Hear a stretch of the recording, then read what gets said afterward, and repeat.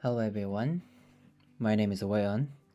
This is the first part of practicing Data Science 100 Knox, Structured Data Processing, the Python. This is not a Python file originally created by the Data Scientist Society and translated from Japanese to English by DeepL. The reason I upload this file is to spread this practice, which is very useful and helpful for everyone who wants to practice Python, from beginners to advanced engineers. Since this data was created for Japanese, you may face language problems when practicing, but you don't have to worry because it will not so much affect. And this is the original GitHub site, the Japan Data Science Society, that I got the original file from this. And this is the answer.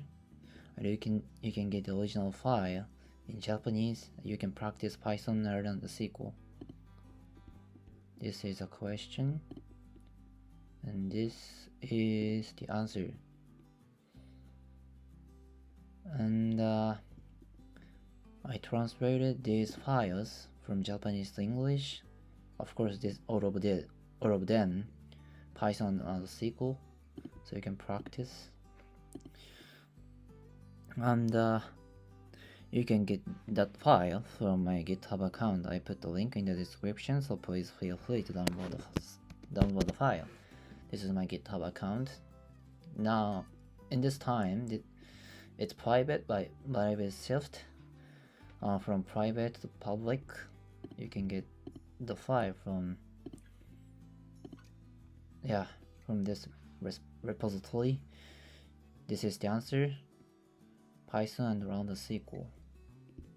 Okay, this is Python.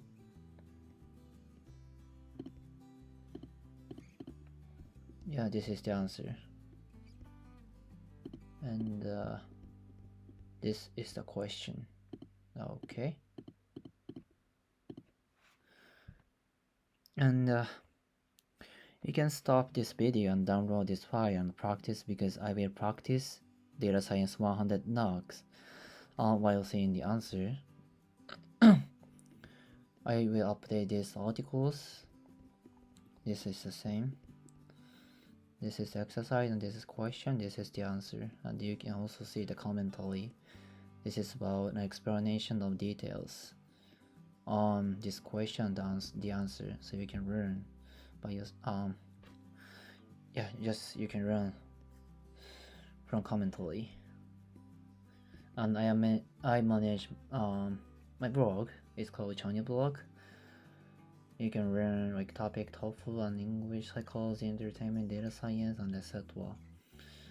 Since I specialize in psychology and English, I'm a little good at I have a knowledge of psychology and English. I made some essays, published some books, and some articles like The Secret to Mastering Language like a Native Speaker, essay about English education in Korea, and psychology, English vocabulary, TOEFL topic, and etc. And if you read these articles in Japanese, you just click here. You can read the articles in Japanese. If you want to read in Korean, you click here. That's it. Okay. Okay, I'm gonna practice.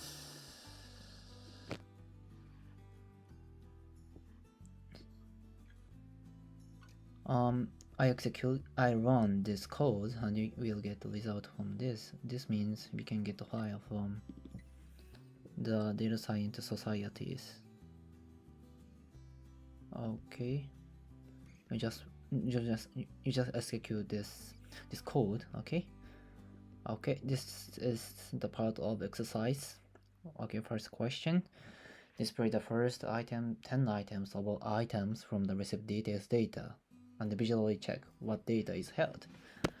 This is easy.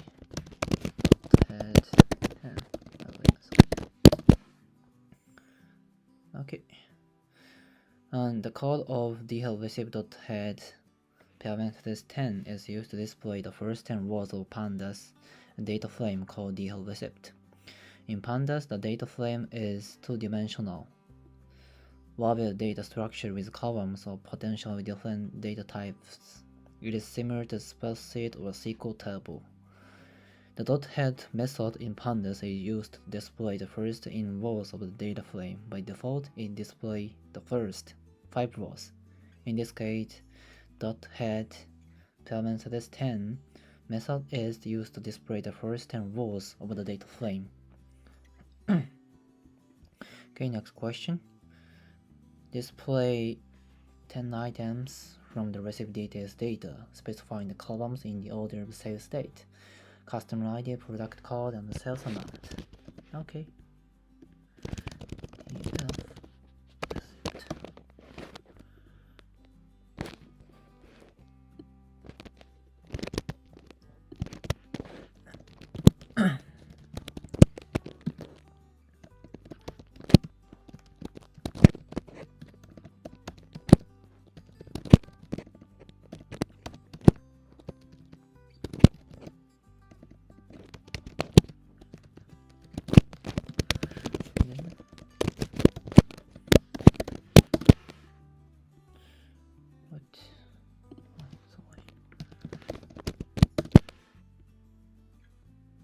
I just get the same columns.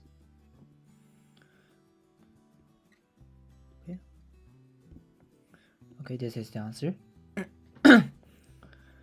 This code is used to display the first 10 rows of a subset of columns from pandas data frame called DeepL. This code also is used to select a subset of columns from the data frame DeepL.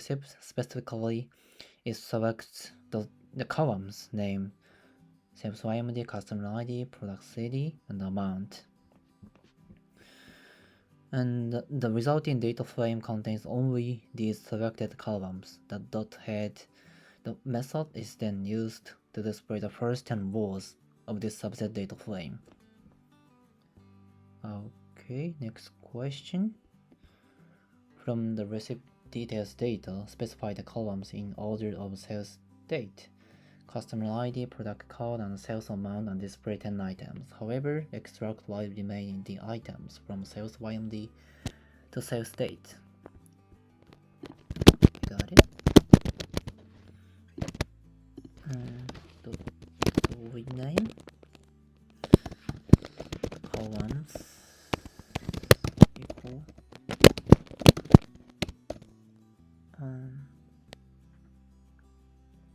curly brackets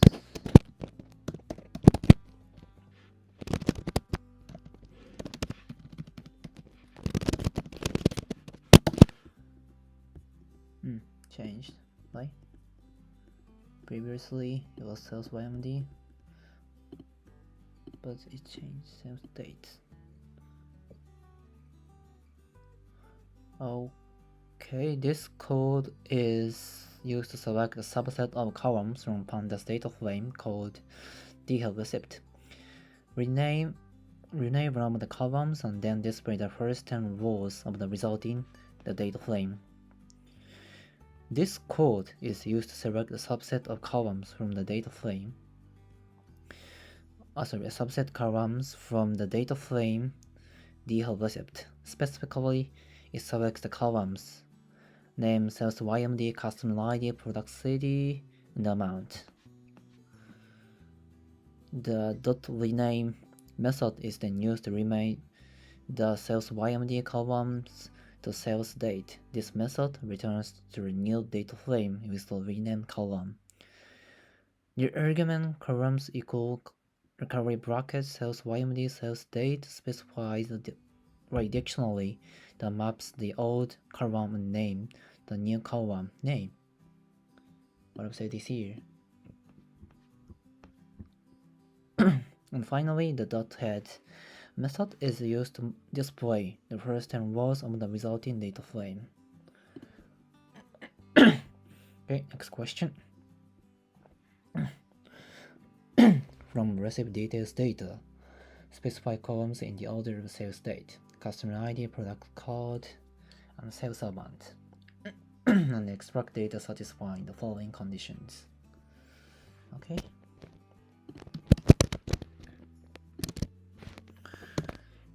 And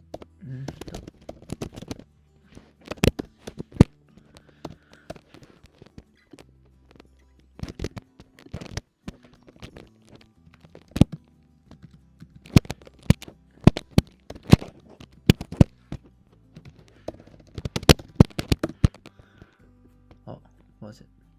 Okay.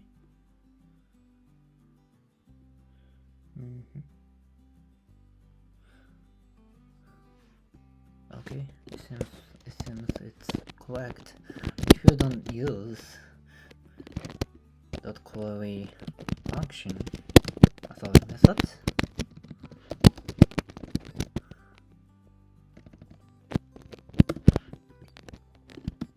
you can type like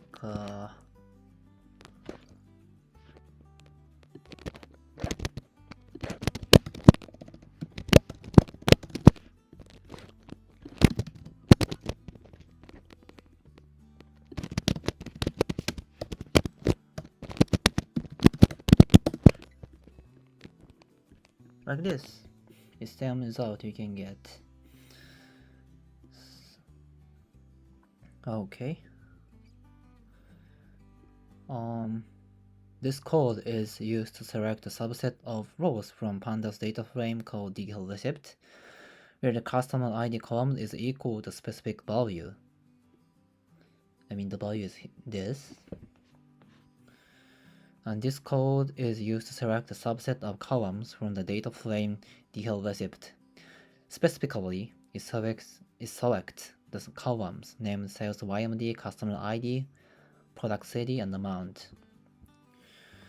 And the .query, the method is then used to filter the rows of the data frame based on a specific condition. In this case, the condition is that the customer ID column must be equal to the value this. The resulting data frame contains only the rows where the customer ID matches the specified value. Okay. Next question. Extract data from receipt details data, specifying columns in the order of sales days, customer ID, product code, and sales amount, and satisfying the following condition. Okay.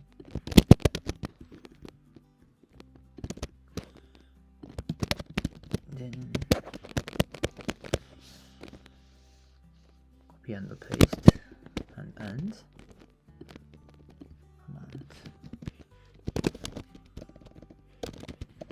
What is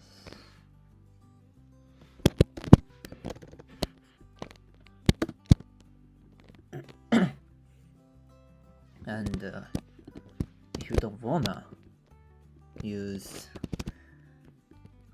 .query function, you can also type like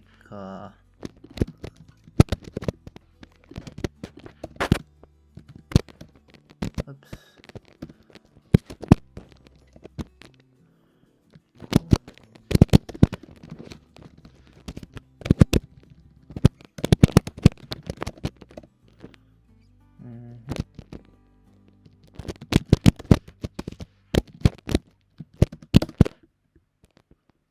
Okay, you can get the same result. And this code is used to select a subset of rows from pandas data frame called DeepL receipt, where the customer ID column equals the specific value this, and the amount column is greater than or equal to 1000. And this code is used to select a subset of columns from the data frame DeepL receipt. Specifically, this selects the column named sales YMD, customer ID, product CD, and amount. And That query method is then used to filter the rows of data frame based on the multiple conditions. This symbol means AND. It's used to indicate logical AND operation between the two conditions. The first condition is that the customer ID column must be equal to the value of this. And the second condition is that the amount column must be greater than or equal to 1000. The resulting data frame contains only the rows where both conditions are satisfied, right? Next question. Extract data from received details data, specifying the columns in the order of sales date, customer ID, product code, sales quantity, and the sales amount, and satisfying all the following conditions. Okay.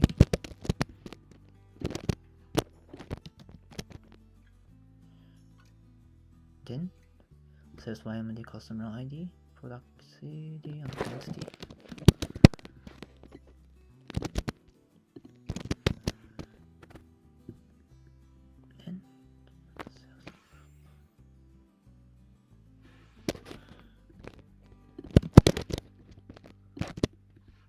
Query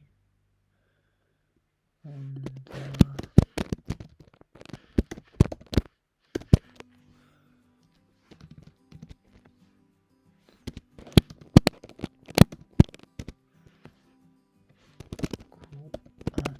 quantity.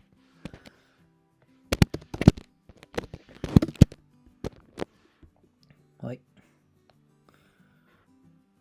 Then if you don't want to use dot query function,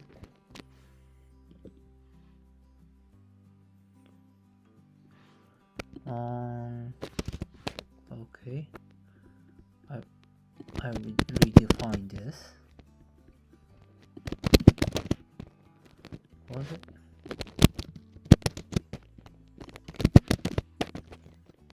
Then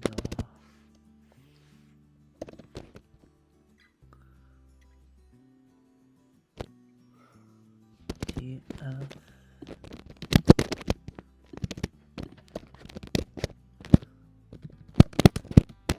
customer ID amount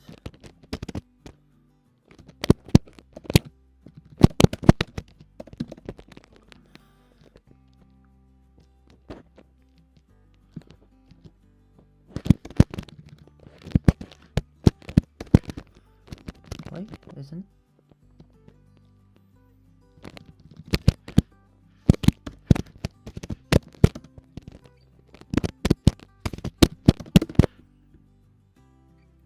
Okay, you can get the same result.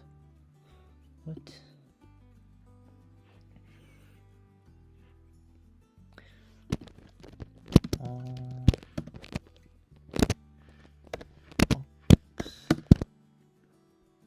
Okay, you can get the same results.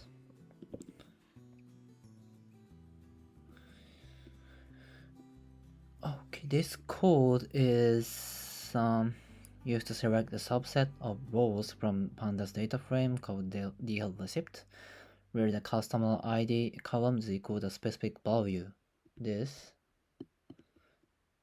and either the amount column is greater than or equal to 1000, or the quantity column is greater than 10 or equal to 5, like this. 10? Sorry, not 10. This code is used to select a subset of columns from the data frame DL receipt. Specifically, this selects the column names, sales YMD, customer ID, product CD, and quantity, and amount. The query method is then used to filter the rows of data frame based on the multiple conditions. And this symbol means AND is used to indicate a logical AND operation between the 10 conditions. The first condition is that the customer ID column must be equal to the value of this value. The second condition is enclosed in the parenthesis and contains two subset conditions separated by this symbol. This means or, which indicates logical or operation. The first subcondition is that the amount column must be greater than or equal to 1000. The second subcondition is that the quantity column must be greater than or equal to 5. Okay, the resulting data frame contains only the rows where both the customer ID is equal to the specified values and either the amount is greater than or equal to 1000 or the quantity is greater than or equal to 5.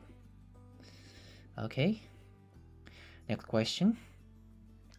From the received details data, specify the columns in order of sales date, customer ID, product code, and sales amount, and extra data that satisfy all the following conditions. Oh, this is missed.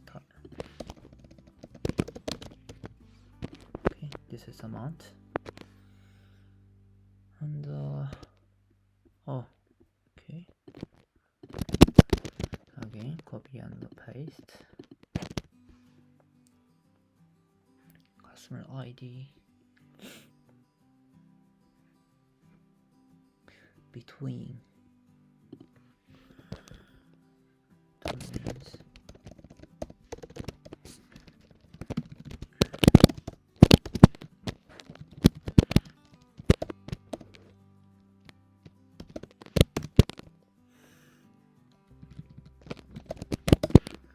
Right? Yeah. And if you don't want to use .query method,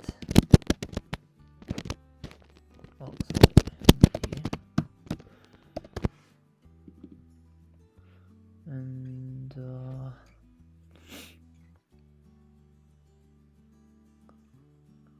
sorry, what was it? I forgot.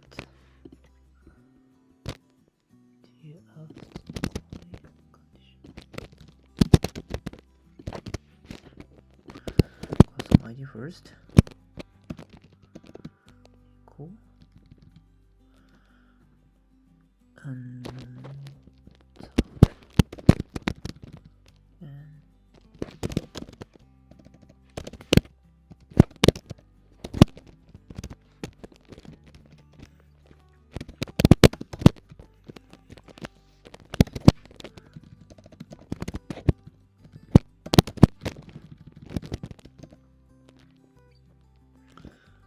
right.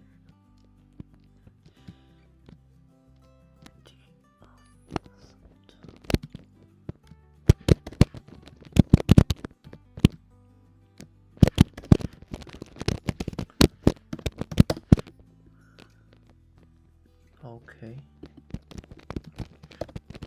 Next.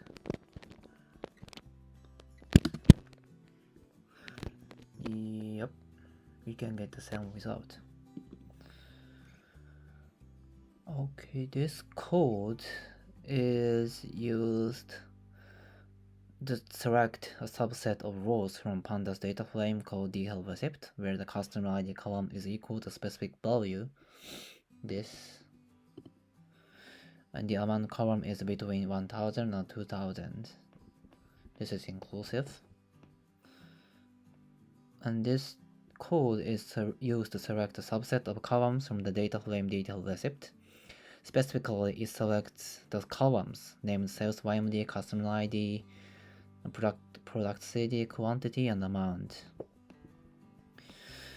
And the .query method is then used to filter the rows of the data frame based on multiple conditions. And this symbol is used to indicate the logical and operation between the two conditions. The first condition is that the customer ID column must be equal to the value of this. The second condition specifies the range of values for the amount of column using the using this and this comparison operators. And finally, the resulting data frame contains only the rows where both the customer ID is equal to the specified values. value and the amount is between 1000 and 2000. Yeah, that's it. Next question. From the recipe details data, specify the columns in order of sales date, customer ID, product code, and sales amount, and extra data satisfying all the following conditions. Okay.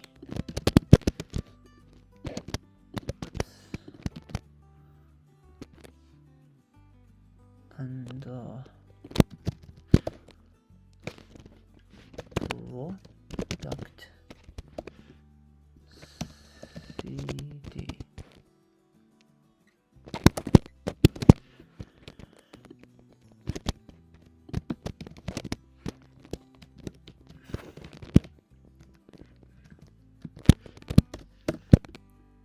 Right.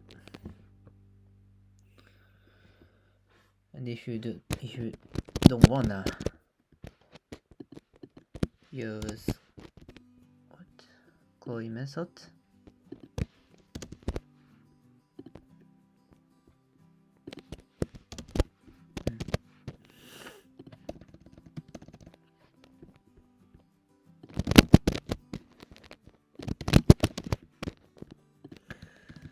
what was it?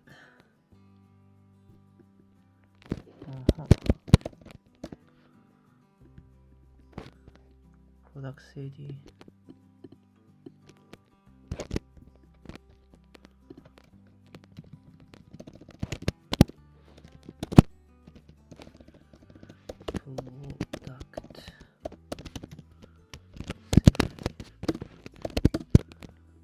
Okay, where I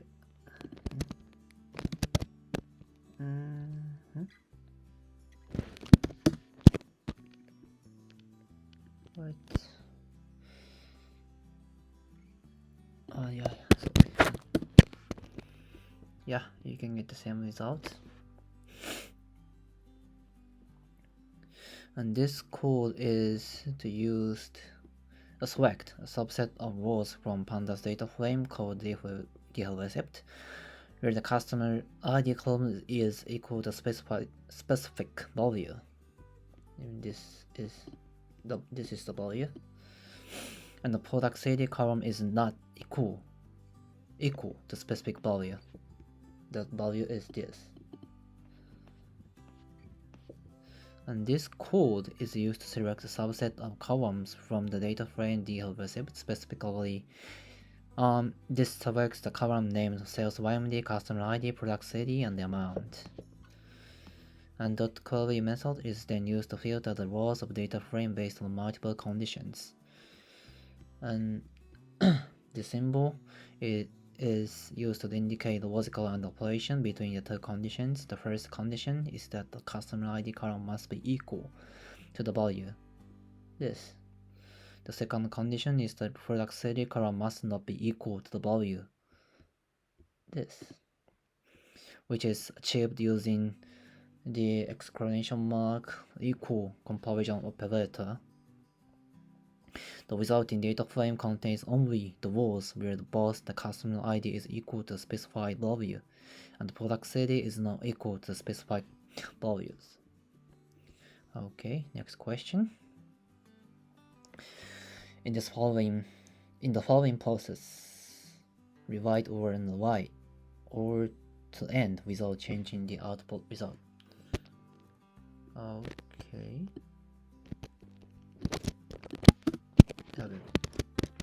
Yeah. This is the original output. Then I have to change. df receipt.query. This.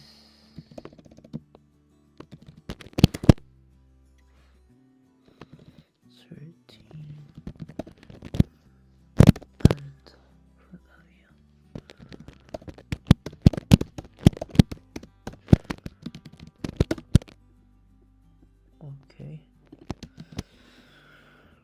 City. Area full.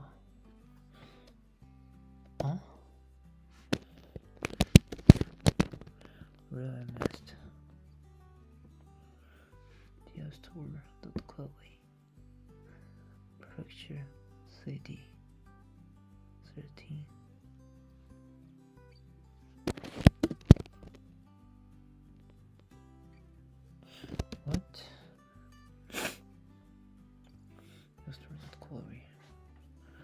prefecture, the city.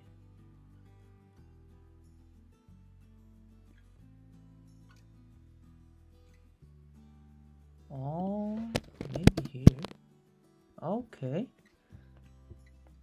I can get the same result. And this code is used the filter was from pandas data frame called df store, where the prefecture city column is not equal to specific value 13, and the floor area column is less than or equal to specific value 900. The dot query method is used to filter the rows of data frame based on the Boolean expression.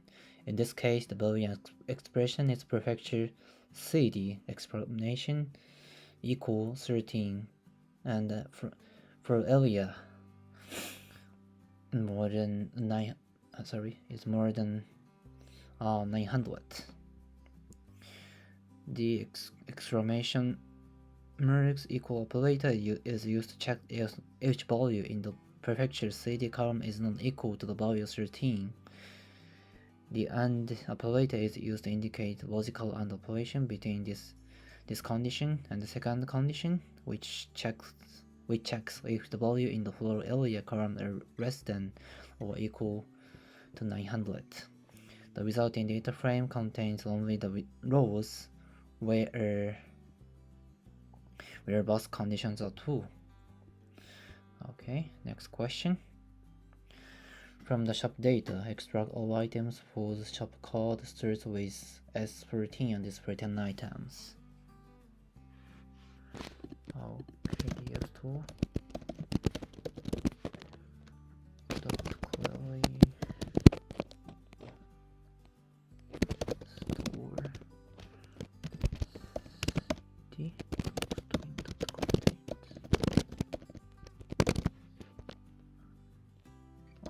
Maybe start with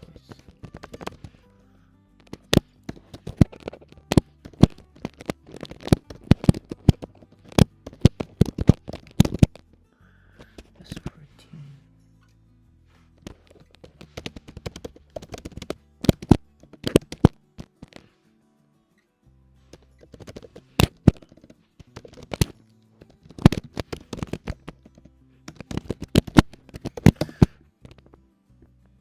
Okay, start with okay. That's it. This code is used to filter rows from pandas data frame from df store, where the source city column starts with a specific string S13.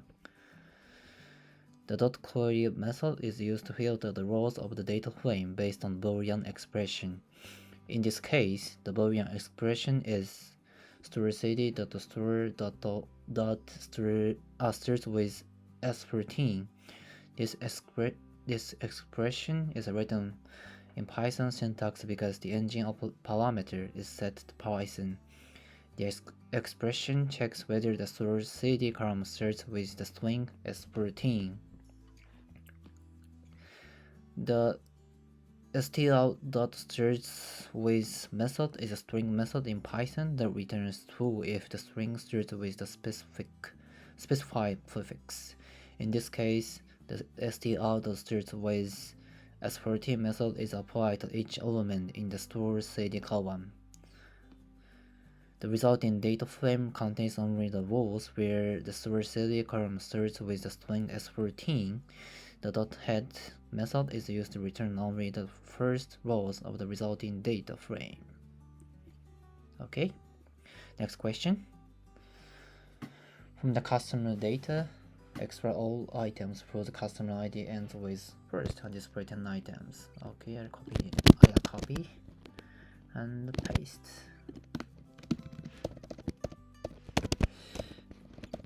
Ends with, was it first on customer ID?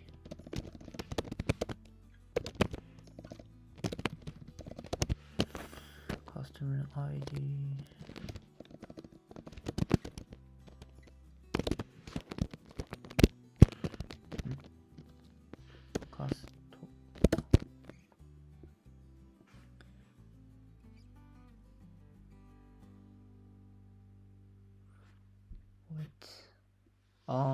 Yeah, it's first. Right? Okay. This code is selecting the subset of data from Pandas data frame named the customer. The subset is filtered based on the condition specified in the query method. The condition is defined by the string customer ID that the str ends with first, which is passed as an argument to the query method. This condition filters the rows of the customer data frame that only include those where the customer ID column ends with the character first. The engine equal Python parameter is optional and specifies that the Python engine should be used to evaluate the condition. This is necessary when the condition contains the string operations as the default engine for query method may not support all string operations. Finally, the head method is used to return the first 10 rows of the filter data frame. This is optional and used here to limit the output to manageable size. Okay, next question. From shop data, DF store. Display all items with Yokohama City in the address. This is Chinese letters, this is Japanese. It's called Yokohamashi, but in English it's Yokohama City. Okay. DF store. Dot query.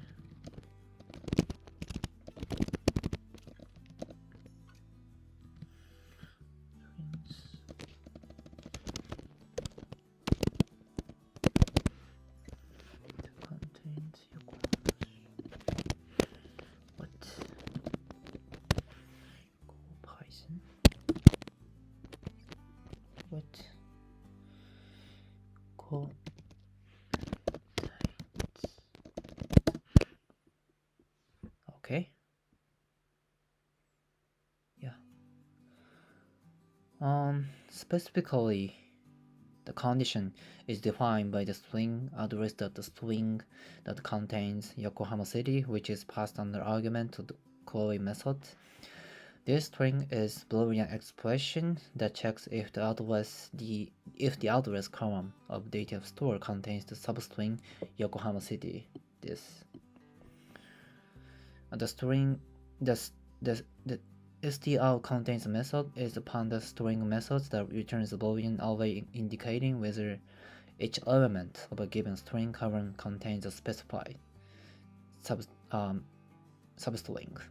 In this case, it is applied to the address column of the store. The engine equal Python argument specifies that the filtering operation shall be performed using Python's built-in eval function rather than the default numExpert engine. This is necessary when using certain types of string operation in the query expression such as str.contains method which are not supported by the numExpert engine. Okay, next question.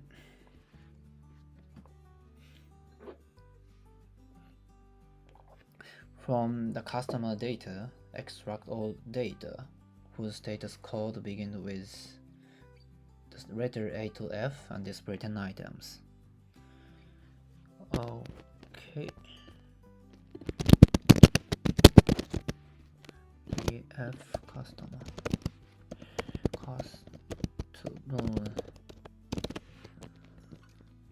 and the status code.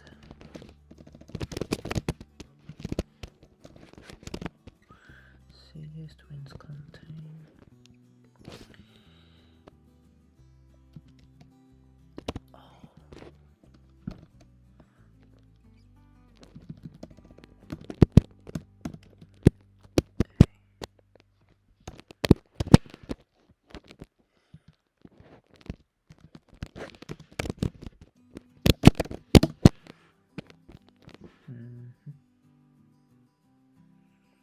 Okay. The DL customer is a data frame object. Maybe you guys know. And .clear method is a method provided by pandas for filtering rows based on a specific condition. The condition is specified as a string argument. The condition in this case is status cd.string that contains an all hat a to f square brackets.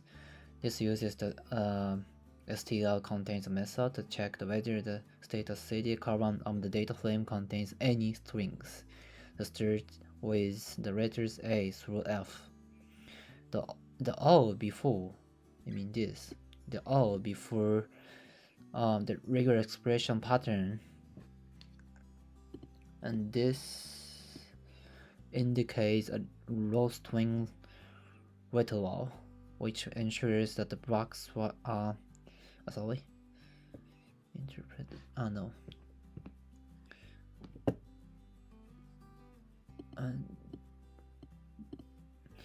the engine, the Python argument specifies that filtering should be done using Python's built-in regular expression engine rather than the default engine used by pandas. This can be useful in cases where the default engine does not support certain regex features or is too slow.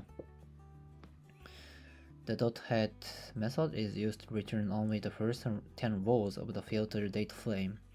So overall, this code is filtering the f-store data frame to only include rows where the status cd column starts with a letter from A to F, and then return the first 10 rows of the resulting data frame. Okay, next question.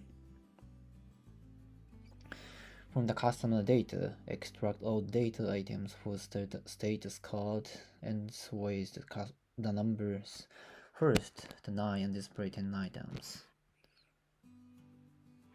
Okay.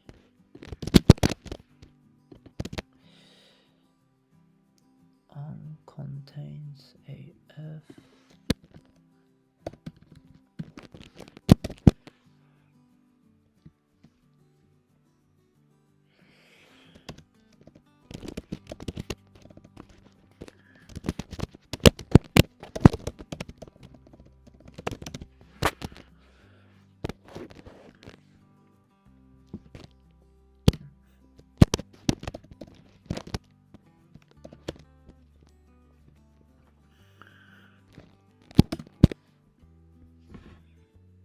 Okay.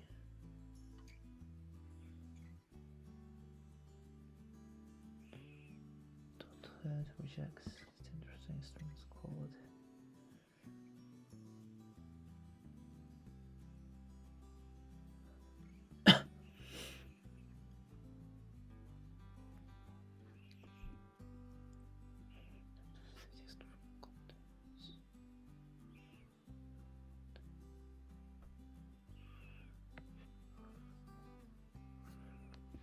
Oh, sorry, 8 to 9.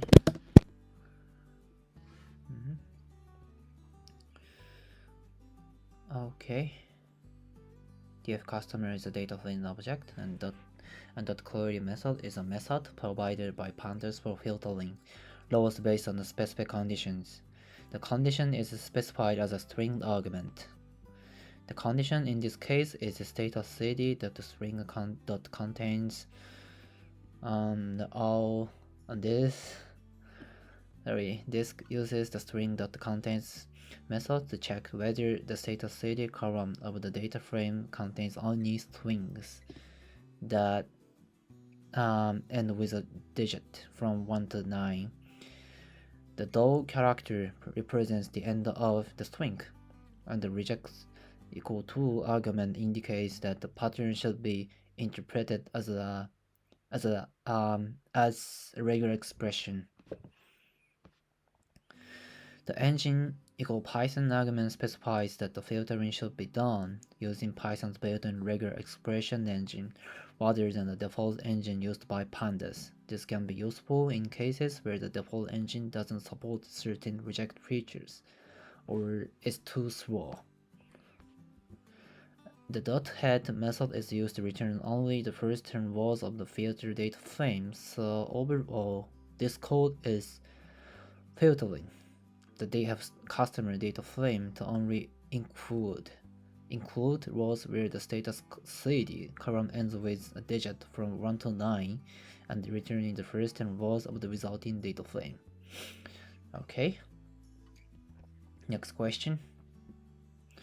From the customer data, extract all data items whose status code begins with the letter A to F and ends with the numbers first to 9 and display 10 items.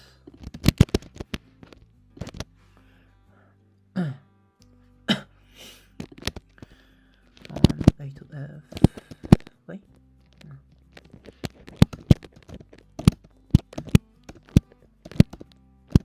Sorry.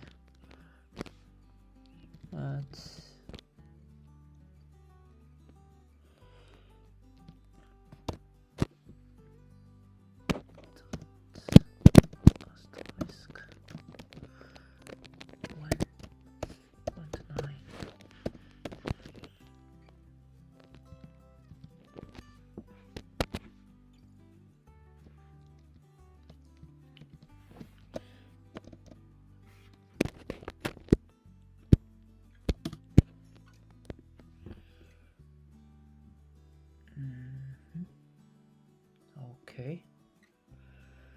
This code appears to be using the pandas library in Python to filter rows from data frame named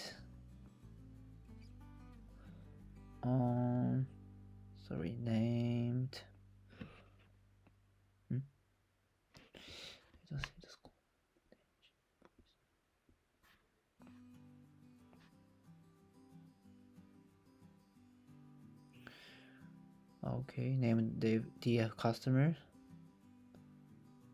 Sorry, wait a second. Okay. The filter is based on the condition specified in the query method, which takes a string argument representing a Boolean expression.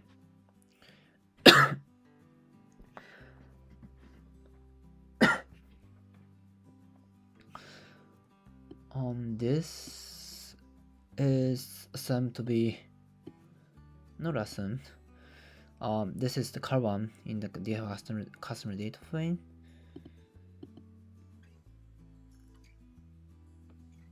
And this dot means this is the dot donation used to access the method or attribute or objective in Python. And this refers to string method of status CD column and contains. This is a string method that checks whether a given substring or regular expression is present in each element of the column.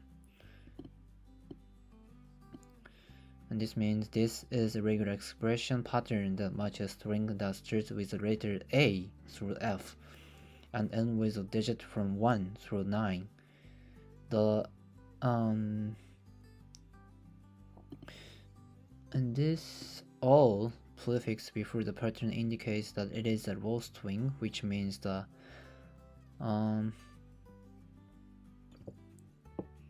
okay, sorry. Let me. Okay, next explanation. The query method is also specifying the engine argument with the value Python. This is because the default engine used by pandas is num-exp, which can be faster for some types of queries, but may not support all types of regular expressions. Using the Python engine ensures that the regular expression is handled by the Python regex module. And finally, the dot head method call limits the output to the first 10 rows that match the filter condition. Okay, next question. From the shop data, display all items of data where the telephone number is 3 digits. Okay.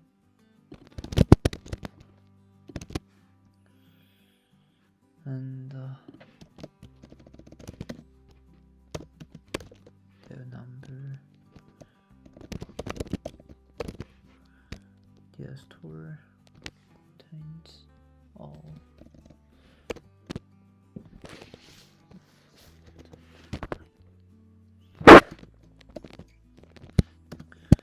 curly brackets.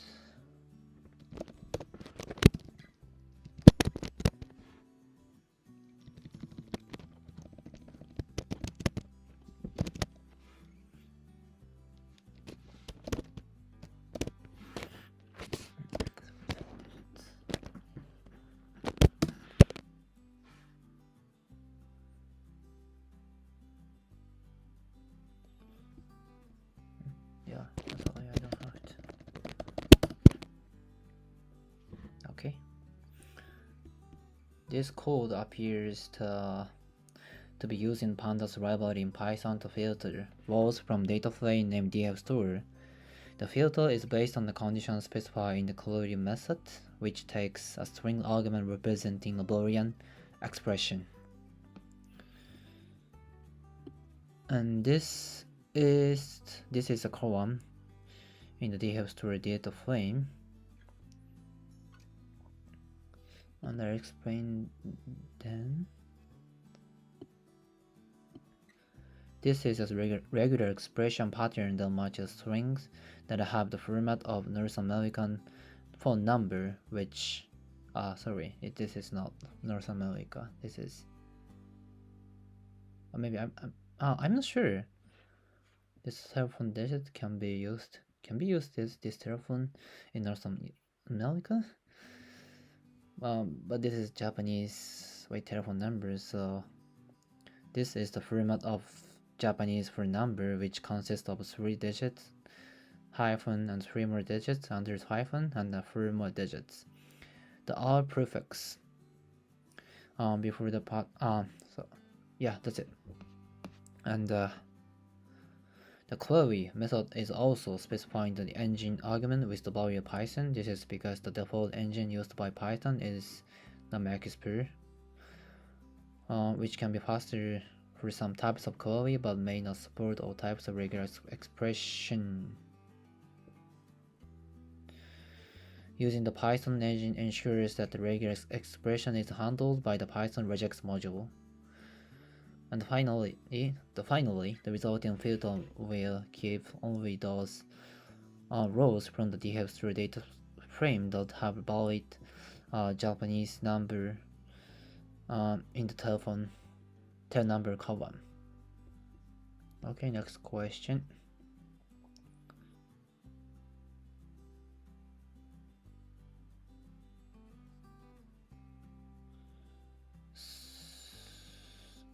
Sort customer data by birth date in order of age and display 10 all items from the top.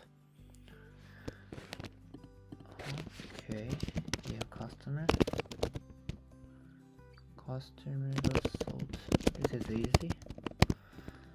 Sort the values by birthday.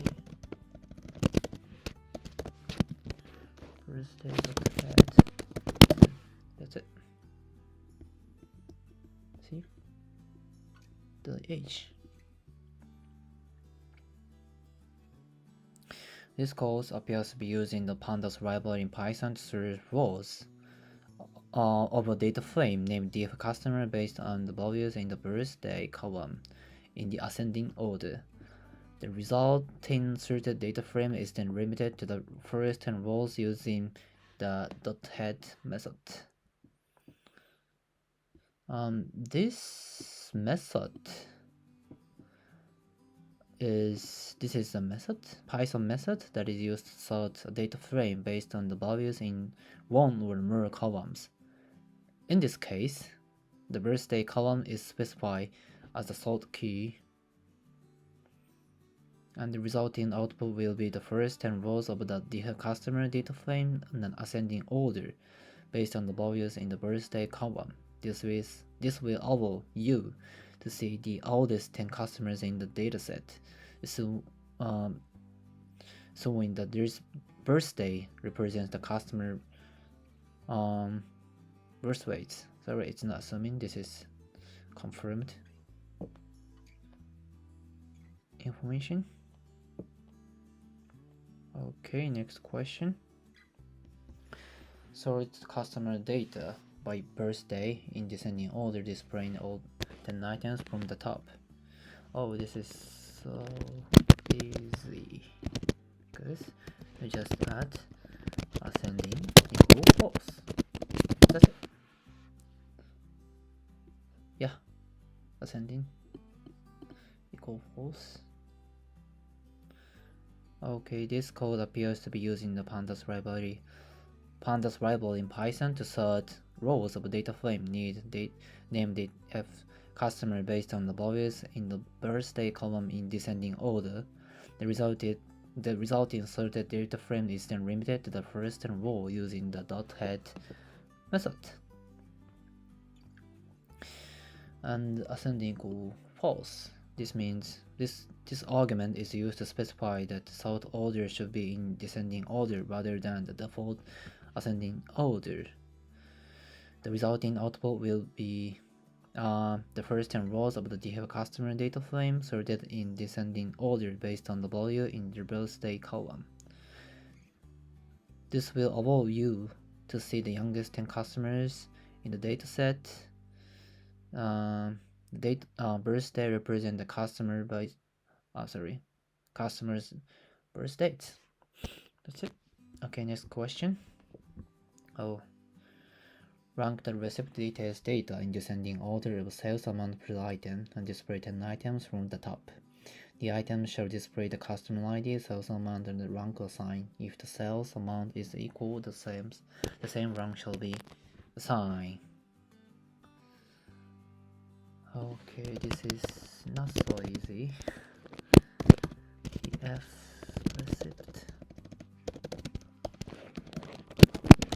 customer ID.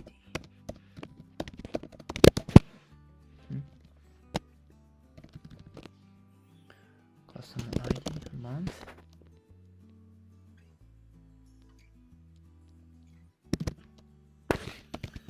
TF receipt amount dot rank.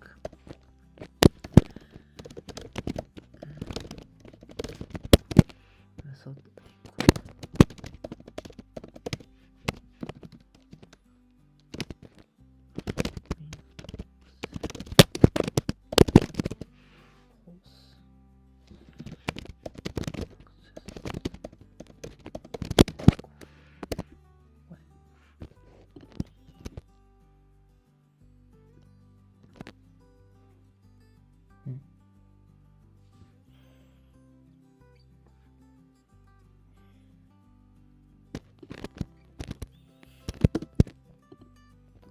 Yeah, I knew it. TF receipt. Closing parentheses, it does so much operate. Weird. Oh, okay.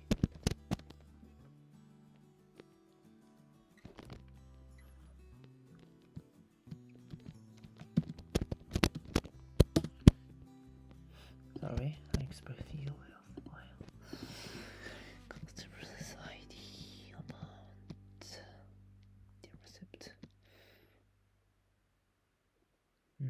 Access equal 1.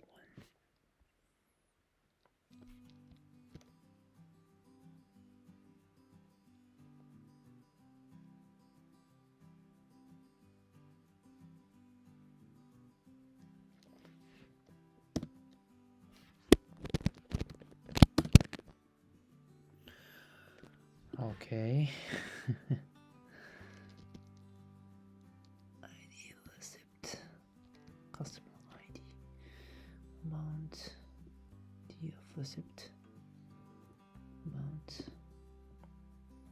rank, method equal 1, sending false.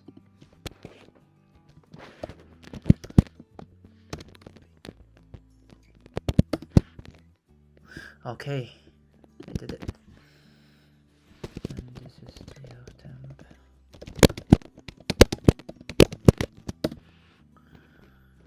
DF temp. Columns.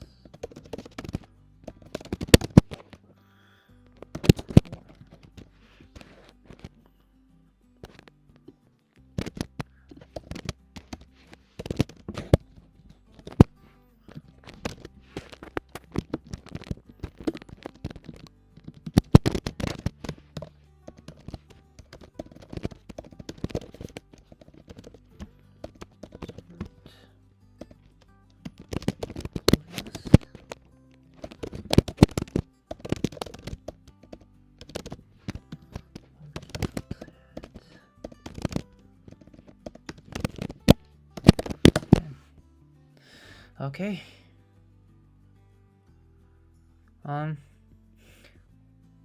This code is performing the following operations. First, concatenating. Sorry,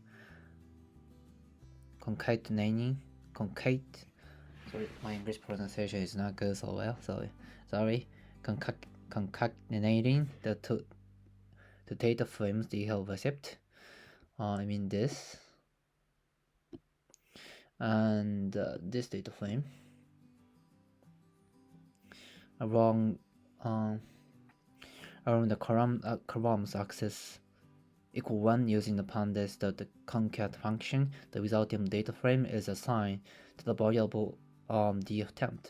The first data frame df received, the first data frame contains two columns, customer ID and amount from larger data frame df received, whereas the second data frame is the rank. Second data frame is this. Is the rank of the amount column calculated using the min method in descending order.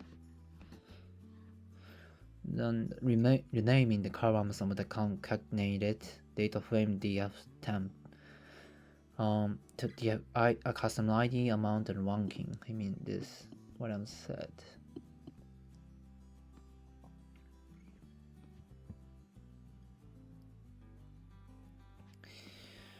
And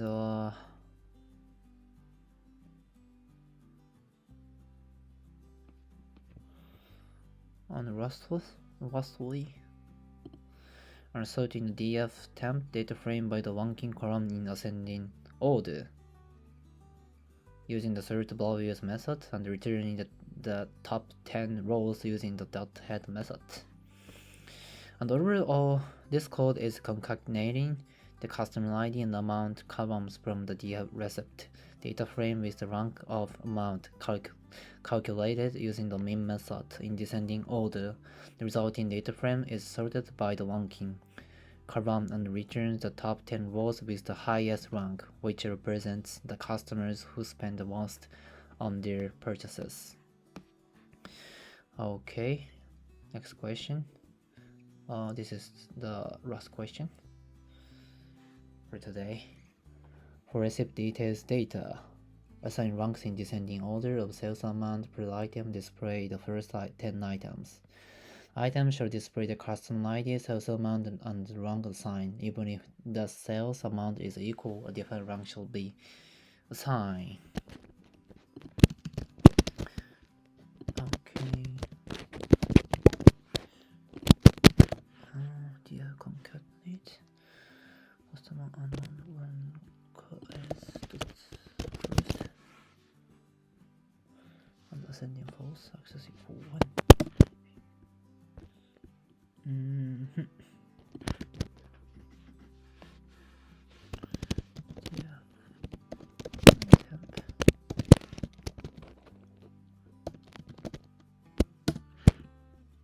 Okay, maybe. And this code is performing the performing some operations, concatenating the two data frames they have received. The data frame is this and this. Maybe it's same explanation. I will. The resulting data frame is assigned to the variable df temp. First data frame contains the two columns, customer ID and amount, from the larger data frame df received, where the second data frame is the rank of the amount column calculated using the first method. This is the point in descending order. Remaining the columns of the concatenated data frame df temp, customer ID, amount, and ranking using the df temp columns attribute. Inserting the df temp data frame by the ranking column in ascending order using the sort.values method, and returning the top 10 rows using the .head method. Overall, the code is concatenating the customer ID and the amount column from the DeepL received data frame is the rank of amount calculated using the first method in descending order. The resulting data frame is sorted by the ranking column and returns the top 10 rows with the highest rank, which represent the customer who spent the most on their purchases. The only difference between the code and the previous one is the rank method used. The first method is used here, which assigns the same rank to the equal values of amount column, whereas the mean method assigns the lowest rank to the equals value of amount columns. The first question 21 counts the number of cases against the receipt details data. This is easy. DeepL receipt. And yeah, that's it. This code returns the ranks of data frame DeepL receipt. When this is a built-in Python function. Sorry, that was not method. It's function that returns the ranks of an object, such as a list or string. The combination of this code is by passing the data frame DeepL receipt as an argument to the when function. I'm asking the Python to return the number of rows in DeepL receipt. In summary, the code is simply returning the number of rows in a data frame. Okay, next question, 22. Count the number of unique cases against the customer ID of the receipt details data. This is also easy. Customer ID dot unique. What? Okay. Well. This code returns the number of unique customer IDs in the customer ID column of the receipt data frame. This is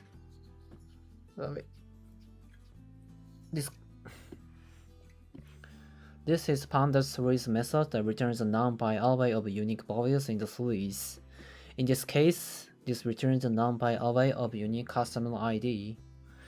The combination of this code by passing the numpy array of unique customer IDs as an argument. Sorry.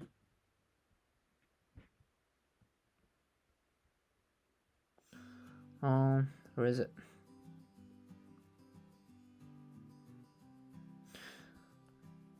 Well, overall,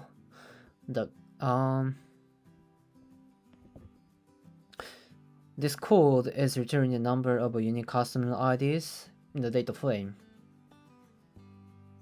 Okay, next question. Sum the sales amount and sales quantity for each shop code in the receipt details data. Okay. df receipt dot group by store cd dot a function calling funket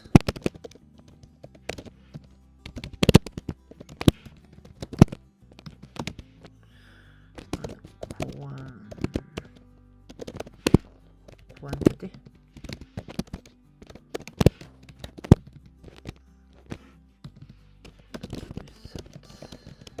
Index. Okay.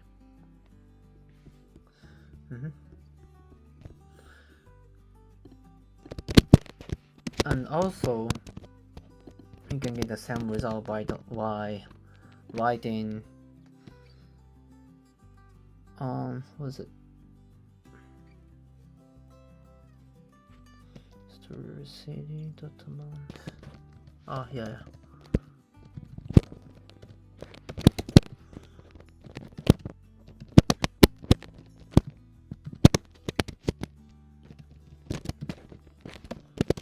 .arg.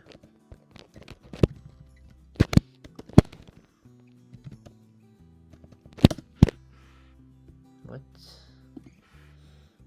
cd. Yeah, I could get same result. This code and this is the same meaning.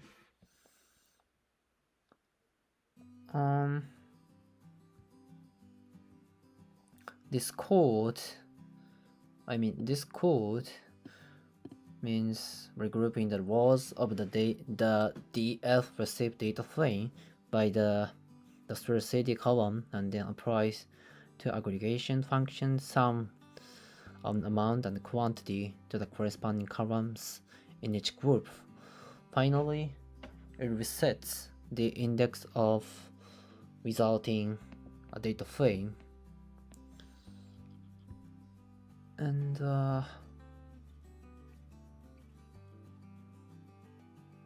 sorry, just wait a second.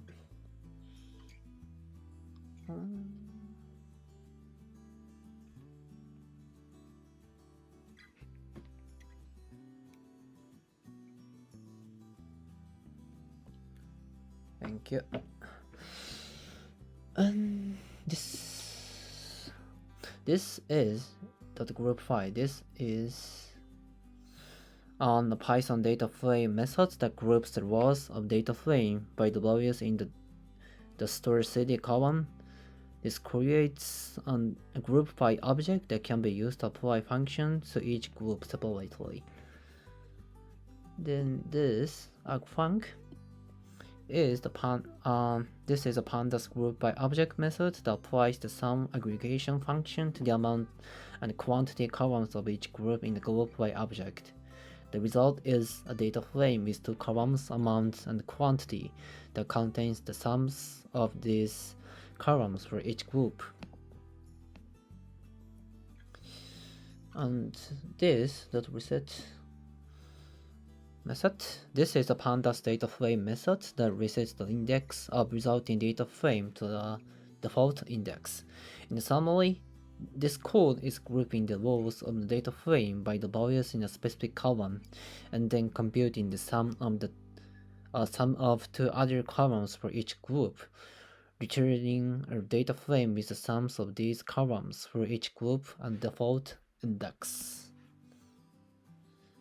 Okay, I skip explanation of this because it's same result.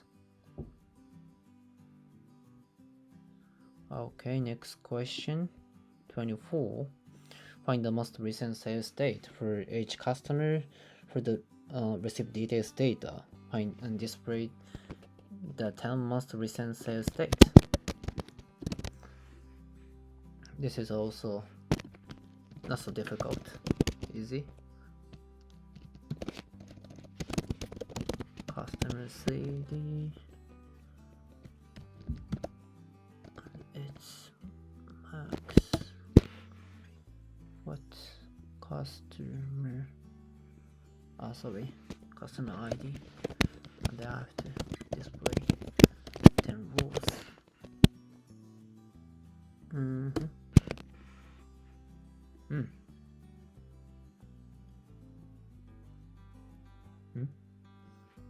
Sorry, this is same family.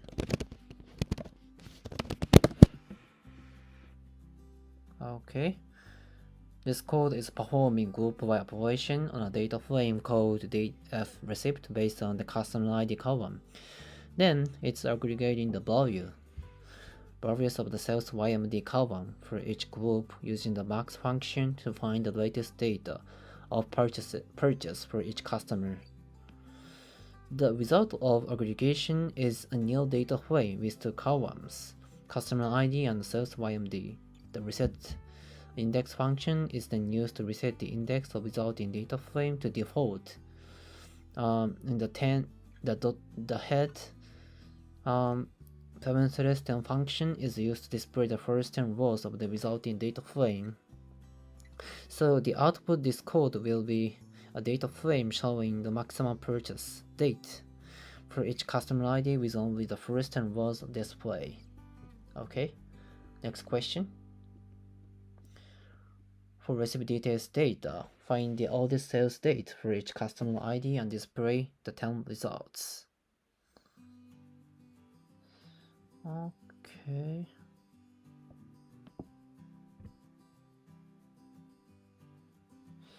What was it?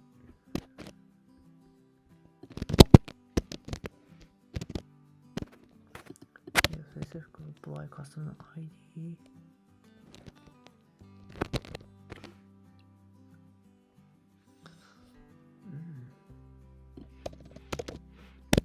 But maybe it's okay, right?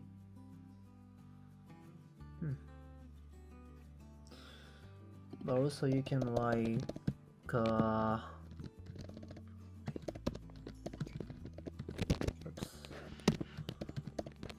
like this,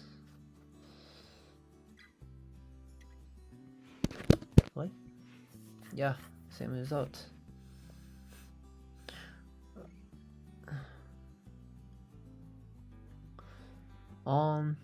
This code is grouping the rows of the DeepL receipt data frame by the customer ID column and then applies the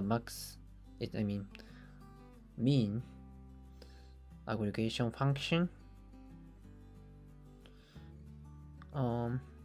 The sales YMD column of each group. Finally, it resets the index of resulting data frame and returns the first 10 rows. I already explained almost all things about group by that reset index, so it's over the explanation. Okay, for recipe details data, find the newest sales date and the oldest sales date for each customer ID and display 10 cases where both are different.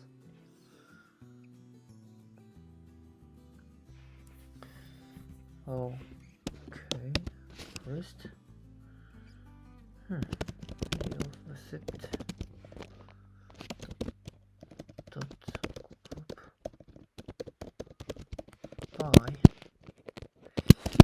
customer ID dot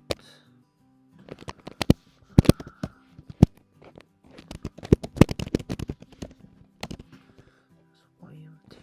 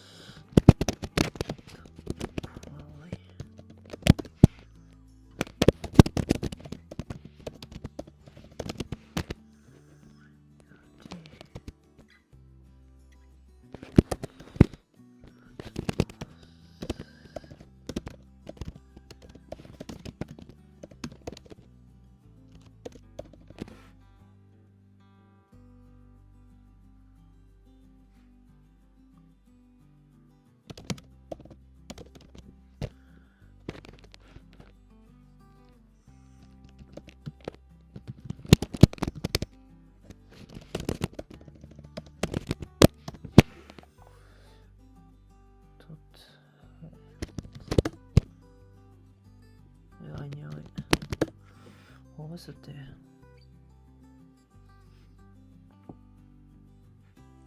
Do you have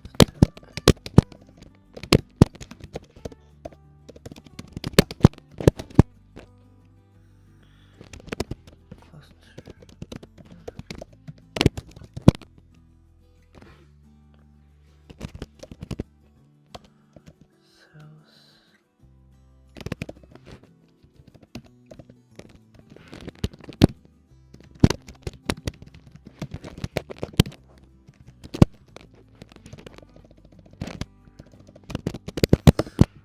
What's this?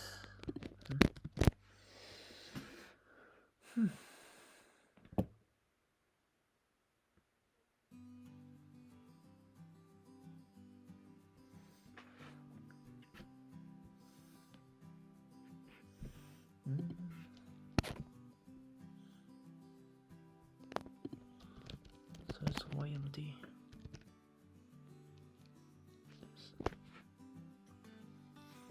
So this was works.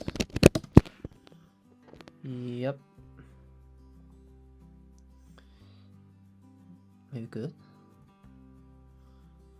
Sorry. This. Okay.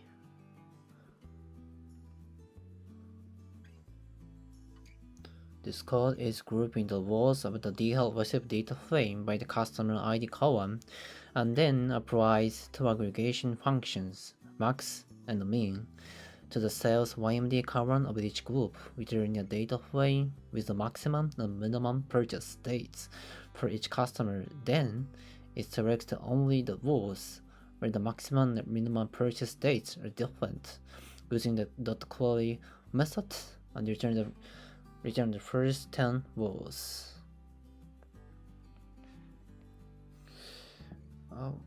Okay. Maybe you guys don't need detailed explanation, right? This code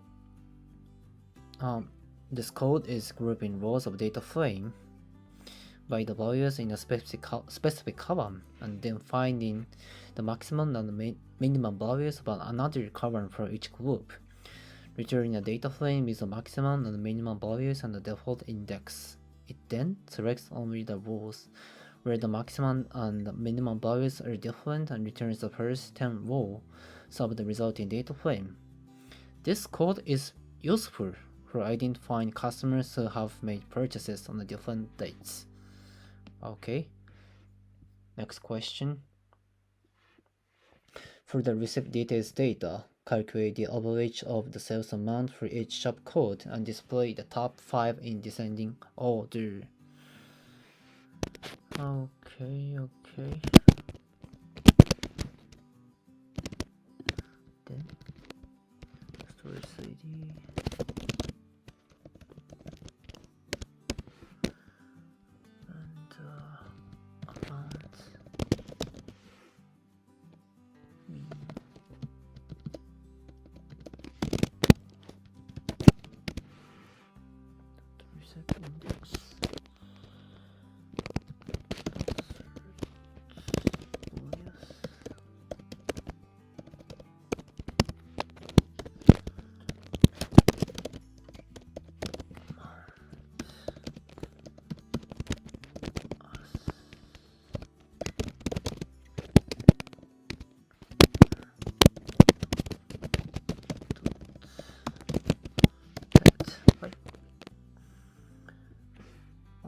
Maybe right, okay. This code is grouping the rows of the received data frame by the storage CD column, and then calculates the mean of the amount column for each group, returning a data frame with the mean values and the storage CD column. It then resets the index of the resulting data frame and sorts it by the same amount values in descending order. Finally, it returns the first 5 rows of the resulting data frame. And this sort values. This is a pandas data frame method that sorts the rows of the data frame by the values in the amount column in descending order. The ascending equal false parameter specifies the sort order should be descending. Okay, in summary, this code is grouping the rows of the data frame by the values in a specific column, then finding the mean value of another column for each group, returning a data frame with the mean values and the grouping column. It's then resets the index of resulting data frame and sorts it by the mean values in descending order, and returns the first 5 rows of the resulting data frame. This code is useful for identifying the stores with the highest average sales. Okay. Next question. Calculate the median sales amount for each shop code for the receipt details data and display the top 5 in descending order. Okay. City amount median.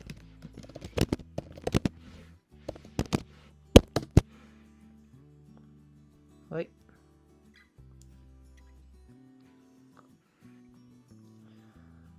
Okay, this code is this groups the rows of the DeepL receipt data frame by the store CD column, and then calculates the median of the amount column for each group, returning a data frame with the median values and the store CD column. It then resets the index of the resulting data frame and sorts it by the median amount values in descending order. And finally, it returns the 5 rows of the resulting data frame. Okay, next question. For receipt details data, calculate the mode values of the product code for each shop code and display 10 cases. Okay. CD apply product CD apply.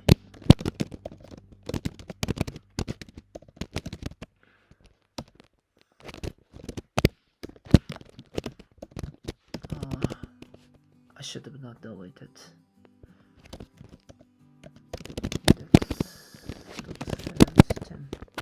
What?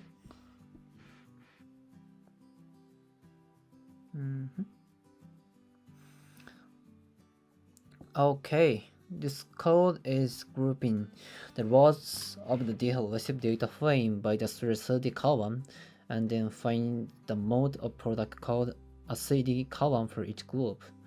It then returns the data frame with the mode values on the store CD column. The reset index method resets the index of the resulting data frame to default index. So this is the pandas group by object method that applies the mode function to each group in the group by object. The mode function returns the most frequently occurring values in each group. The resulting object is a series with the same length as the original group. Okay. That was here. The explanation. Okay, next question. Calculate the variance of the sales amount for each shop code against the receipt details data and display 5 cases in descending order. Okay.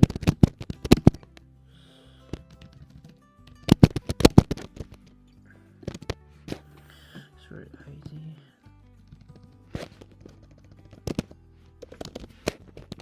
And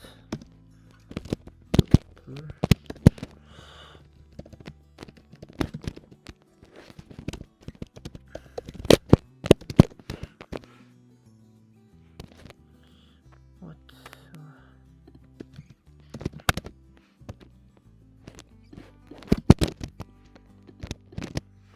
Have to reset index. And dot sort values. Mount.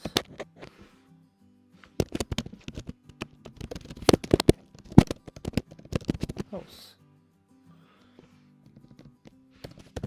Hi.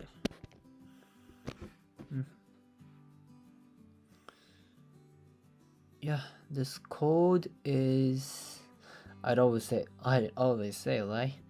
This code is grouping the rows of the received data frame by the CD column, and then calculates the variance of the amount column for each group with DDL equal to.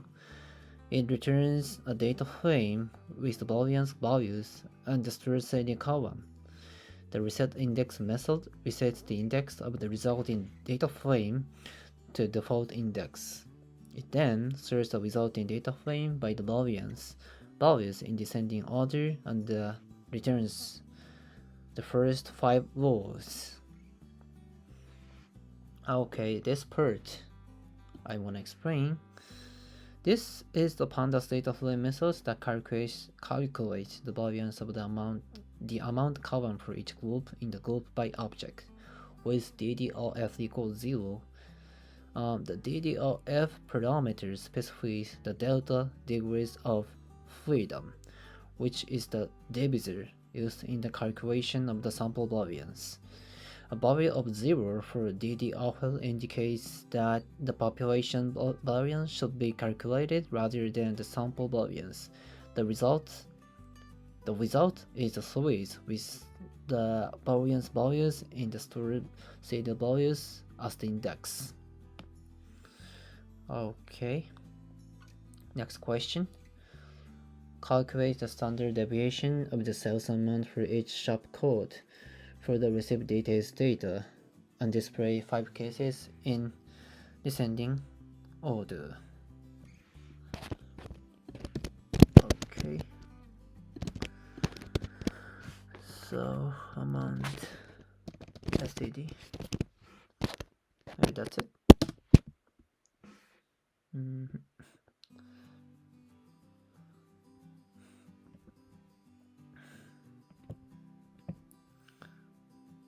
I'm gonna explain from this part. This is the pandas data frame method that calculates the standard deviation of the amount column for each group in the group by object with DDLF equals 0. Alright.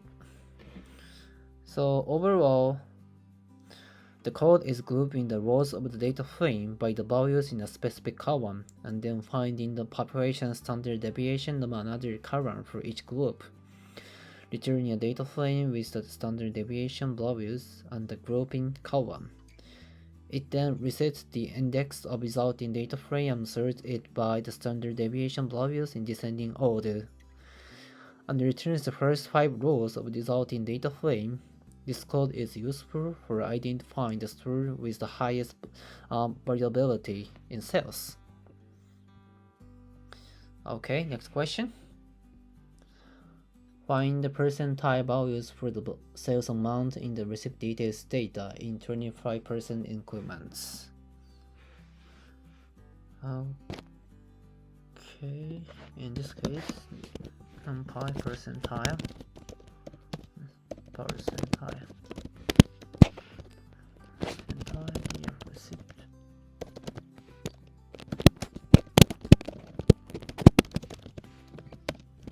And security call numpy.publish quantify 25. Okay. Or you can also type like the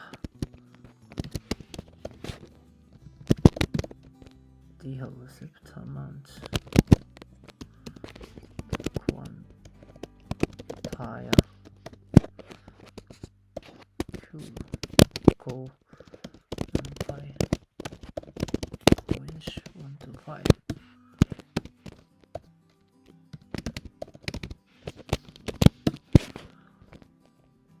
Right, you can get the same results.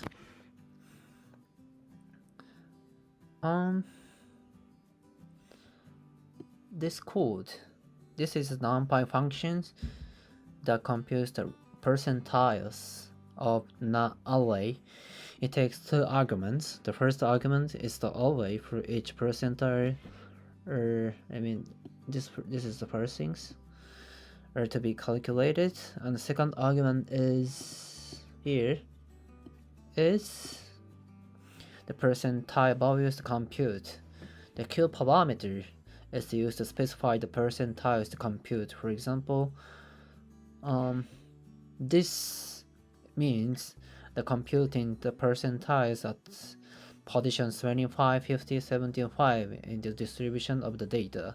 This is because the NumPy arrange parentheses 1 to 5 multiplied by 25 expression generates an array with values square brackets 25, 50, and 75, which are the positions of the percentiles in the distribution.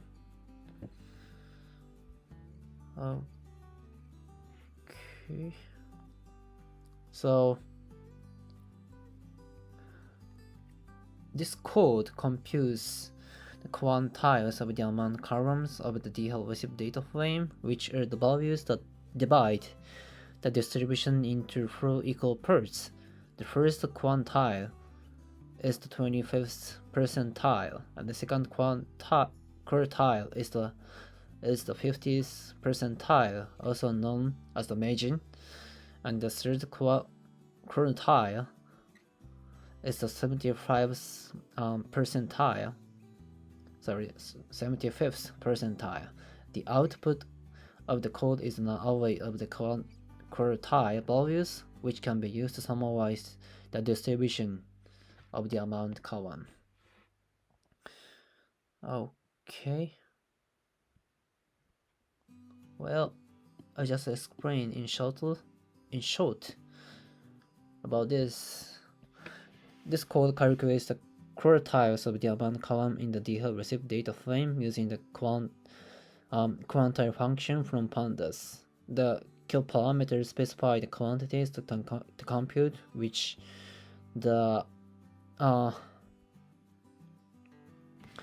this quantiles. Yeah, this weight.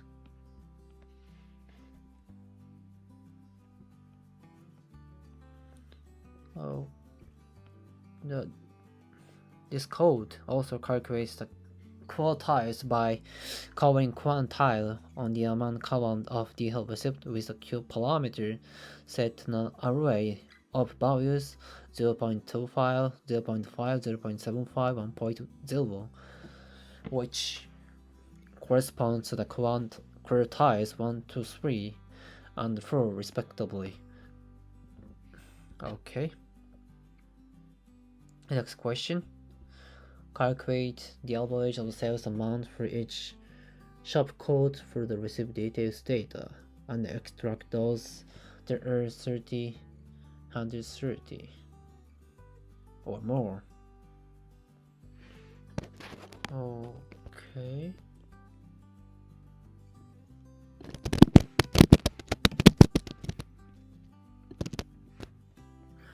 Total price for the city, amount, mean.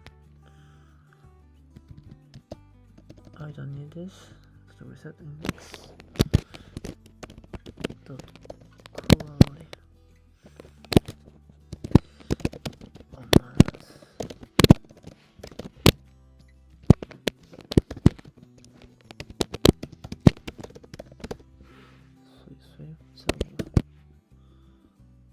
Okay. What am I missing? Maybe here.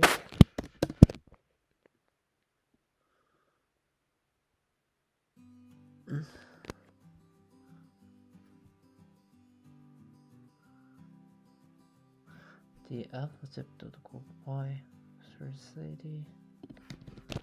Why cannot?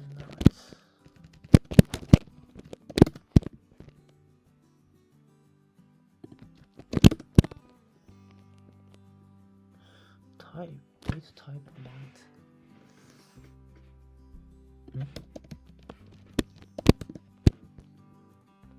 Oh yeah. Okay, I got it.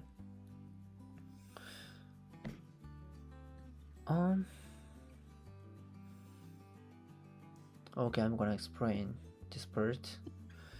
This filters the resulting data frame to only include rows where the mean value of amount is greater than or equals 330.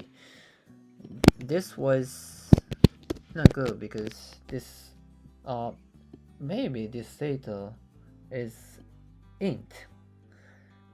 So if the amount was string data type, this is valid, but because this is int, I don't need single quotation. Okay, in summary, this code selects only the stores whose average transaction amount is greater than or equal to 330 yen. Yeah. For the receipt, next question. For the receipt details data, sum the amount of sales for each customer ID and find the average for all customers. However, exclude customers' ID starting with Z as they represent non-members. Okay, data receipt.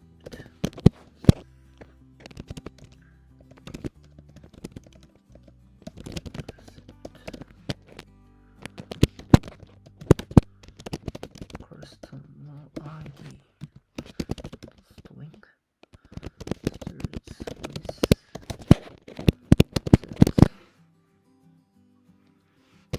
And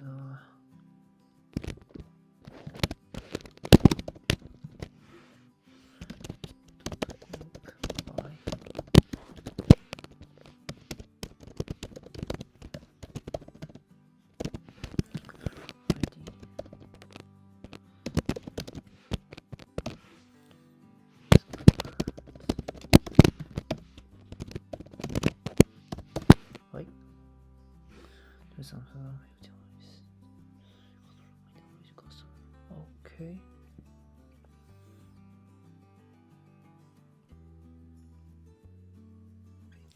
I'm going to explain about this part. This filters the DeepL receipt data frame to exclude rows where the customer ID column starts with the letter Z. The tilde character is used as a negation operator to invert the Boolean values returned by the string. A string that starts with method. I mean, this means tilde. This means not. Okay. Okay. In summary, this code computes the average amount spent by each customer whose customer ID does not start with the letter Z in the DeepL receipt data frame. This may be useful for understanding the purchasing behavior of regular customers. Okay, and if you I want to introduce like you can get the same result by writing, this is sorry.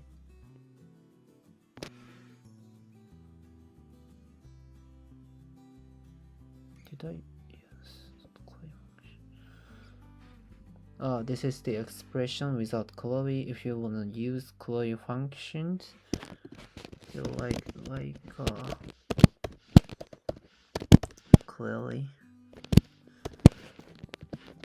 and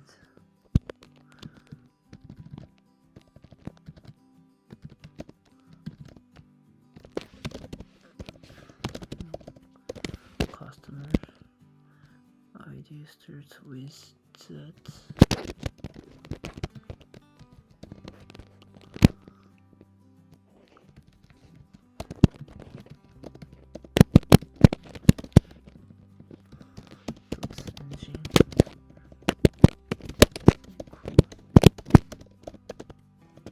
Python.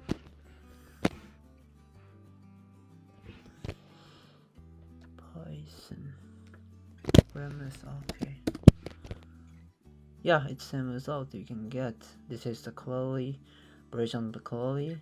This is without query. Okay. Next question. For the receipt details data, sum the sales amount for each customer ID to obtain the average of customers, extract the customers who spend more than the average on display 10 items. However, exclude customer IDs starting with set as they represent non-members. Okay. I like this. Customer ID string that group by customer ID amount sum. So I don't need here. Customer ID group by. Okay. DF amount sum.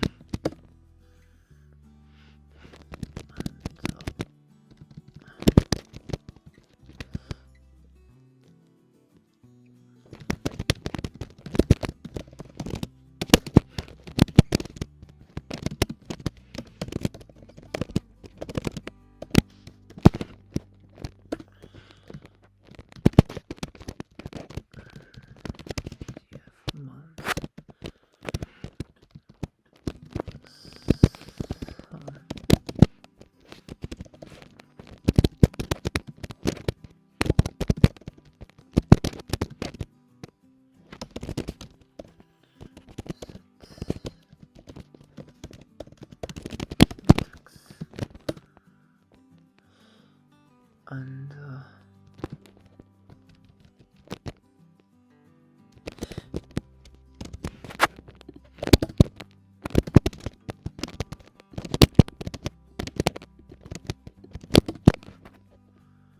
okay, let's see. Oops, sorry.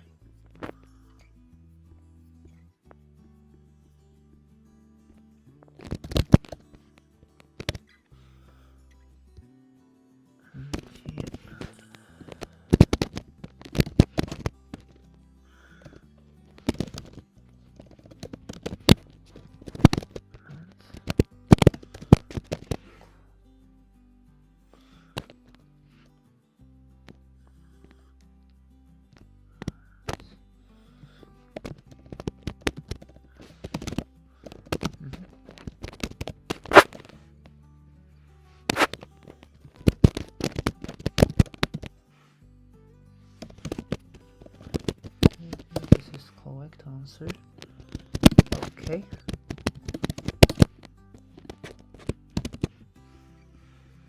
Yeah.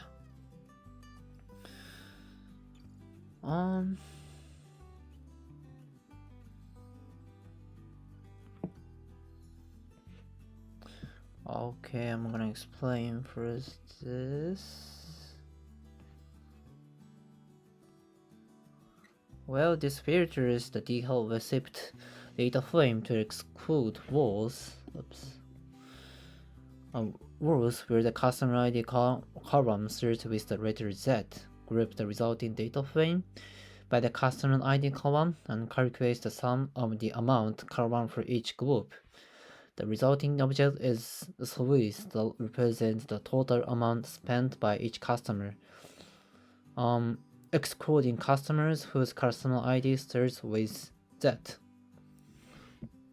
And this is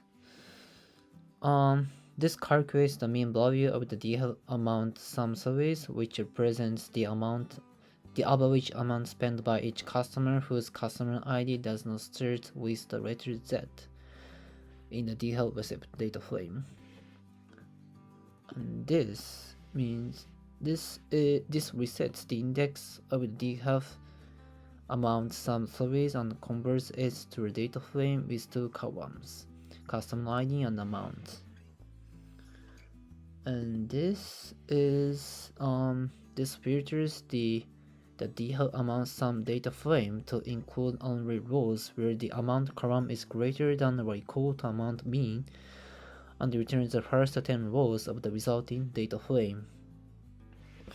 In summary, this code selects the customers whose total spending is greater than or equal to the average spending of all customers whose customer ID doesn't start with the letter Z in the DeepL receipt data frame.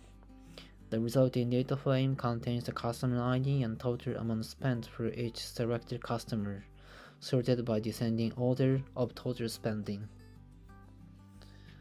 Okay, next question. Combine receipt details data and shop data internally and display all items of receipt details data and store name of shop data for 10 items. Okay, this is the stop merge. And do you have receipt? Store.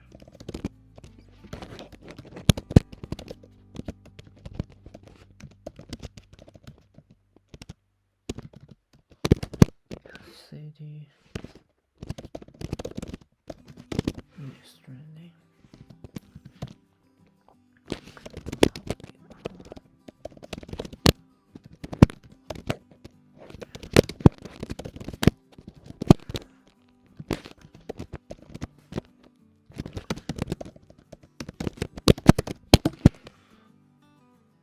Okay.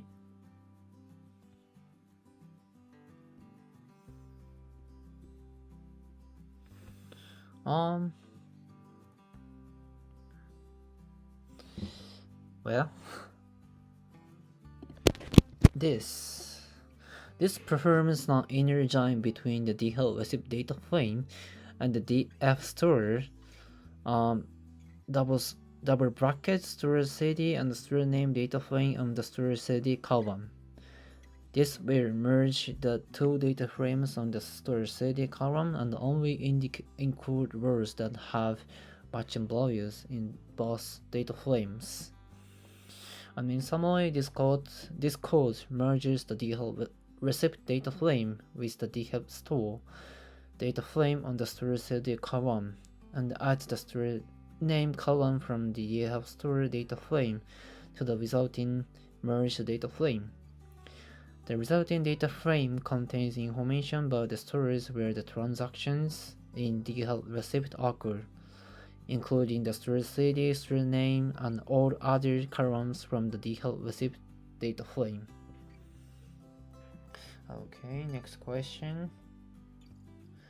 Join product data and category data internally and display all items of the product's data and 10 category subcategory names of the category data. Okay.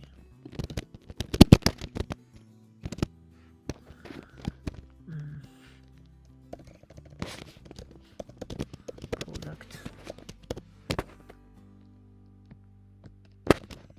category.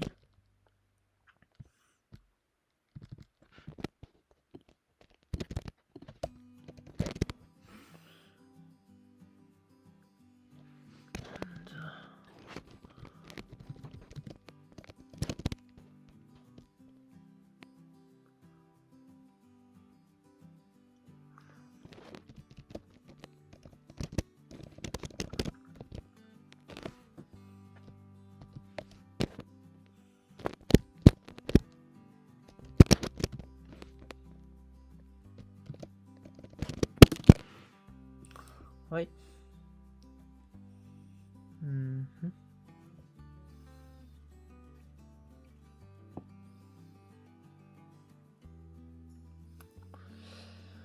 Okay. This code performs an inner join between the DeepL product data frame and the DeepL category square bracket, category small cd, category small name data frame on the category small cd column.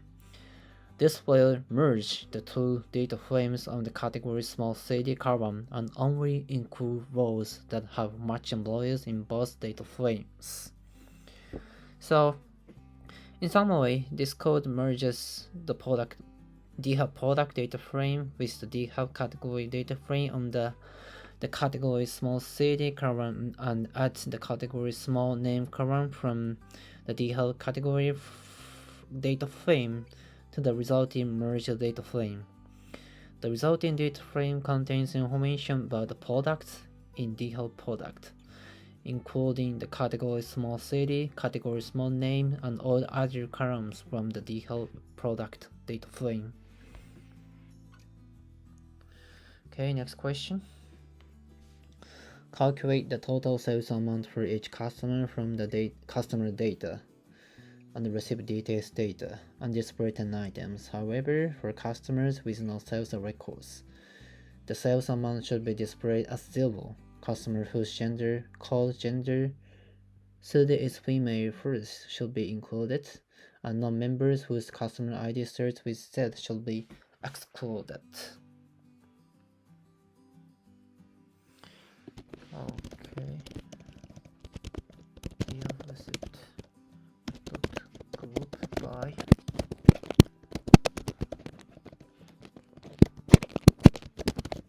customer ID amounts sum index.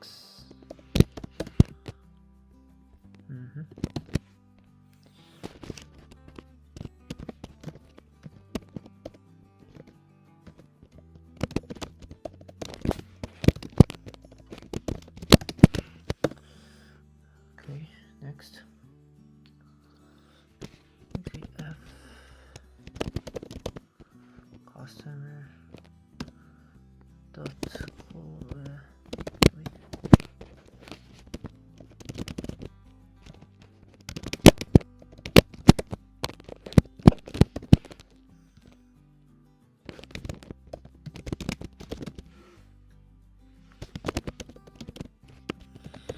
was it customer string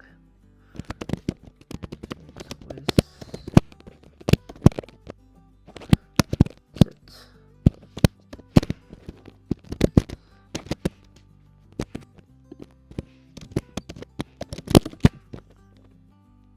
Okay,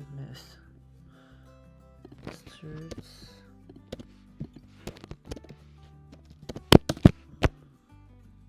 What? A hashable type?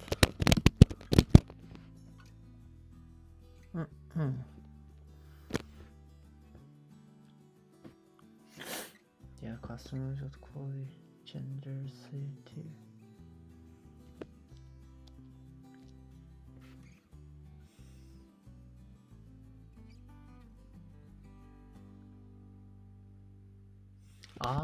Yeah, engine called Python. Okay.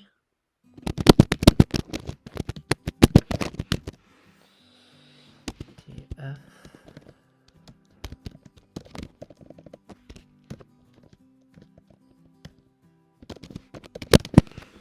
temp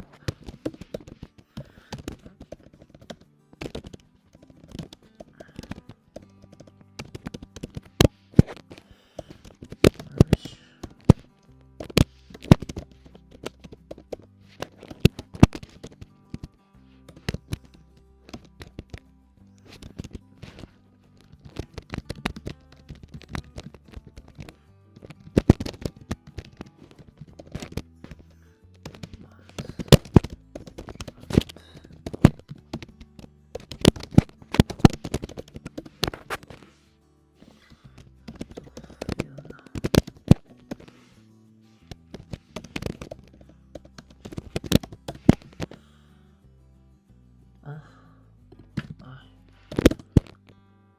Okay.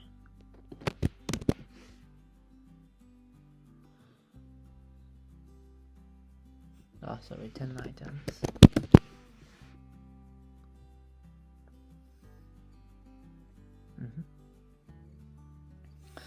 Okay, first, this creates a new data frame, DeepL amount sum, by grouping the DF received data frame by customer ID and summing the amount column for each customer. The resulting data frame has 2 columns, customer ID and amount. And about this code, This selects a subset of the DHEV customer data frame where gender CD equals 1 and the customer ID does not start with Z. The engine equals Python. This is fundamental. An argument is used to avoid the use of string methods like start with. Okay, and this merges the customer ID column from the df temp data frame with the df amount sum data frame on the customer ID column using a left join. This includes all rows from the df temp data frame and as the amount column from the df amount sum data frame where available. And this fills any missing values in the amount column with 0.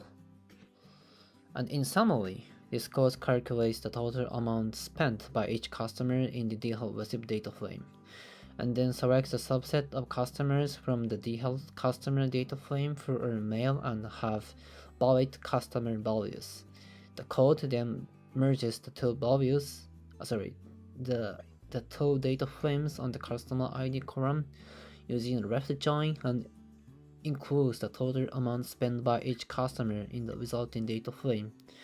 Any missing values in the amount column are filled with 0.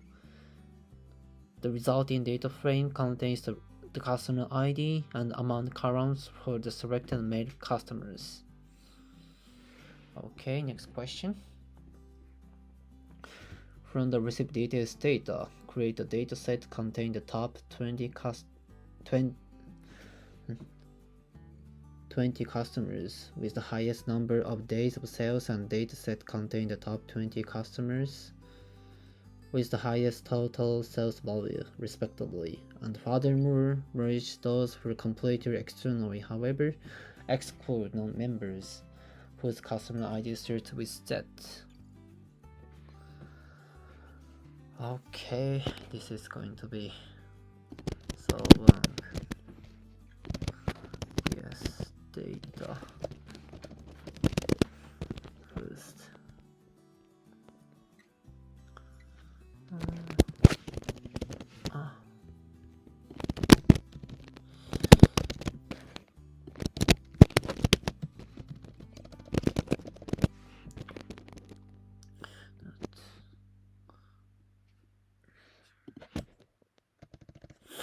Registrate and equals 0.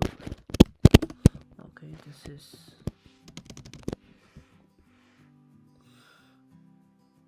calling out the customer. Python.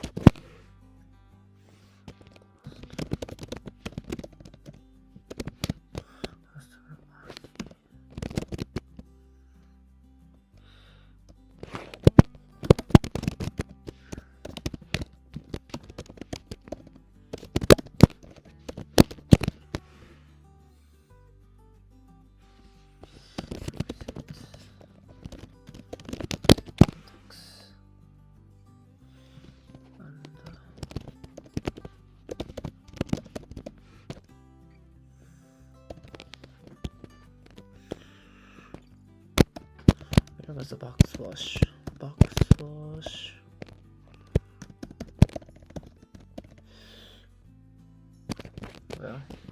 those values.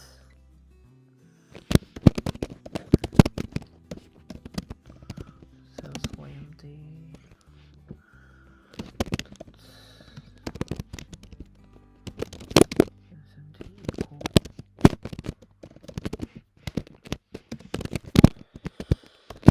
maybe duplicate it.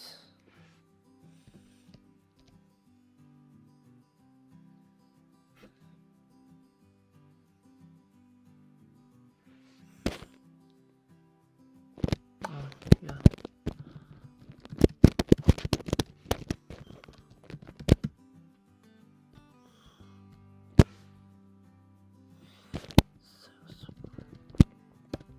Wait. Okay.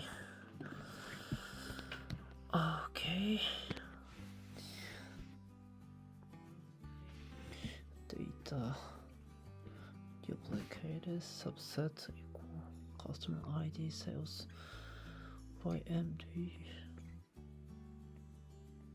The customer ID. Index sales by MD.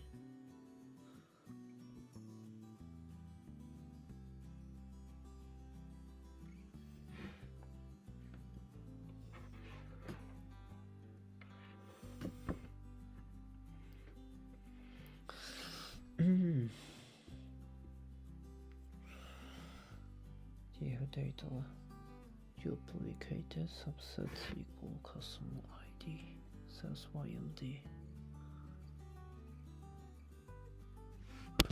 What? Sales YMD group by customer ID. The same things, right? Yeah, I knew it.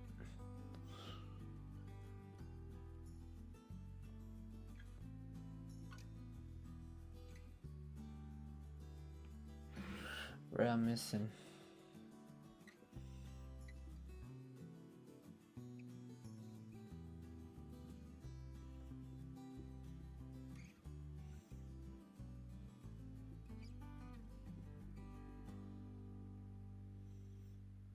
Here?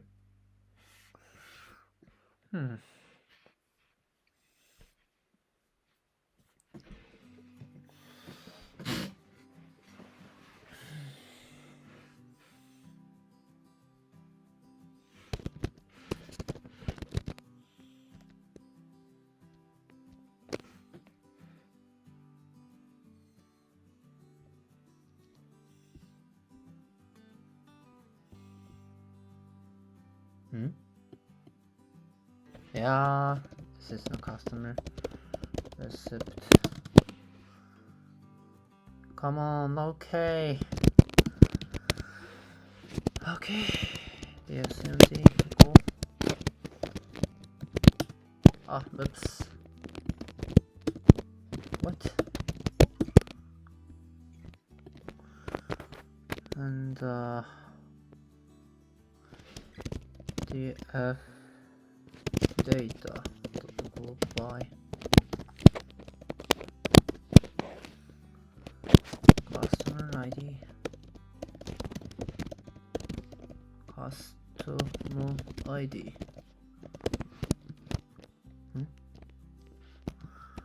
customer ID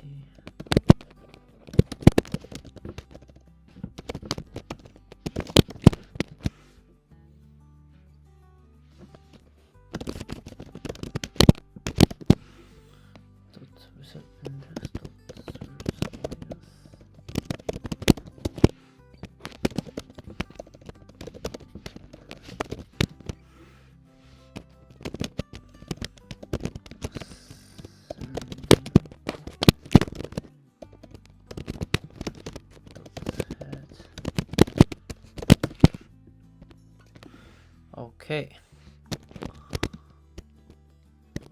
Maybe okay. Now this is customer ID.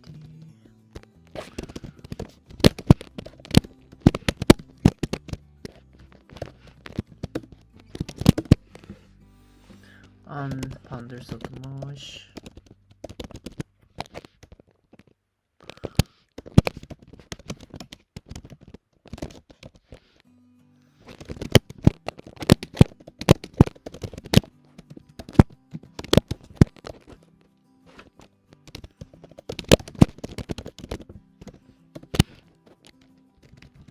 Come on. Yeah. Maybe okay.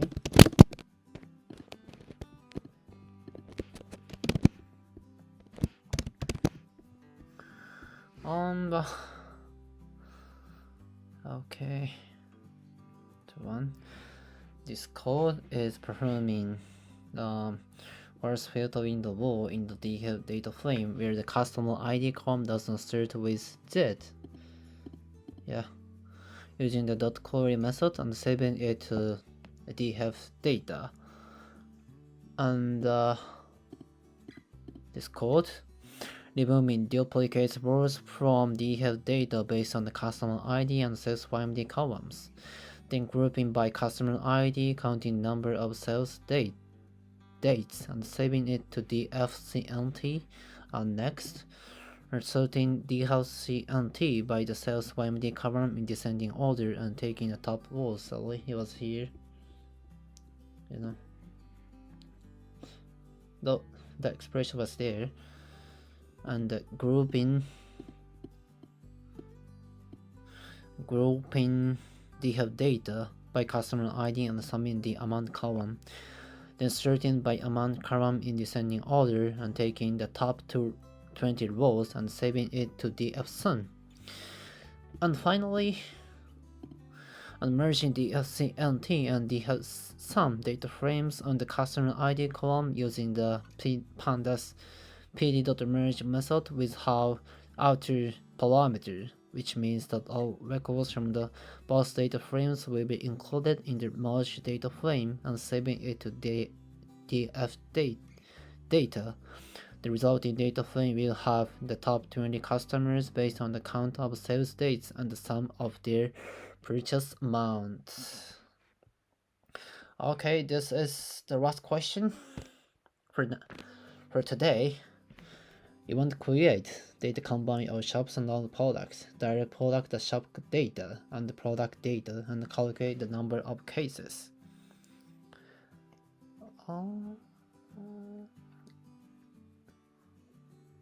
This is actually easy.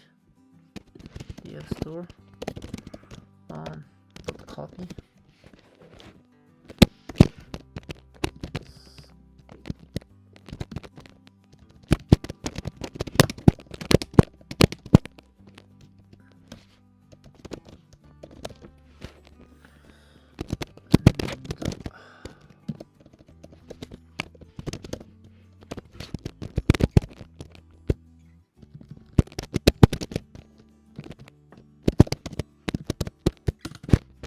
Oops.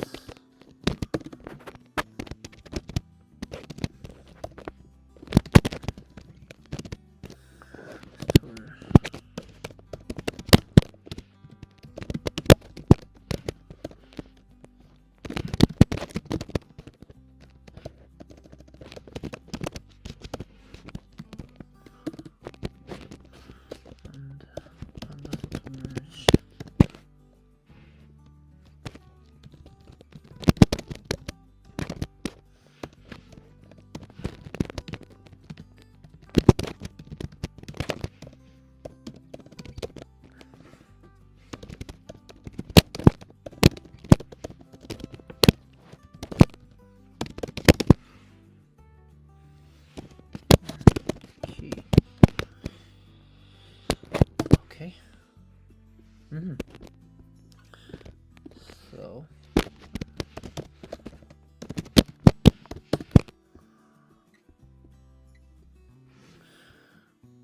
okay, this code merges the two data frames, df store and the df product, using an outer join.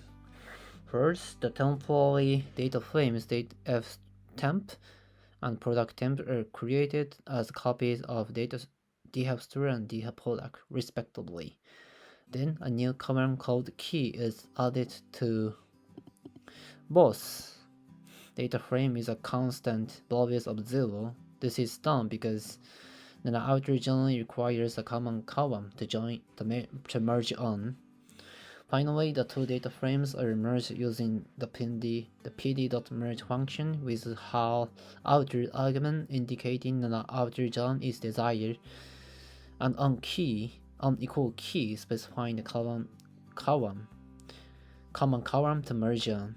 The resulting data frame contains all rows from both data frames with missing values in the cells where there was no corresponding data in the other data frame.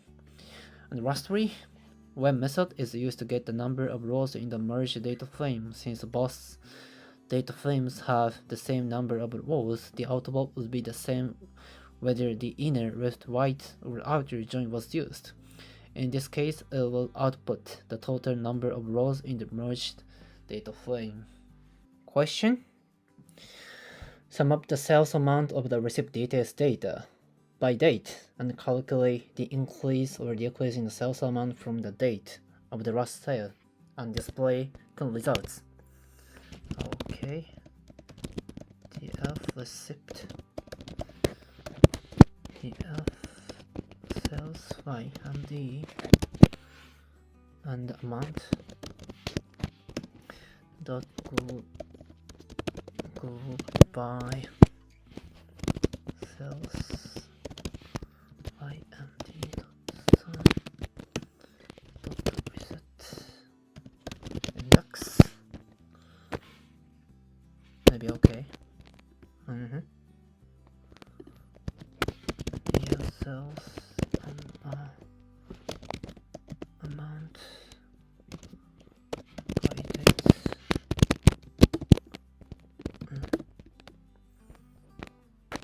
Pandas.com get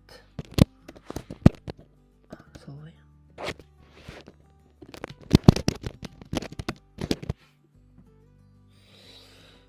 Dot shift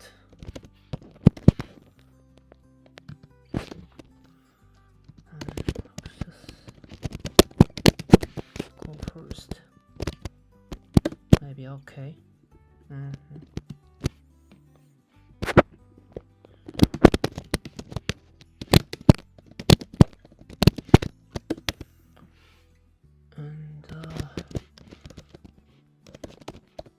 change the column name. Sales YMD amount and what's it? WAG YMD lastly WAG amount. Okay.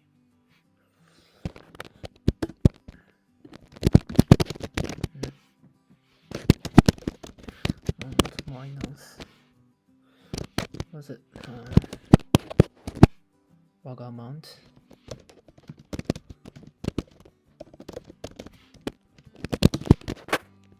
Okay.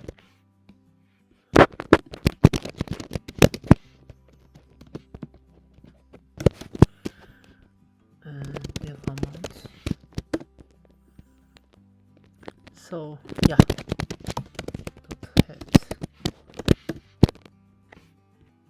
Okay. This code calculates the daily sales amount of a company and then creates a new data frame by shifting the sales amount by 1 day, resulting in a new column for the previous day's sales amount. Then this calculates the difference between the sales amount a day and the sales amount of the previous day. And create a new column called diff amount. So I'm gonna explain from here. This code selects the column sales YMD and the amount from the DeepL received data frame and groups the resulting date by the sales YMD column. It then calculates the sum of the amount column for each sales YMD group and resets the index to create a new data frame, DeepL sales amount by date, with the column sales YMD and amount. Okay, next. This code concatenates the DeepL sales amount by date data frame with a shifted version by cell along the columns axis. This results in a new data frame with 4 columns: sales YMD, amount, log YMD, and log amount. Okay. This code names the columns of the DHEV cells amount by data frame to more meaningful names. And this code creates a new column div amount in the DHEV cells amount by data frame by subtracting the log amount column from the amount column. And lastly, this code displays the first 10 rows of the DHEV cells amount by data frame. Okay. Next question. Tabulate the sales amount of the receipt details data by date, and for each date, combine the data of the last previous and 3 previous sales dates. Then display 10 results. Okay. I'm gonna type two cases. First is vertical holding case. Okay, next. This is horizontal holding case. Horizontal. Okay, first from vertical holding case. First,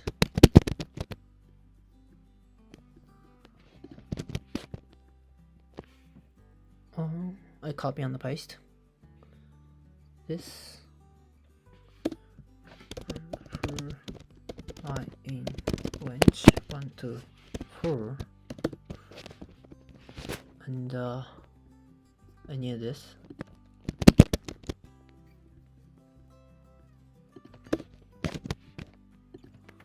Between the color cells, shift I.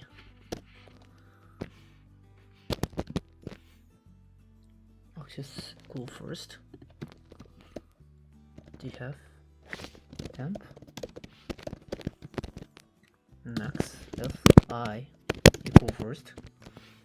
Then you have what's it? Temp equal DHEV back. DHEV DHEV temp plus what's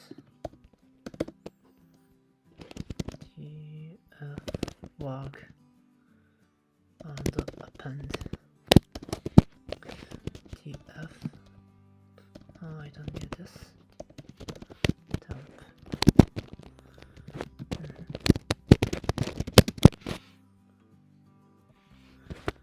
And I need this DL columns.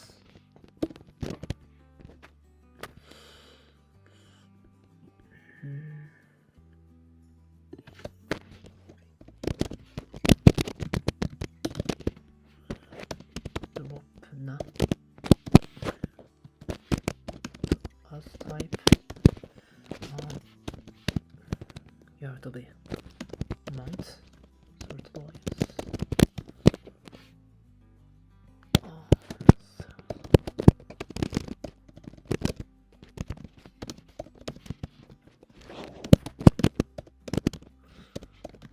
Like empty dot head.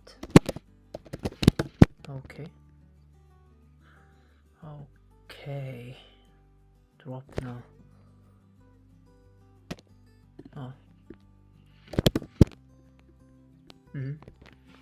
This is a vertical holding case in horizontal holding case.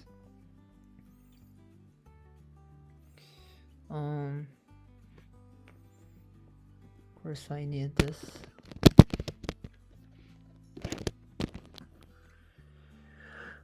And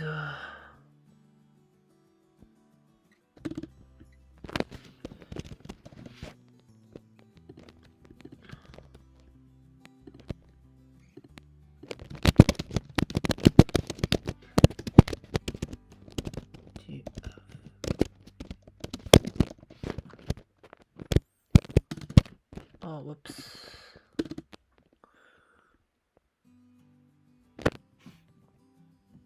And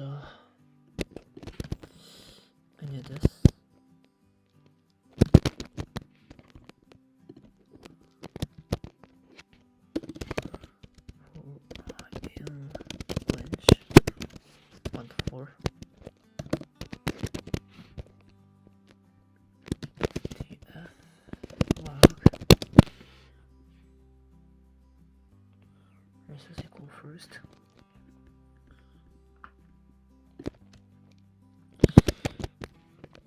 Columns.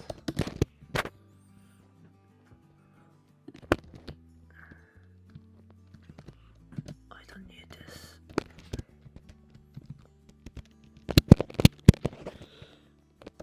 Oops.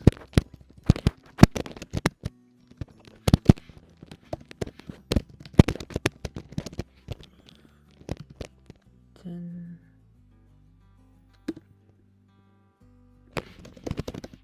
west df log dot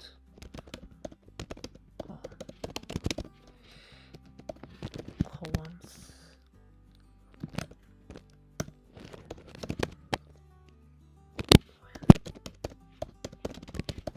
Columns.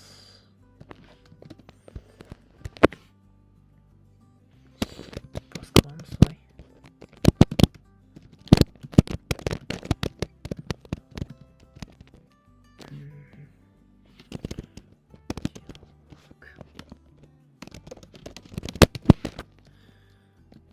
And lastly, copy and paste. Suppose title so safely used. I don't need this.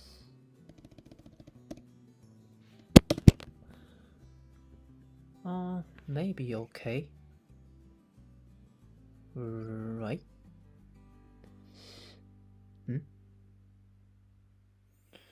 Sales estimate by receipt, sales YMD amount, code by sales. Sales YMD, index, dialog.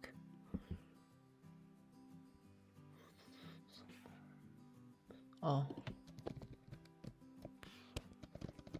Let's change this. Log amount 1, 2, 3. Maybe okay.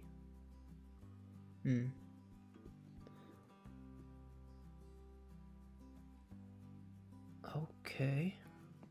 I'm gonna explain from vertical holding case. This code is performing log analysis on the sales date.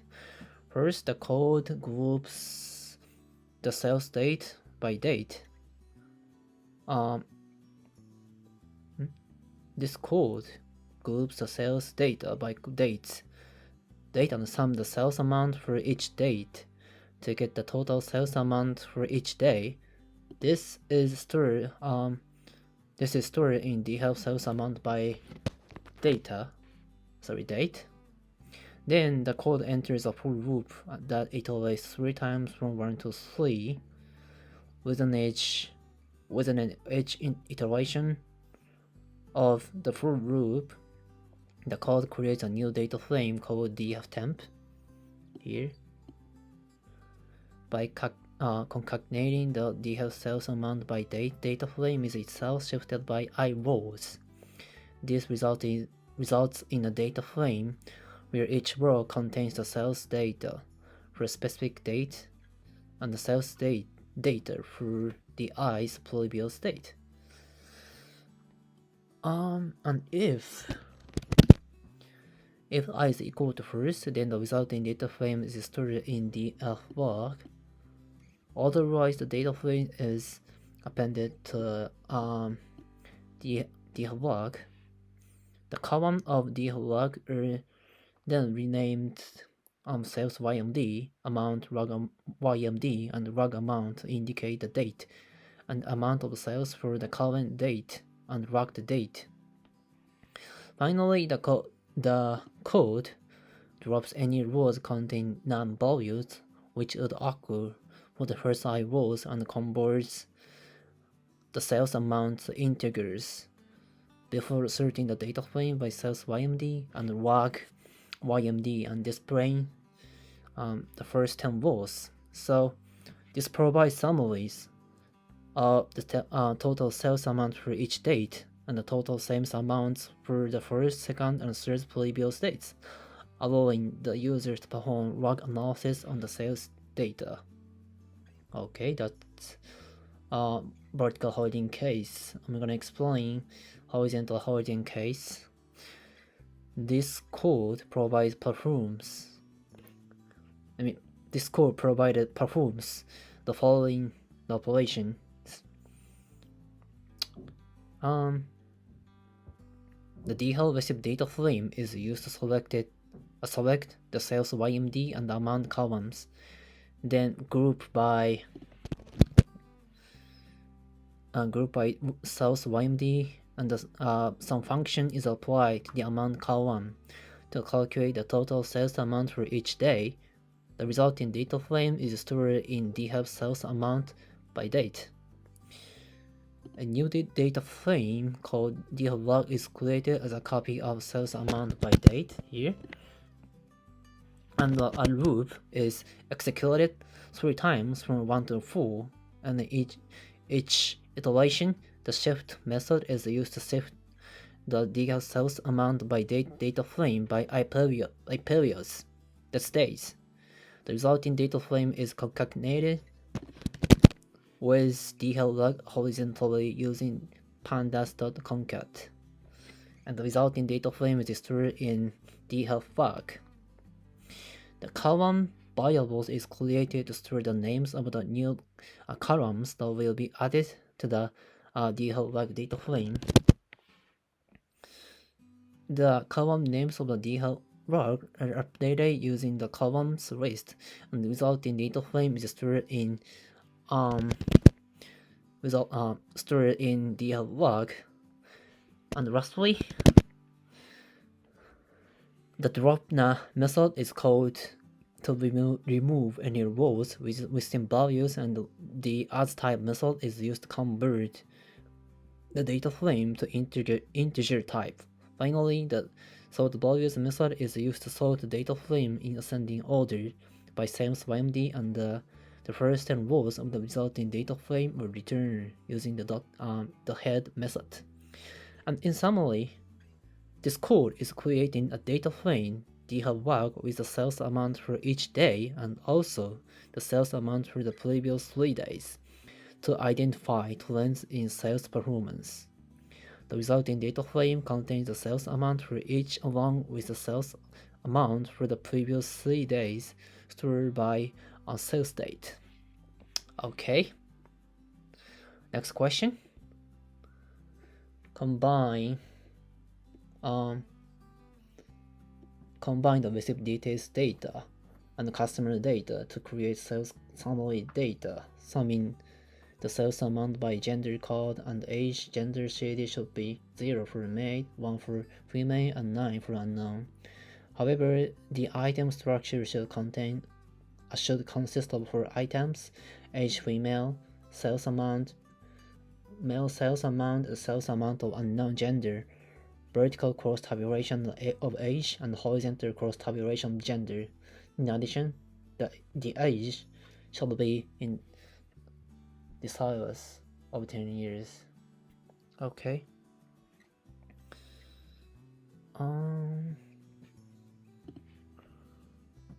First pandas.merge df receipt.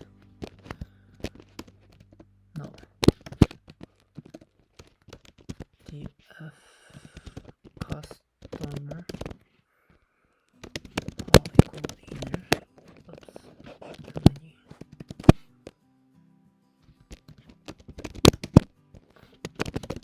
Customer.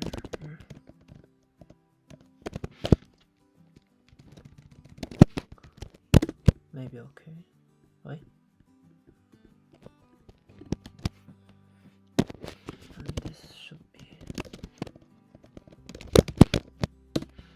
temp.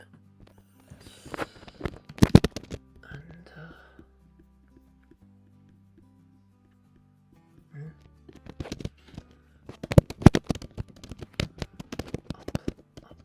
apply.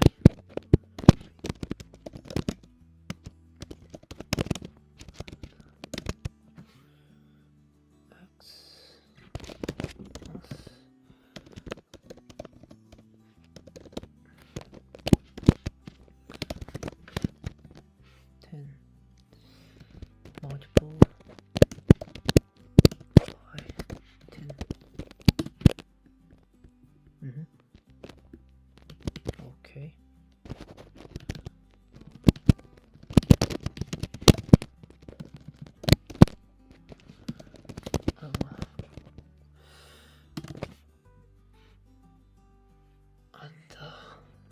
The cells are not here. Understood. People table.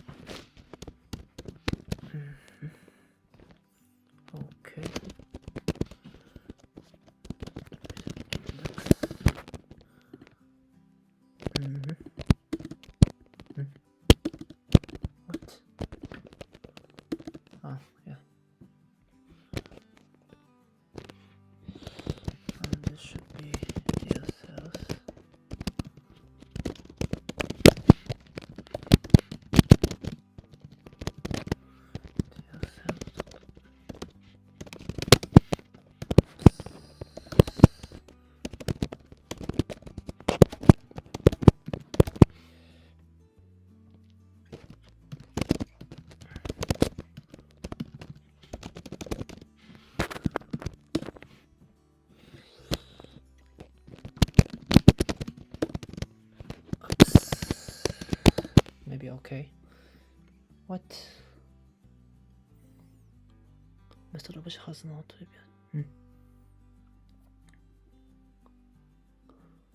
Some way. A method. Call. Call.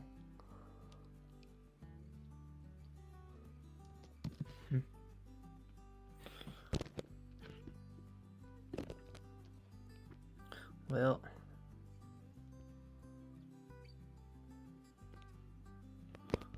to yourself. Okay, where I missed. Why?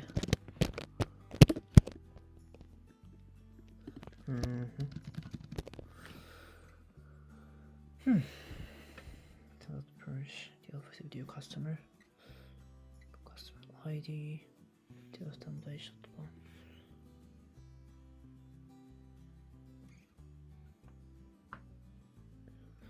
Sales TF temp reset some account values set index.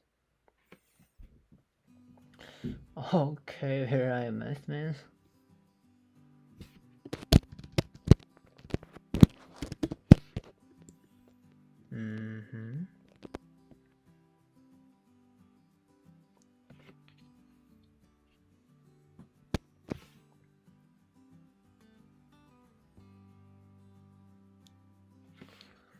One, two, three, four. So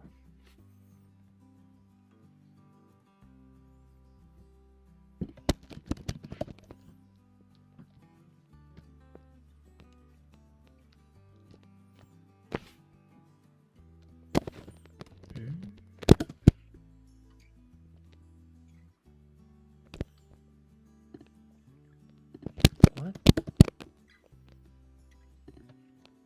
Oh, I knew it.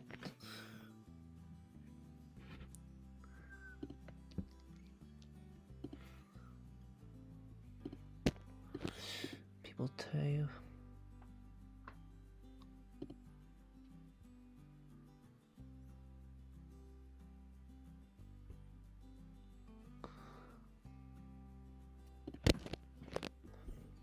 Okay, I'm not sure.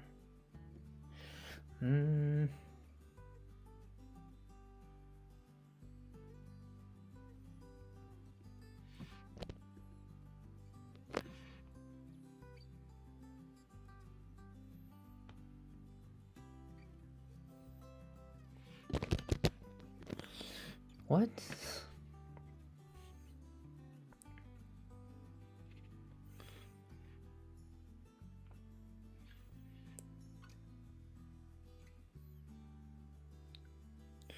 Temps Ella.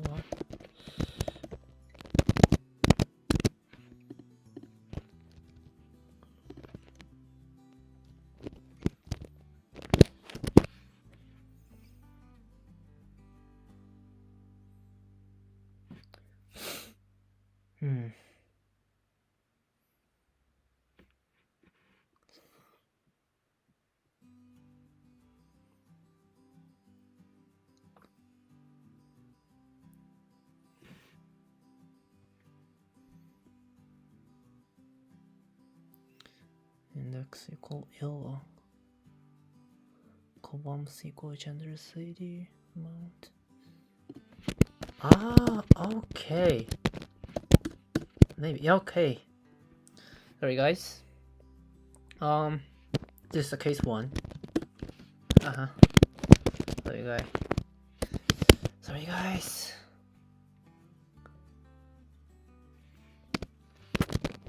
Case 1.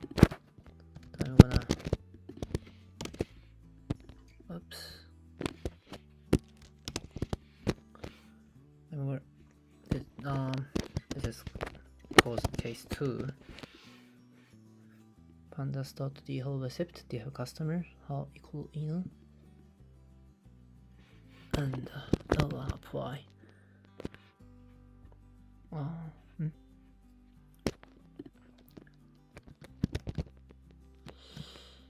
NumPy.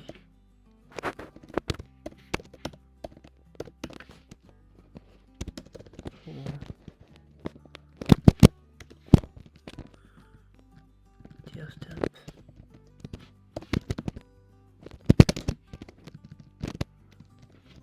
Here, H.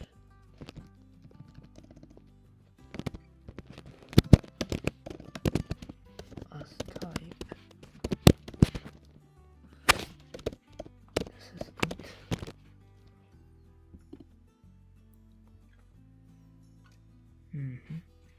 Okay. Table. Maybe okay. Yeah. Same result you can get. I'm gonna explain from case first. This code first merges two data frames, DH receipt and DH customer on the common column, customer ID, with an inner join and saves the result to the new data frame df temp, and creates new column error in the df temp.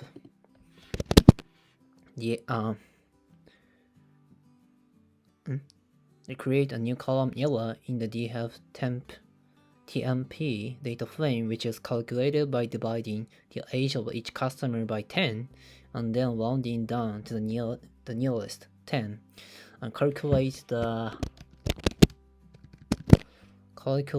sum of the amount column of the df temp data frame for each unique combination of error and gender CD values, and saves the result as a new data frame df self summary using the pandas.pivot table function. The resulting data frame has error values as the index and gender CD values as the column. And rename the columns of the df self summary data frame to be more descriptive, with error as the first column, followed by male, female, and unknown, which represent the sum of the amount column for each respective gender CD value. Okay, this is case 1. And next, case 2.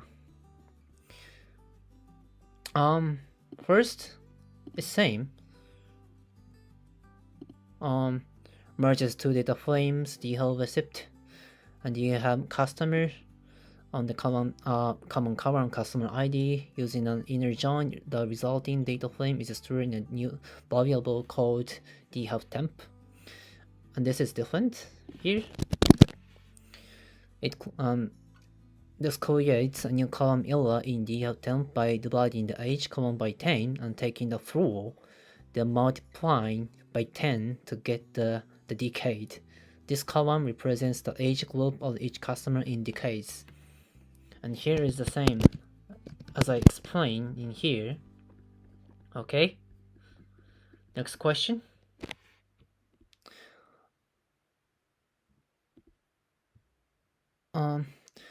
The sales summary data created in question 43 had sales by gender category horizontally. From this data, convert the gender into 3 items: age, gender code, and sales amount by having the gender category vertically. The gender code should be 00 for male, 01 for female, and 99 for unknown. Okay. The sales summary, right? Set index by hour.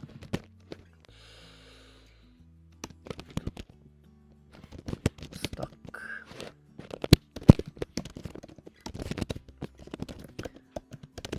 Set index. Place. Oops, where is it? Female.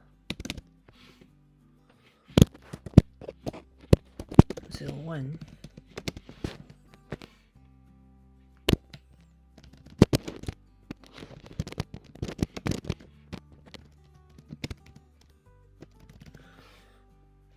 Male. 00. Unknown. 99. Okay. Name.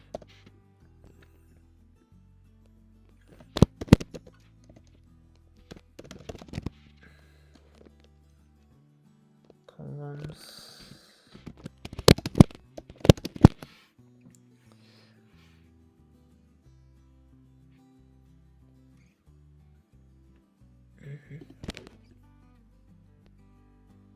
Three category. Columns.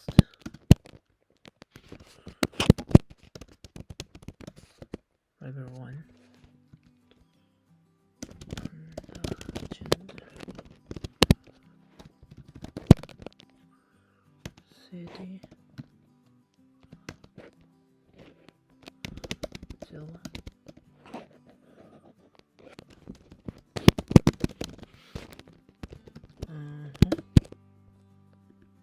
Okay. Mount. Okay, finished. Just can be long.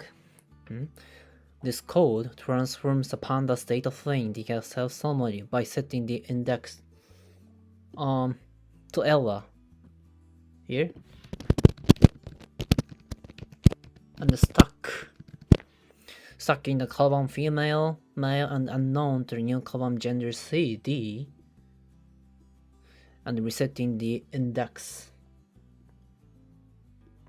Okay.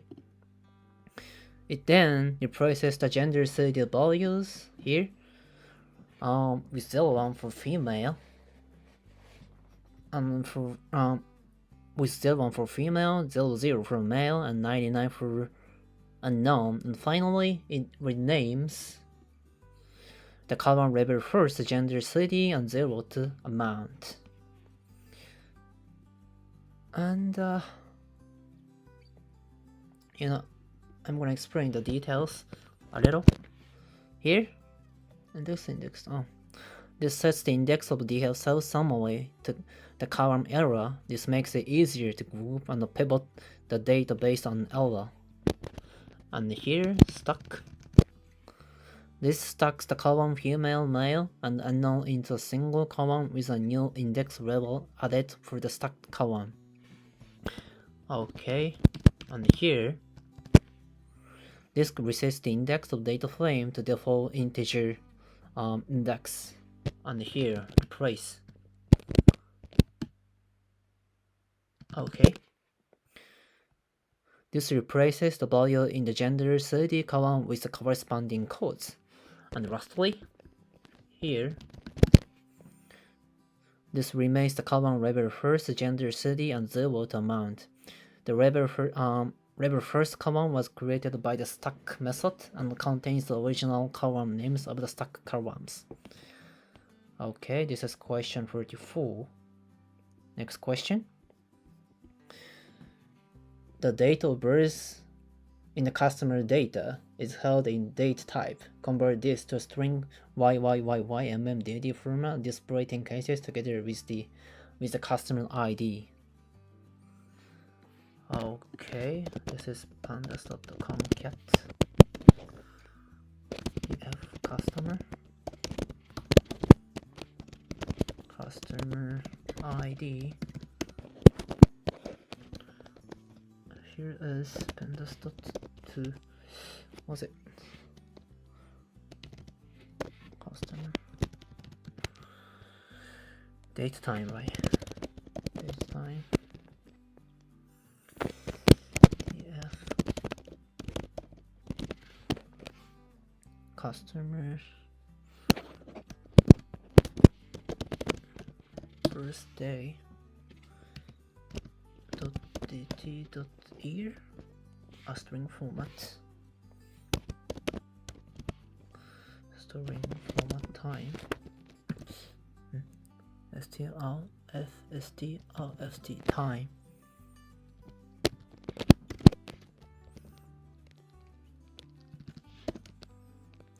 Percent y, percent y, percent m, percent d.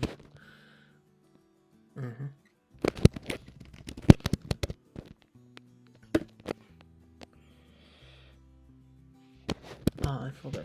Access equals 0. Wait. Not 0. It's first. Dot head.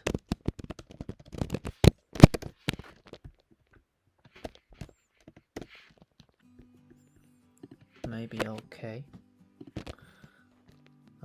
Well, rare missed.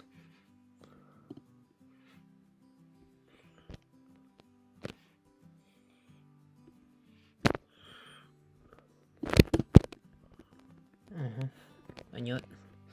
Closing parentheses. That's not much opening parentheses. Okay. Concat dear customer. Dot pandas cat. Dear customer.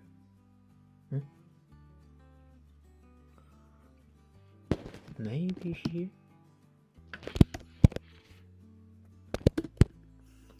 Okay. This code creates a new data frame by concatenating two columns of the existing dear customer data frame, the customer ID column and the birthday column. Here, which contains data information. The pd dot to date time function is applied to the birthday column to convert it to the date time format, and then they have dt.string format time method. Here is applied to format the date time as a string in the format %y, %m, %d. This means where year, month, and day. Okay, and this creates a new column in the new data frame with a string representation of the customer's birth date.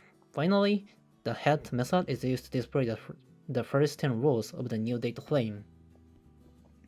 Okay, next question. 36.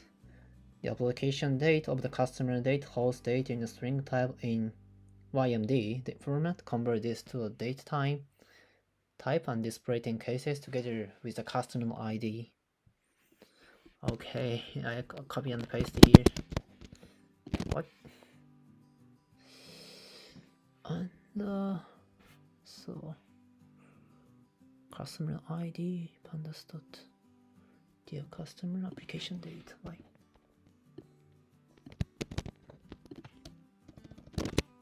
application date.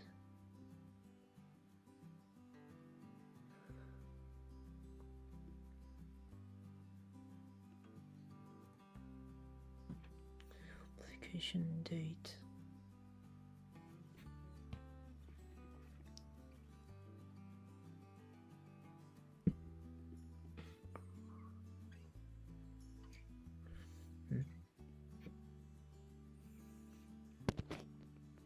Dot head. I need this, but I don't need this. First.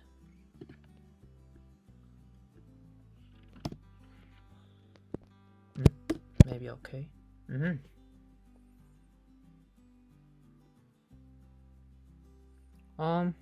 This code snippet concatenate two columns from a pandas data frame, the customer ID and application date, into a new data frame using the pandas.concat method.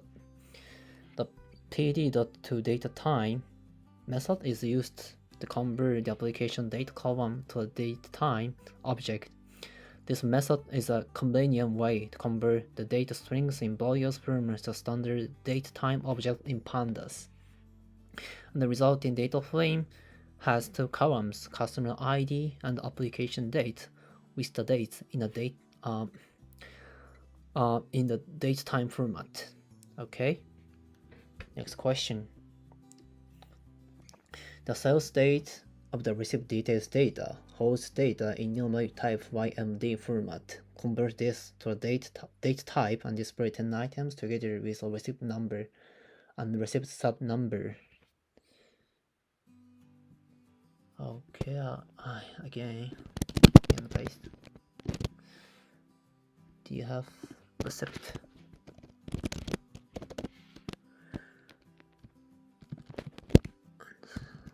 I need receipt number, receipt sub number, and pandas.datetime, df receipt, sales YMD.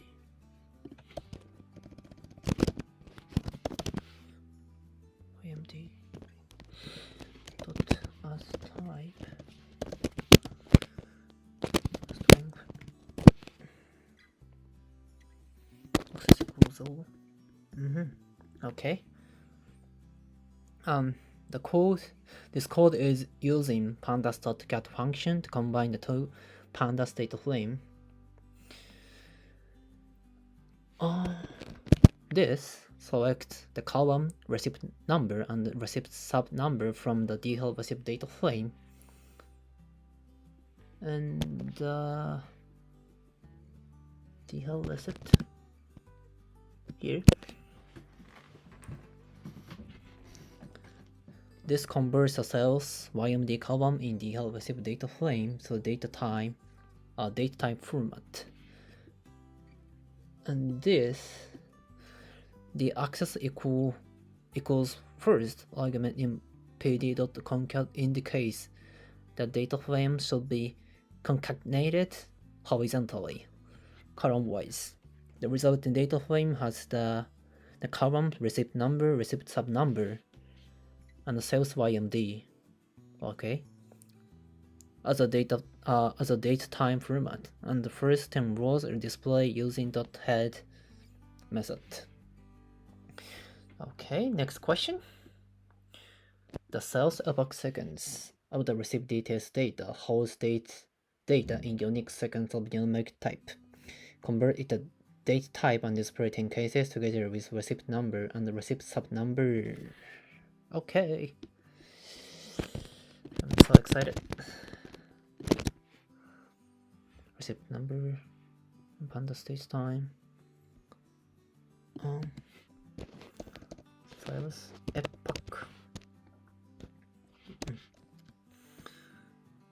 And you need to go first.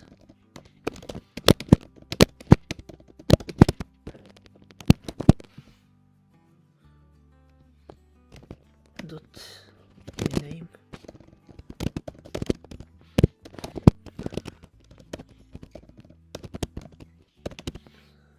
Sam's YMD.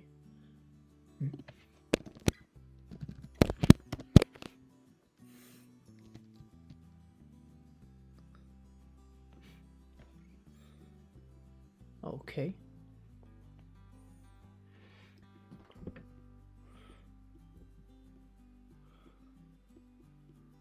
Data frame, cells epoch, unit.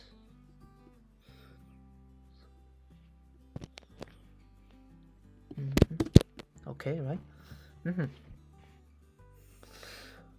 Okay, this code performs that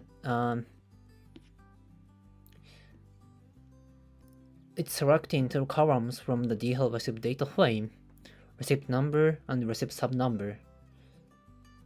This converts the cells epoch column to the data frame from using the datetime function here of the pandas library. The unit parameter is set to S to indicate that the input is in seconds.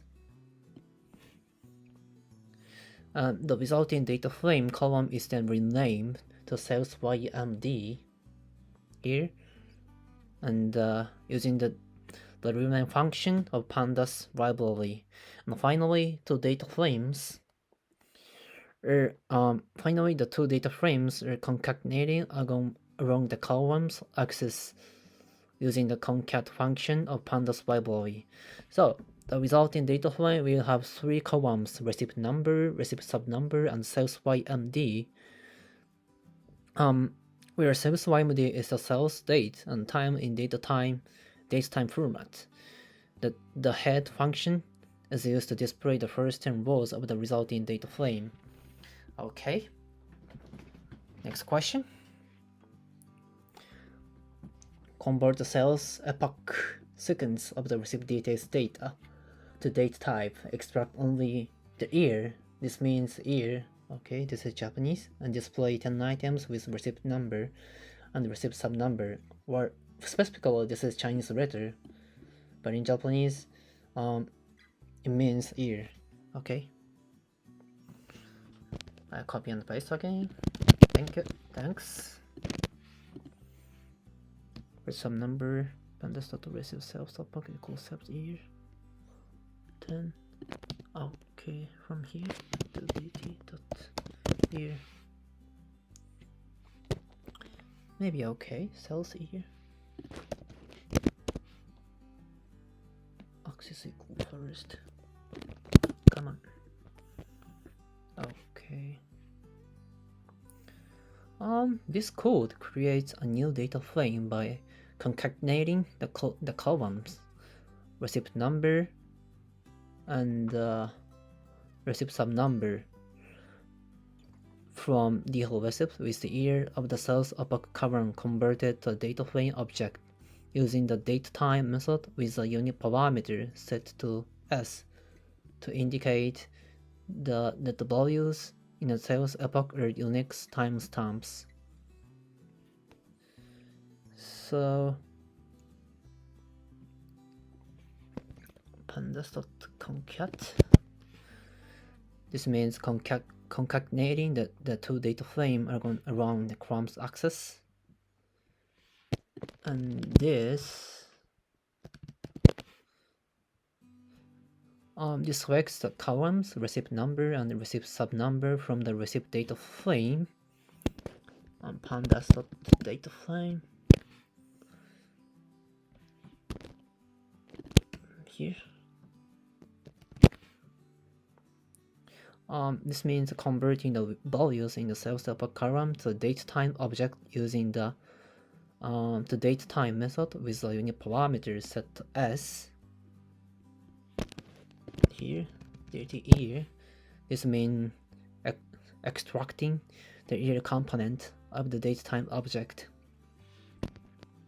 And this means renaming the resulting column to sales year and access equal first. This means specifying that the concatenation should be performed on the columns access, and lastly here return the first 10 rows of the resulting data frame. Okay, next question. Convert the sales epoch seconds of the received details data to date type. Extract only, this means months in Japanese, and display 10 items with receipt numbers and receipt sub number. And note that the year should be, note that months should be retrieved with 2 digits, filled with 0. Okay. Copy and paste. Pandas.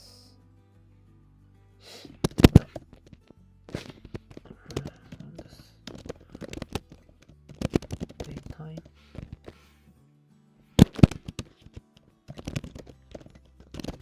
Receipt. Sales epoch.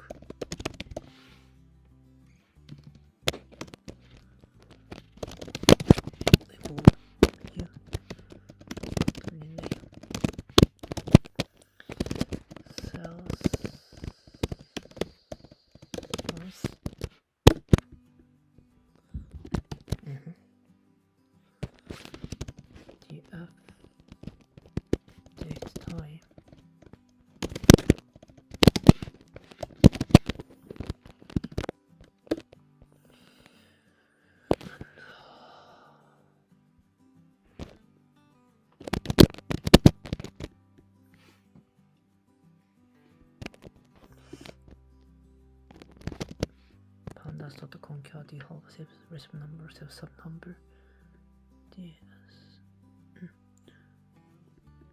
the date time.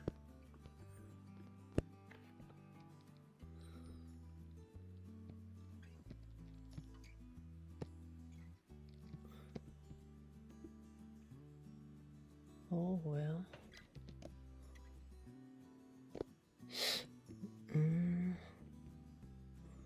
Receipt number.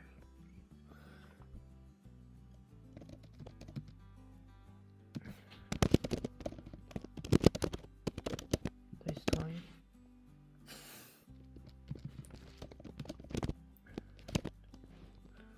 DT. Oh, I missed it.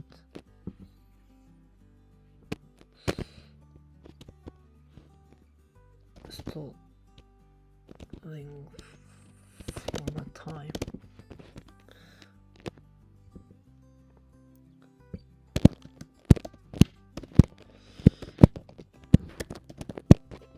Present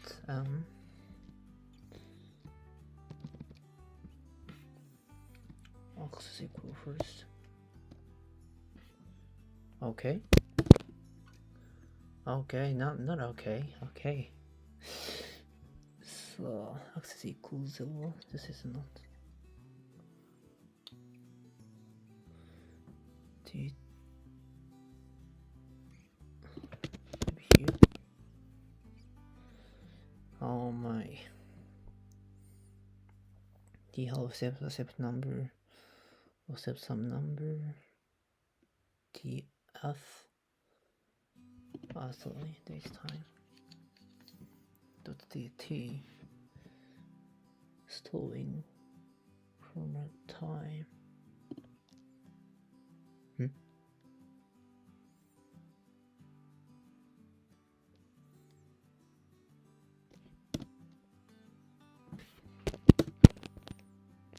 Okay.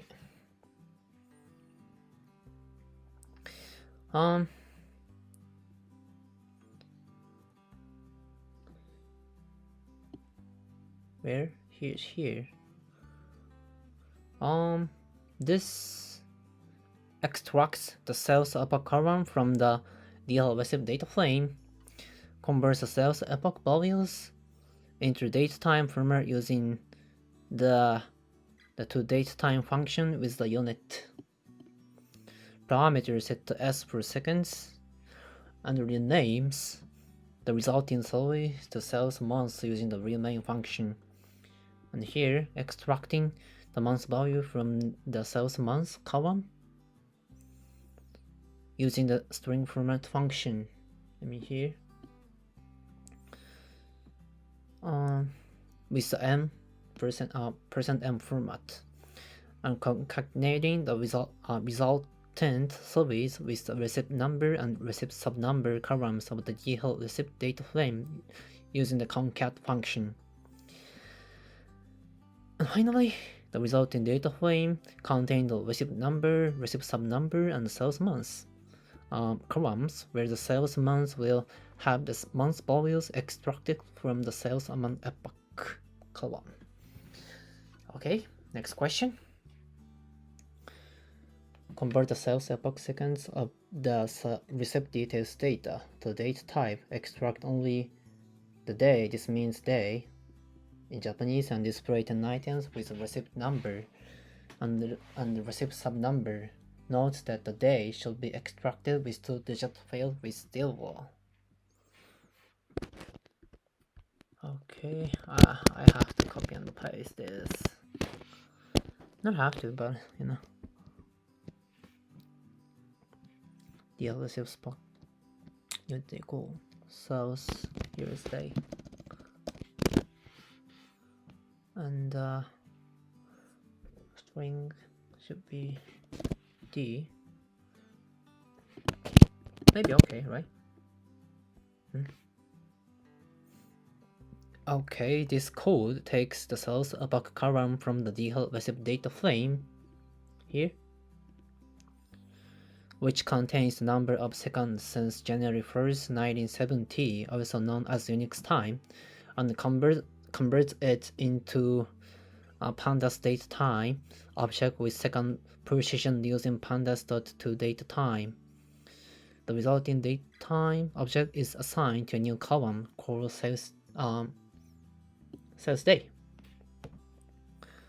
Next, the string format time method is then applied to the sales day column to extract the day component of the date in the format of 2 digits with leading zeros denoted by %d. Okay, the resulting string is concatenated with the receipt number and the receipt subnumber columns using the pandas concat, and resulting in the new data frame is the 3 columns here: receipt number, receipt subnumber, sales date. And finally, the .head method is called on the resulting data frame to display the first 10 rows. This code essentially extracts the day of the month from the sales epoch column of DeepL receipt and combines it with the receipt numbers to produce a new data frame. Okay, next question. Sum the sales amount of the receipt details data for each customer ID, binarize the total sales amount to 0 for amounts less than 2,000 yen and from 1 for amounts greater than 2,000 yen, and display 10 items with the customer ID and the total sales amount. Display 10 items together with the customer ID and the total sales amount. However, exclude customer IDs starting with Z as they represent non-members. Okay, first DeepL receipt. That clearly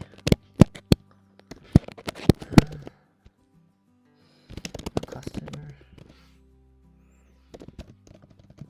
ID dot string dot start with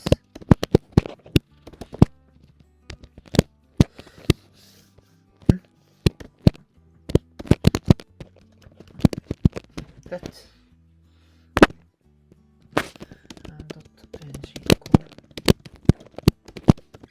Python. Okay, Python.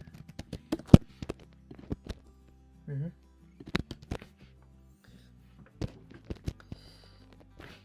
this is sales amount.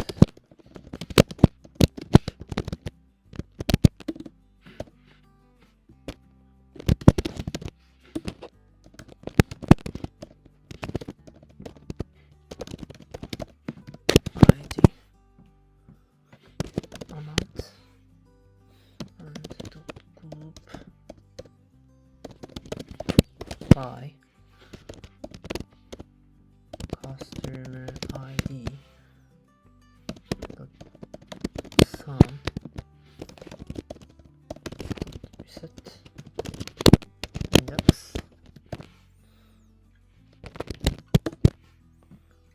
Okay.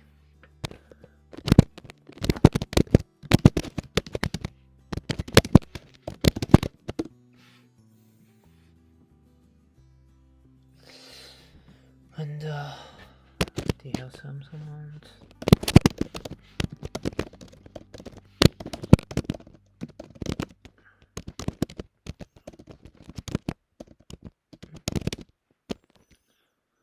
X1 if X greater than else 0. Okay.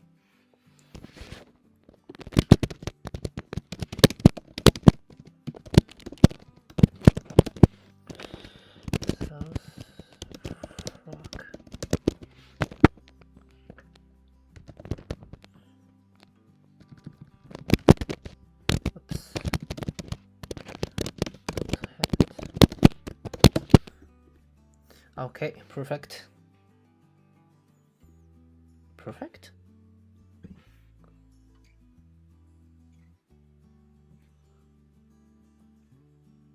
X.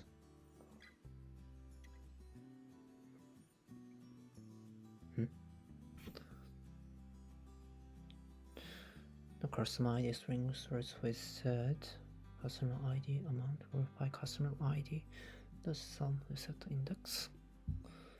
Sales fork the sales.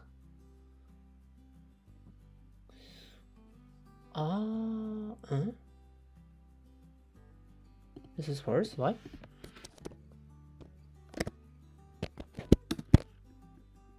Okay, this is perfect.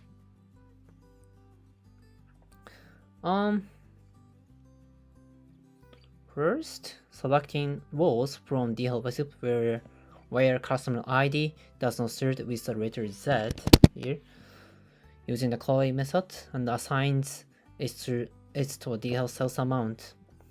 And here, selecting the customer ID and amount columns from DeepL sales amount and calculates the sum of amount for each customer ID using the group by method. The result is assigned to DeepL sales amount. And here, adding a new column sales flag to DeepL sales amount, which contains first if the amount is greater than 2,000 and 0 otherwise, using the apply method with a lambda function. And lastly, display the first 10 rows of the resulting data frame DeepL sales amount.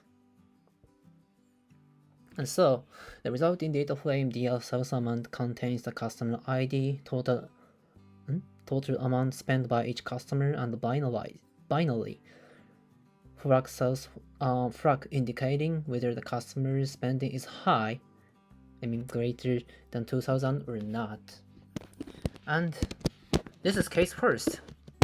Sorry guys. I'm gonna type case 2.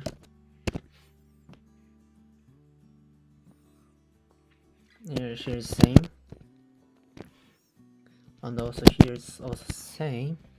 The default is here. numpy.where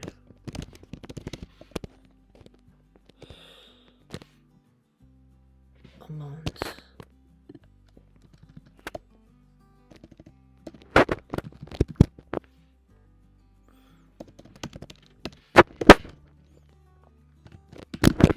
Okay. Same results you can get. The difference is here. Okay.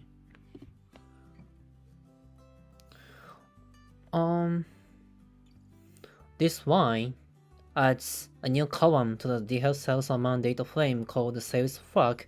The values in this column are set based on whether the customer ID's total sales amount is greater than 2,000 or not.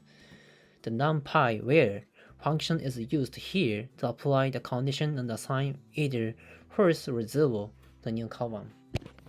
Okay. Next question. Binarize the postcode of the customer data. The first for Tokyo, the first three digits are 100 to 909, so 209, and for 0 for all others. Rather, combine it with the receipt details data and count the number of customers with sales results for the entire period for each binary value created. Okay, I'm gonna say first, this is called first, and this is called second.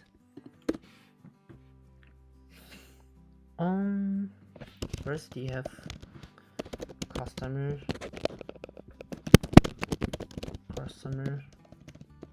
oops ID poster sheet.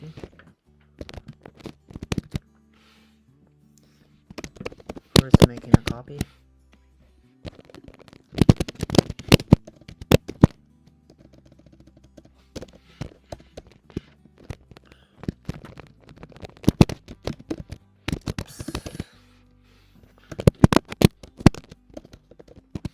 Poster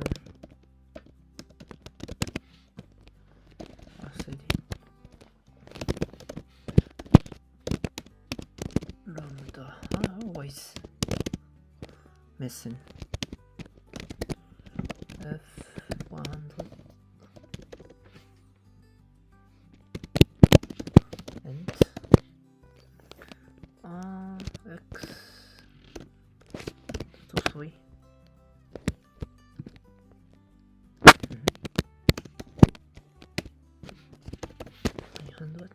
Right? Else 0. Maybe okay.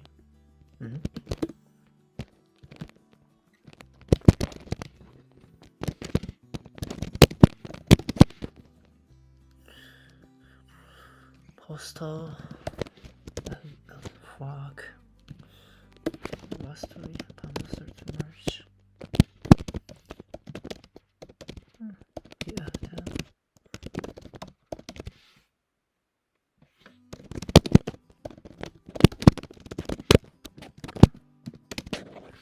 Inner customer ID, thanks.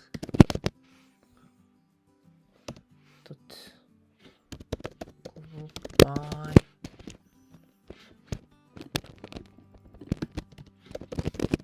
postal fuck dot function.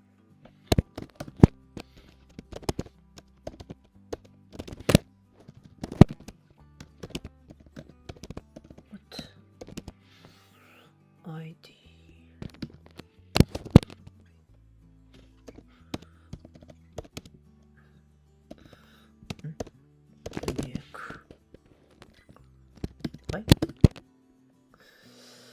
Okay, where is it? Oh, here.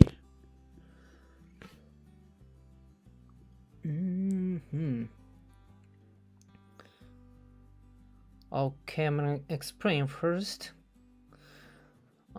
First creating a copy of the customer ID and personal CD columns from the DeepL customer data frame, and assigns it to a new data frame called DeepL temp.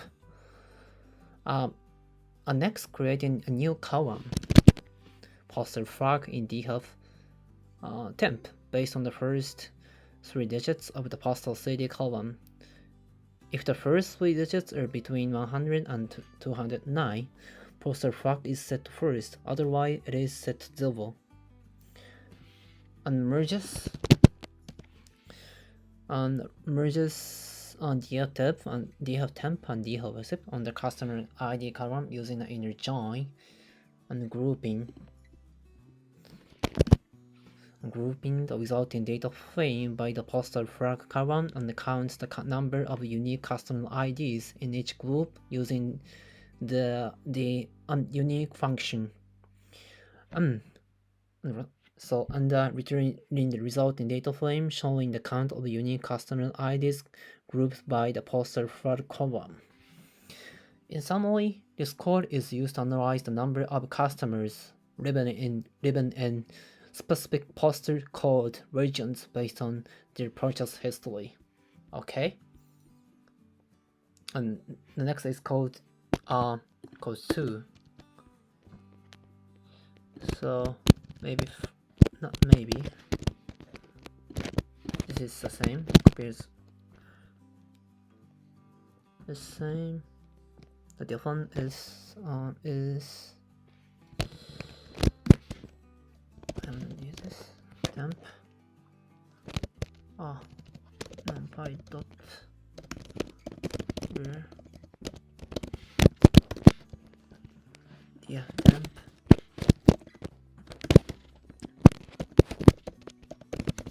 postal cd string 03 as type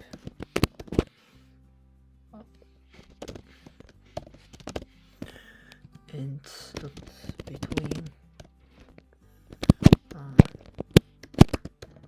109.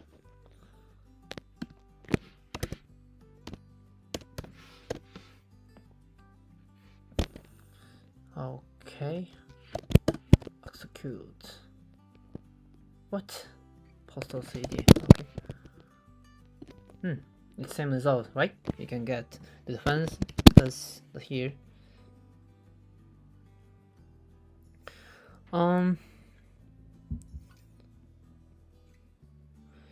This is creating a new column postal flag in DeepL temp using the NumPy where function. The string square brackets 0 to 3 code extracts the first 3 characters of the postal code as a string, and as type converts it to an integer. The between function checks whether the integer falls within the range 100 to 209. If it does, first is assigned to postal flag, otherwise 0 is assigned. Okay, this is same. Next question. The address of the customer data is one of sorry, this is called Saitama Prefecture, and Chiba Prefecture, and Tokyo Metropolitan, and Kanagawa Prefecture. Create a code value for each prefecture and display 10 cases together with a customer ID and address. The values should be 11 for Saitama Prefecture, for Chiba Prefecture, for Tokyo Metropolitan, and 13 for Kanagawa Prefecture. I want to introduce Saitama and Chiba and Tokyo Prefecture. So, maps.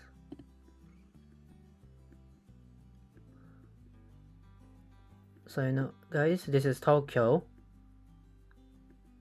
What? This is not good.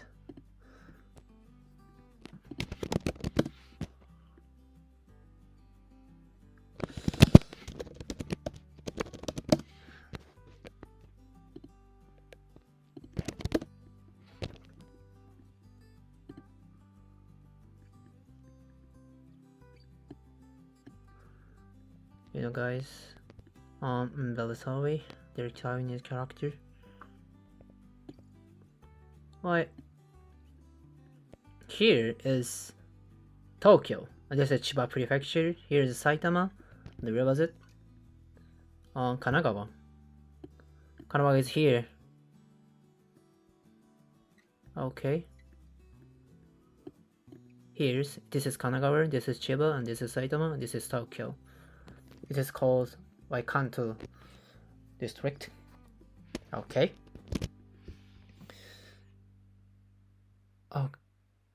Okay, I'm gonna make code first.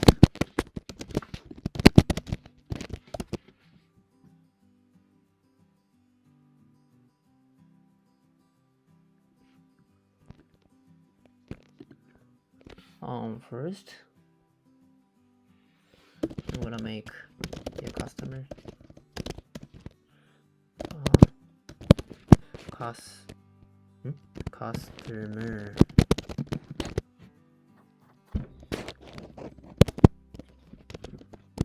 customer ID address. I have to copy that. New customer temp equal and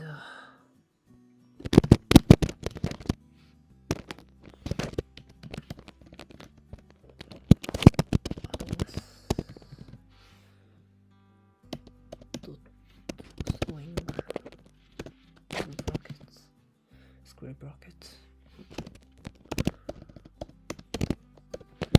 Here I use square brackets.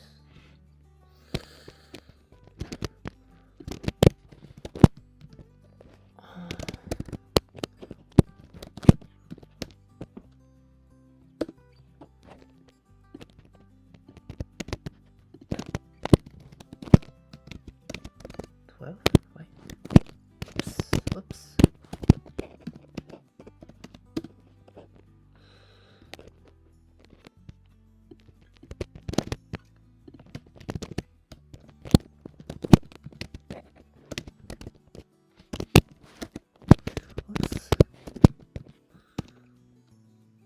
Lastly, Kanagawa Prefecture.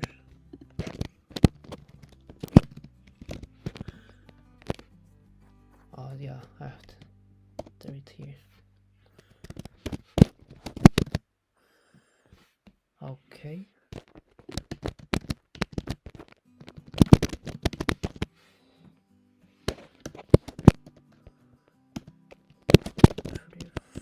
Prefecture CD.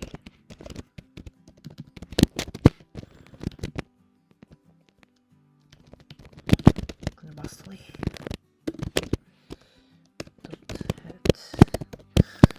come on. Okay. And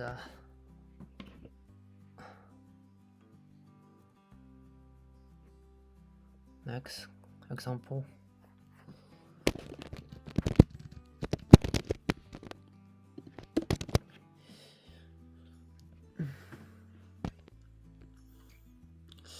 String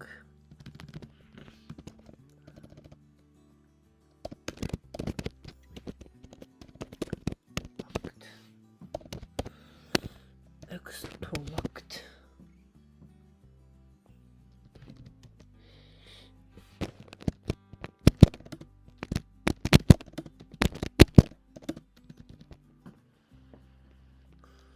what is it? Oh, why?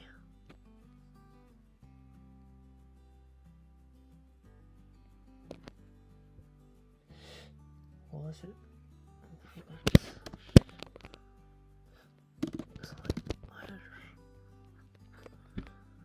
Regular expression.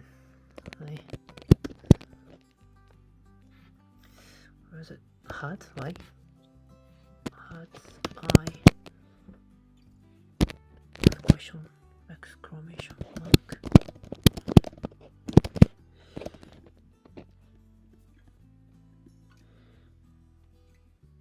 Oh my gosh. Yeah. You got very slowly. I have to type Todofkin.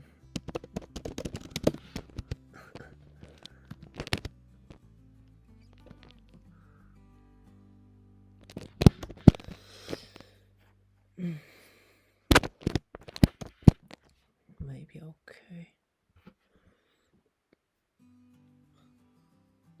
Oh.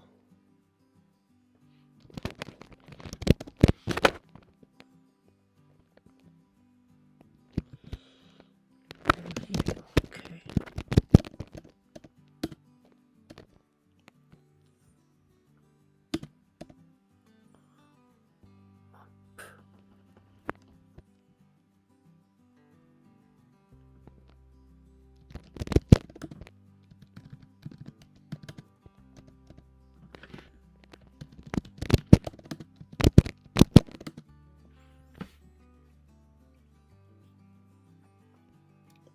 function. Extract all.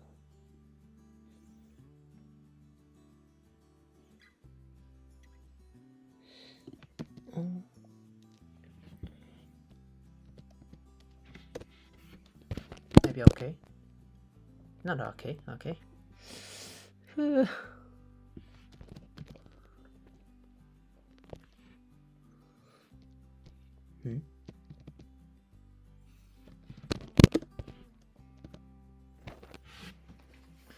String extract address extract token.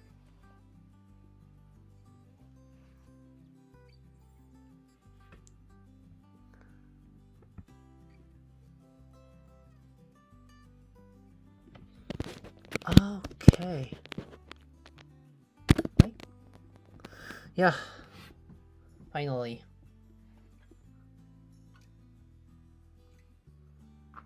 Getting the same result. Not same result. Why? What?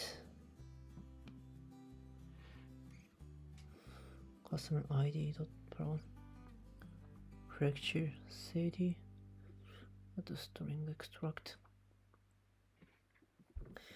Oh, hot. Map site. Oh yeah. Why? Same result.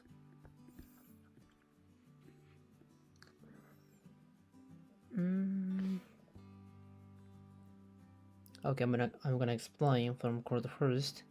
This code is extracting the prefecture code from the address column of the DHub customer data frame and creating a new data frame DHub customer temp with columns, customer ID, address, and prefecture CD. The code first creating copy of the customer ID and address columns of the DHub customer data frame using the copy method and assigns it to the DHub customer temp variable here. And this code then extracts the first three characters of the address using the address column using the string accessor and assign is to a new column prefecture CD using the map method.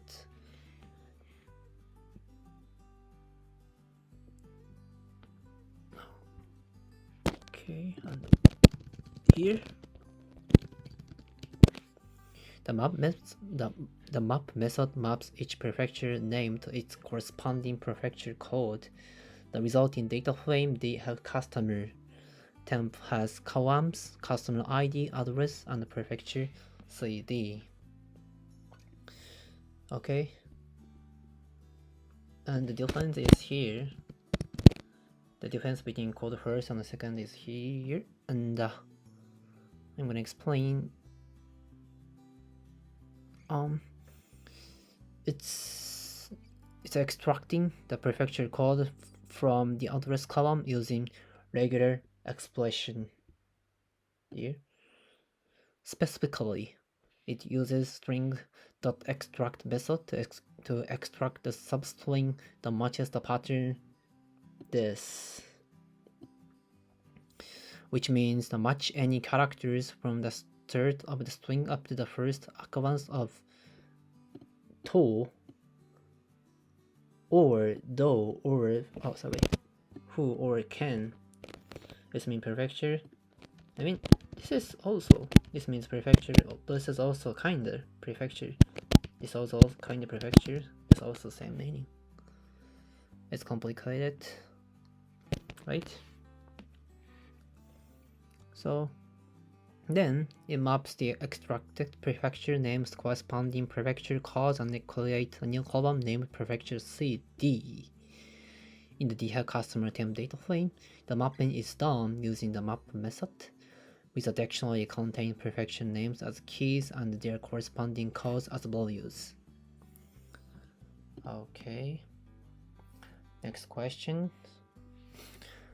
Sum the sales amount of the received data for each customer ID and find the quartile point of the total amount. Then create category values for the total sales amount for each customer based on the following criteria, and display the 10 results together with the customer ID and total sales amount. The category values shall be 1 to 4 in order. Okay, I'm gonna make the code again for the first and the second.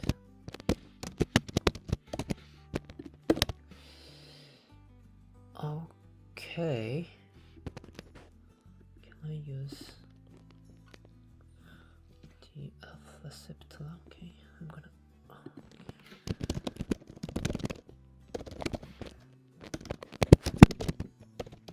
customer ID.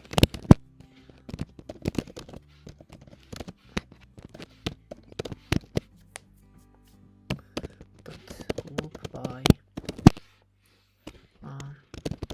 customer ID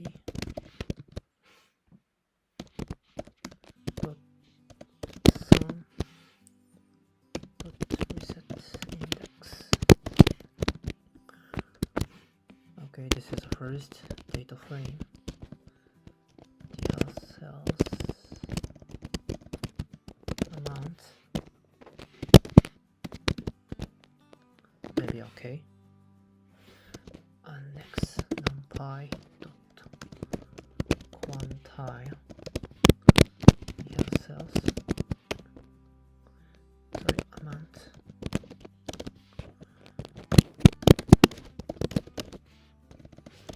And 0.5 percentile 25.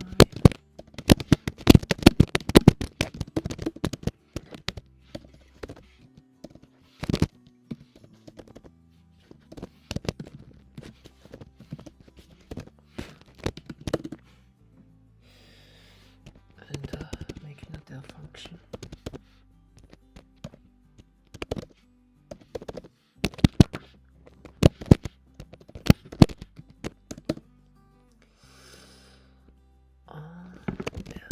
Fx PCT 25, then return first. Lf PCT 25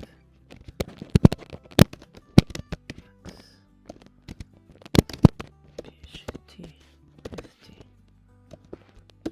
return 2.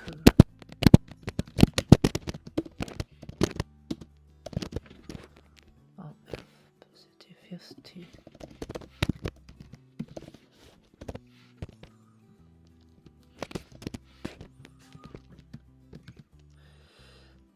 LF 75 4.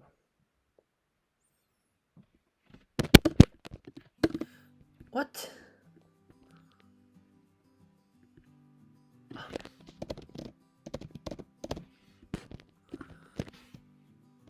Maybe okay, right? Okay.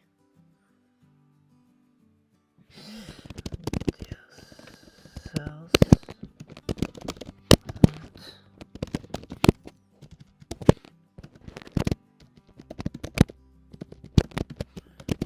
Apply.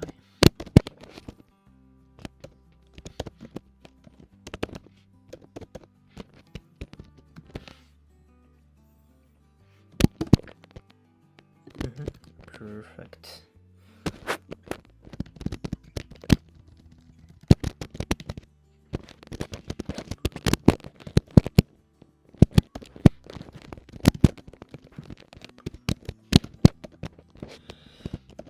Yes.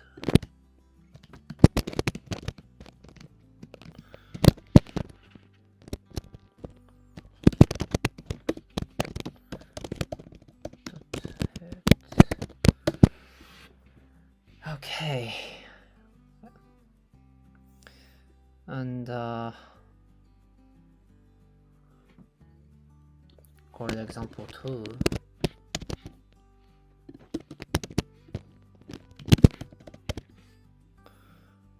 the sum set index pct numpy files pct max equal cells amount max.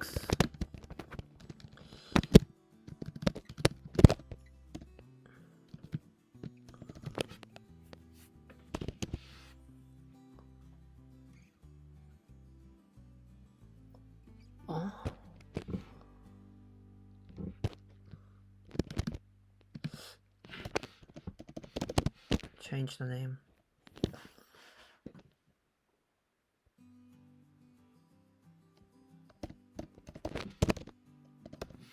Temp max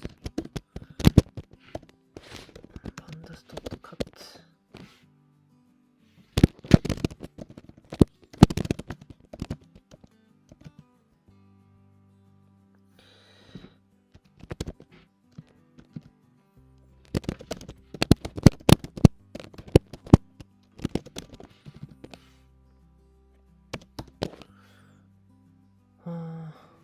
Zero zero.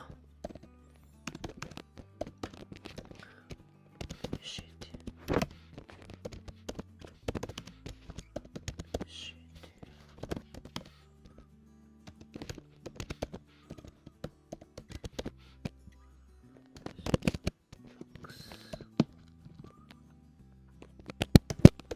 So point first.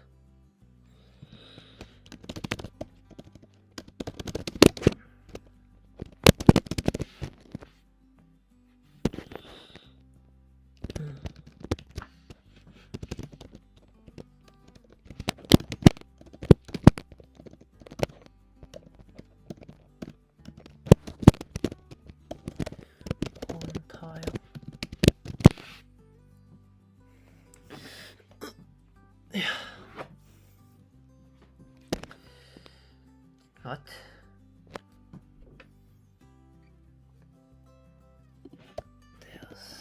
Do you have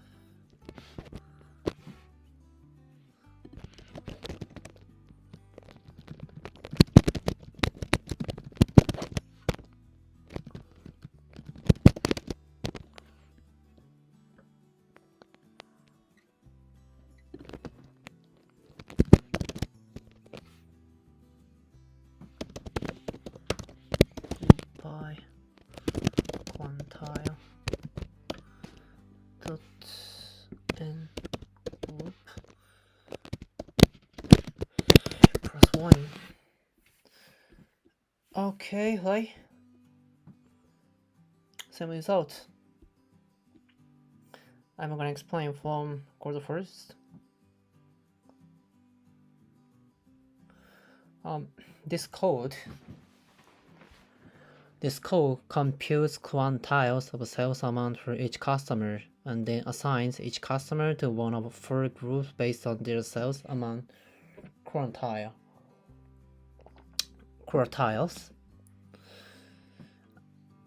And first, I'll explain here. This is computing the total sales amount for each customer by grouping the DeepL received data frame by customer ID and summing up the amount column. The resulting data frame has 2 columns, customer ID and amount. And this means,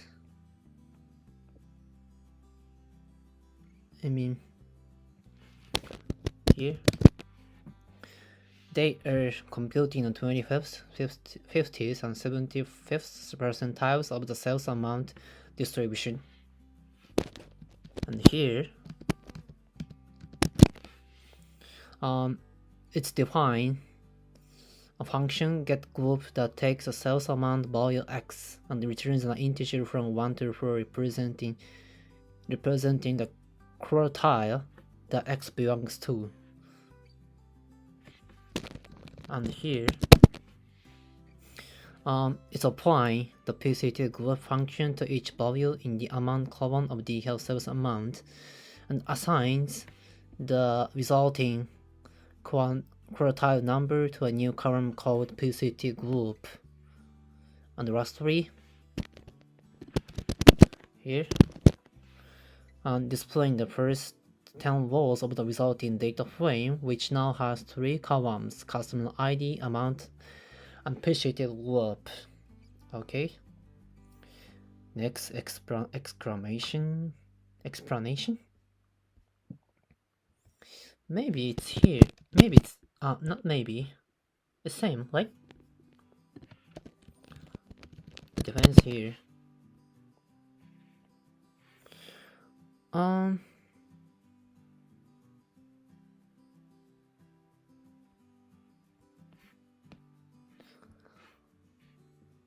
This line. Okay, I'm gonna explain from here. The first line groups the detail with the data frame by customer ID, calculates the sales amount of. That was here. Sales amount of each customer and the percentile group they belong to based on their total sales amount. The first line groups the receipt data frame by the customer ID and calculates the sum of sales amount for each customer, and then resets the index to make customer ID a column again. And here, next provides calculates 25th, 50th, and 75th percentiles and the maximum values of the sales amount from the DHEAL sales amount data frame, which is the same as the previous created DHEAL temp data frame. And the next line creates here a new column, quantile, in the health temp by cutting the sales amount into 4 bins with the defined percentile values. And finally, the last line creates a new column, PCT group, in the health temp that groups the data by quantile and assigns a group number from 1 to 4 to each customer based on which percentile group they belong to. Okay. And note that the right endpoint of the last bin is defined as PCT underscore max plus 0.1 to ensure that the maximum sales amount value is included in the last percentile group.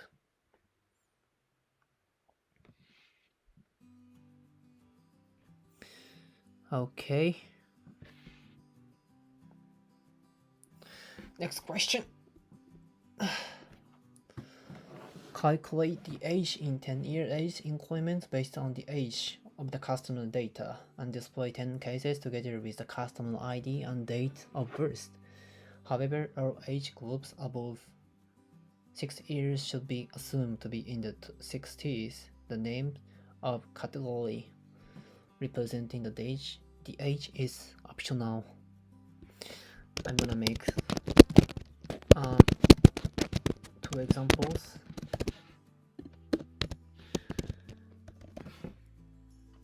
DF customer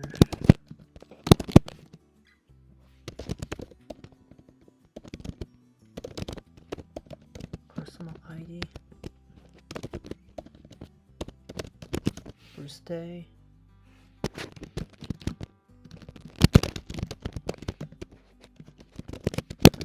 equal copy.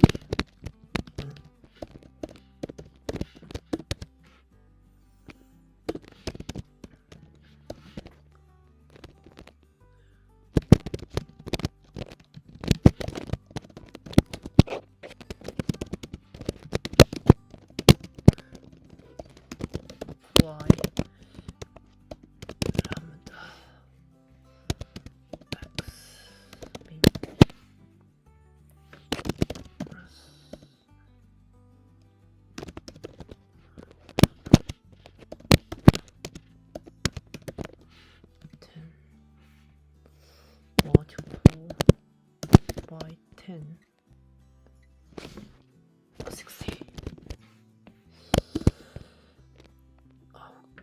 Okay, okay, perfect.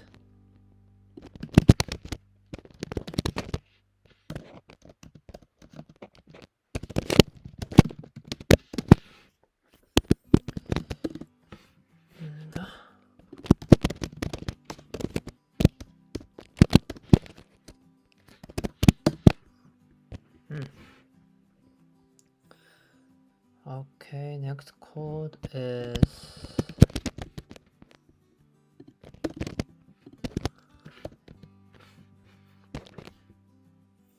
to copy details pandas dot cut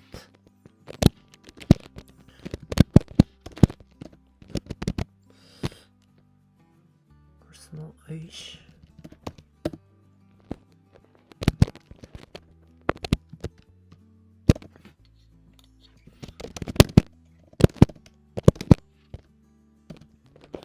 So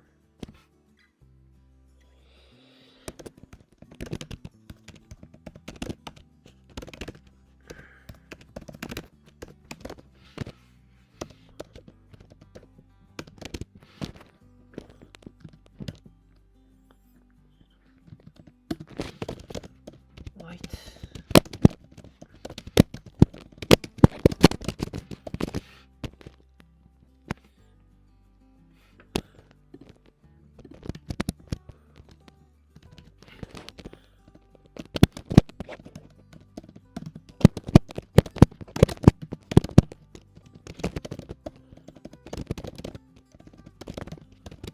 Customer ID.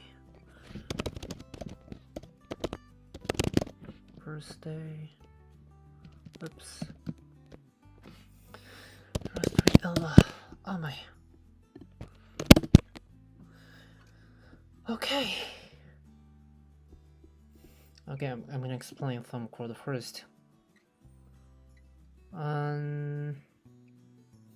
This code creates a new data frame DHEV customer Ella containing the column customer ID, birthday, and Ella.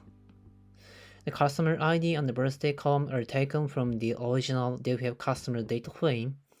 The Ella column is computed from the age column in the DHEV customer data frame for each value of age. The code computes the decade in multiple of 10 by which the value should be rounded down. If the value of the age is 60 or greater, then the Ella is set to 60. The apply method applies a function, in this case, lambda function to each element in the age column, and the min and the mass.row functions compute the decade. The resulting value is assigned to the Ella column in the customer Ella. And finally, the head method is called to display the first 10 rows of the resulting data frame. Okay, next I'm gonna explain this. This code, the same explanation maybe first. This code creates a new data frame customer Ella with column customer ID, birthday, and Ella. The customer ID and birthday columns are copied over from the original DHEV customer data frame, and the Ella column is created by binning the ages of customers into different age ranges using the pandas.cut. This bin's parameter specifies the edge of each bin, where numpy-inf is used to specify an open-ended bin and for customer who is 60 years or older. The right parameter is set false to specify that intervals are left inclusive. For example, a customer whose age is exactly 30 will be placed in the 30 to 40 bin. I mean greater than 30 and less than 40, And for each row in the data frame, the age of the customer is binned into the corresponding Ella based on the specified bins. The resulting data frame consists of the customer ID, birthday, ELA and ELA columns, which the ELA column contain the age range being for each customer. Okay. Next question.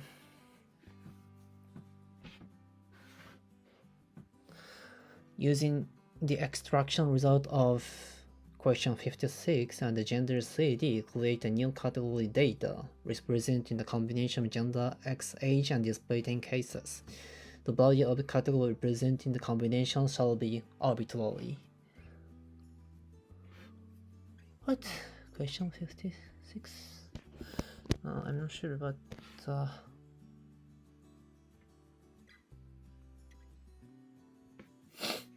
gonna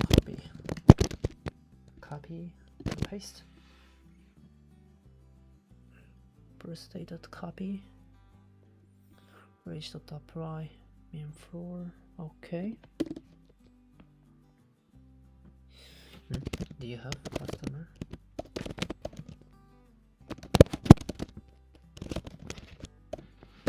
Gender CD.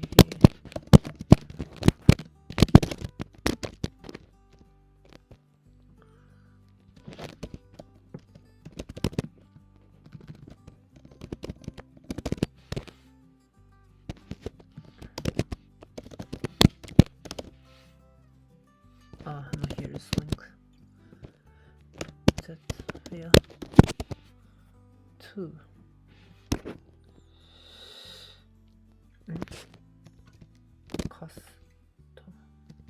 Customer. Maybe okay.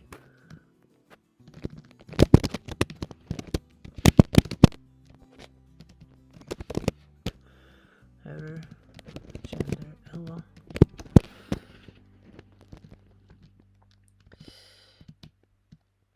Come on. What? Well. Service object has not reversed yet failed. String jet field. Okay, where I'm missing. Customer ID, customer.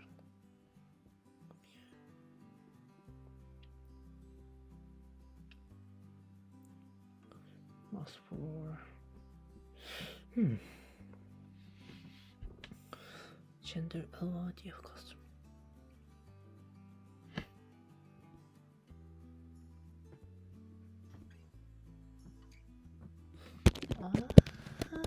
Here? What the?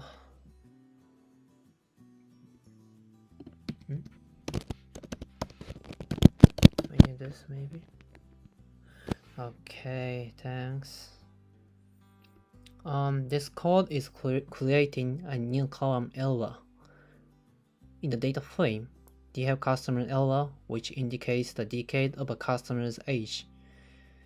The decade values are obtained by rounding down the age the nearest 10 and then multiplying by 10. If the result is greater than 60, it is truncated to 60. Then the code creates a new column, gender ELA, by concatenating the gender code and the ELA column values. The gender column contains gender CD, here, contains a gender codes, for example 0 for male, 1 for female, and the ELA column values are cast as strings here.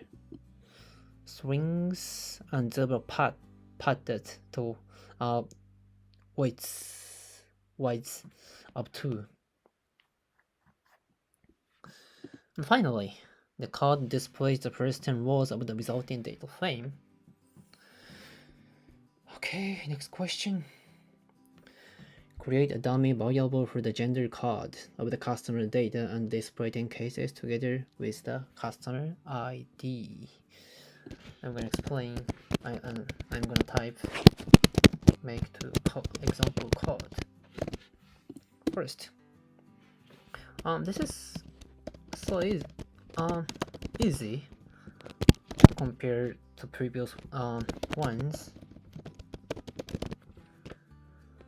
Compares previous practices, customer ID, gender should be.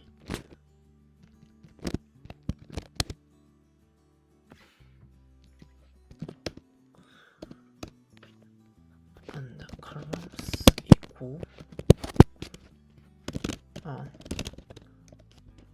gender CD.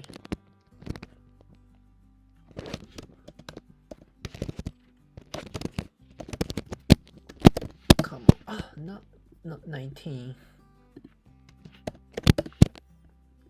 Right? And next code.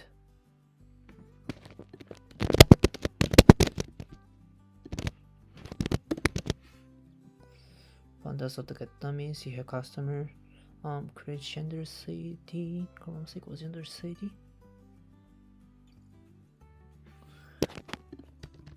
And the first equal blue. Prefix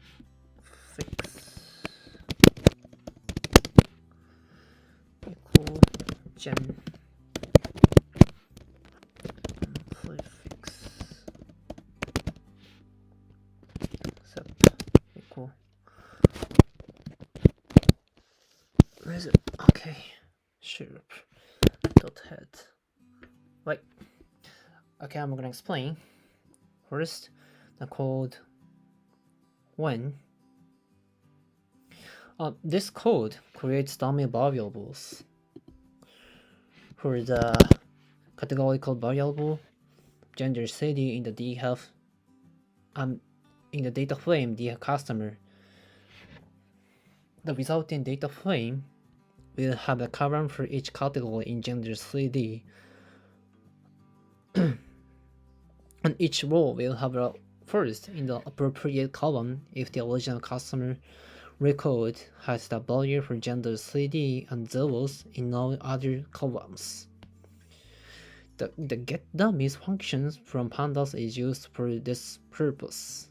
It takes data frame and the list of columns to apply the dummy encoding to. In this case, it is called on the customer data frame, and the gender CD column is specified in the column parameter. The resulting data frame will have one column for each value of gender CD.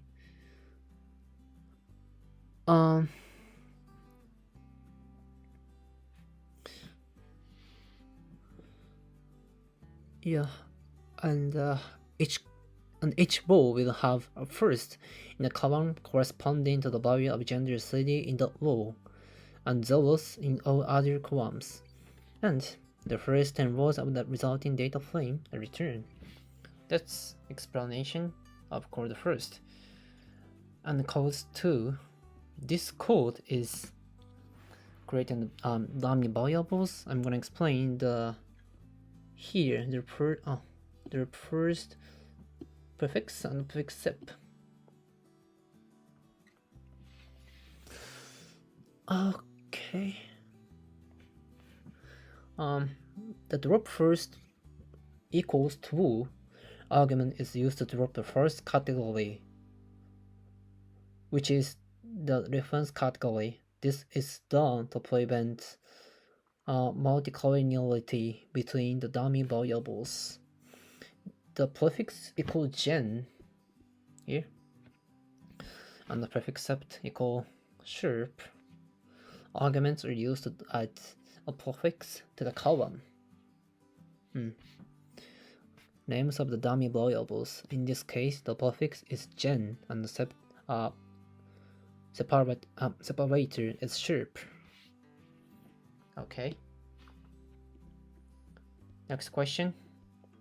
Sum the sales amount of the received details data for each customer ID, standardize the total sales amount, mean 0 and the standard deviation first, and display 10 cases with the customer ID and total sales amount. The standard deviation used for standardization may be either the square root of the variance or the square root of the unbiased variance. However, exclude customer ID searches with stat as they represent non-members. Okay.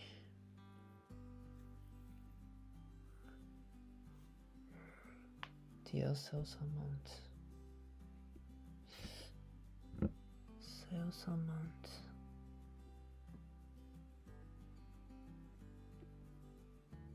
Well, how is it?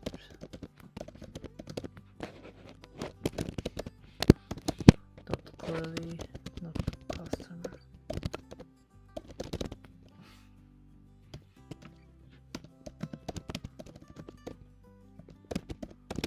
ID dot string.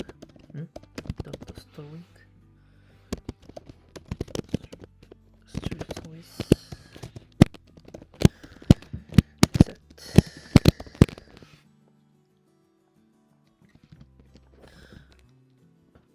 Well, okay.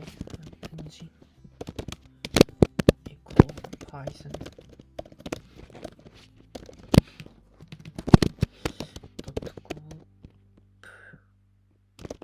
By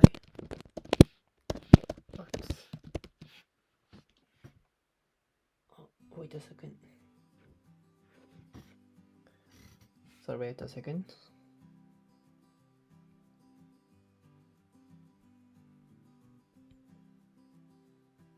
Okay, sorry. Group by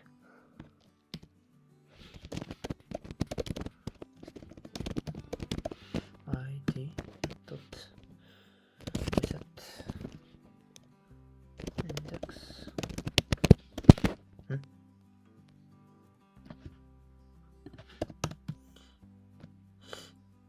Yeah, ag.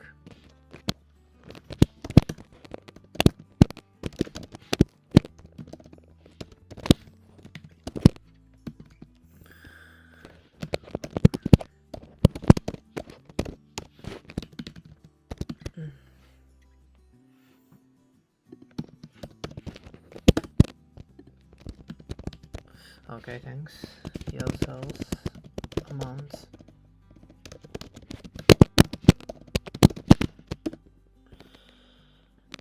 And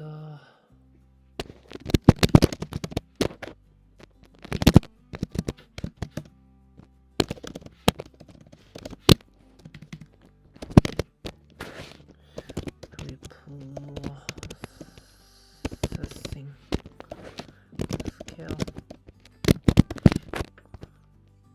What?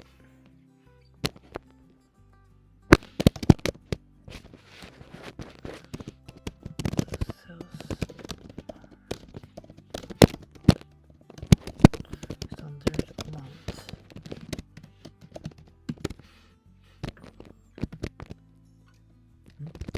Where? Okay.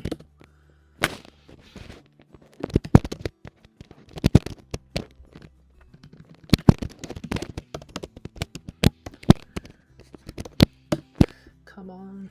Okay. Let's quote first. Here. Filtering out the rows in the DeepL receipt where customer ID starts with the letter Z, and grouping the remaining rows by customer ID, and calculate the sum of the amount column for each group using the add method, and resets the index of the resulting data frame to make customer ID a regular column, and applying the preprocessing scale function from scikit-learn to the amount column to calculate the z-score of each customer's total sales, and adding a new column to the data frame called std amount that contains the z-scores calculated in step full. And the resulting data frame detail sales amount contains one row for each customer with columns for their customer ID, total sales amount, and STD amount, which is the Z-score of their sales. And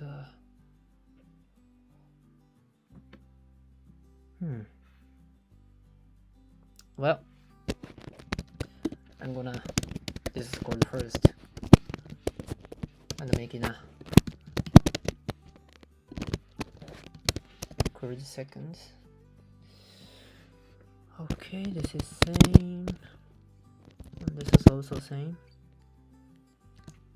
So in the same scaler, making an instance. Processing. Okay. What's a scaler? Standard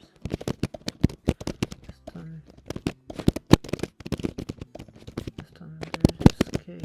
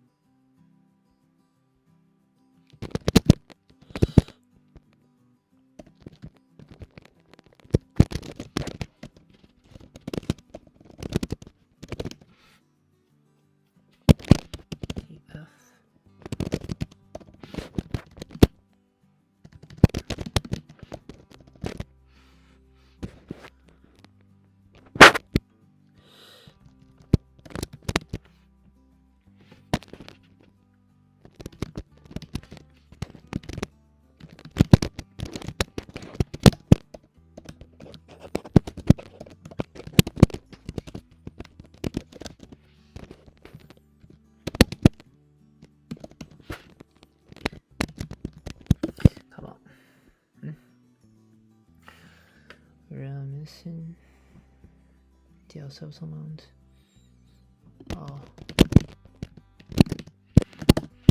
Right. Okay. This code, I could get same results here and here, the same meaning, but slightly different.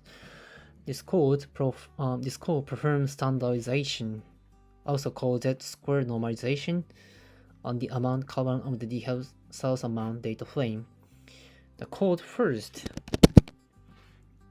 filtering out the transaction made by customers whose ID started with the letter Z. Using the corollary method of Pandas data frame, it then groups the remaining transaction by customer ID and calculate the total amount spent by each customer. Using the add method. Finally, it resets the index of the resulting data frame. This is the same explanation. And next, this is important here. The code creates an instance of standard scalar class from the processing module of scikit-learn library. The standard scalar class is used for standardization, which scales the data so that it has a mean of 0 and a standard deviation of 1. The fit method of the scalar instance is then used to calculate the mean and the standard deviation of the amount column of the detailed sales amount data frame. And finally, the transform method of the scalar instance is used to perform the actual standardization on the amount column of the detailed sales amount data frame, and the resulting standardized values are stored in a new column named LCD amount here. And the resulting data frame detailed sales amount contains the customer ID, total amount spent by each customer, and the standardized STD amount column. Okay, this is the last question for today. Sum the sales amount of the received details data for each customer ID, normalize the total sales amount of minimum value of 0 and maximum value of first, and display 10 items with customer ID and total sales amount. However, exclude customer ID starting with Z as they represent non-members.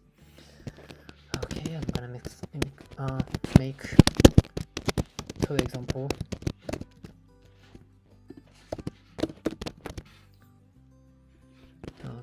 Okay.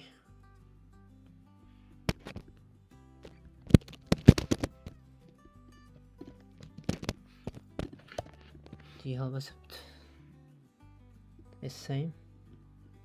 And for processing, min max scale, the sales amount,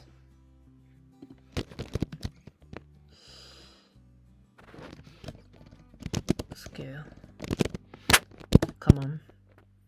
Okay, and the code tool. Well, maybe you guys can forecast. Do you have?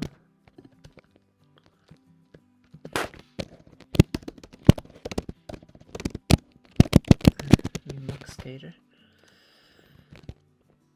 Scalar dot fill system. Scalar transforms. Come on. Okay, I could get same results. Okay, I'm gonna explain first code first.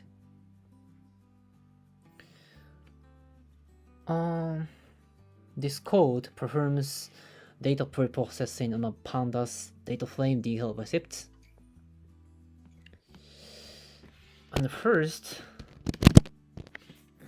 I'm gonna skip this explanation because it's same, right?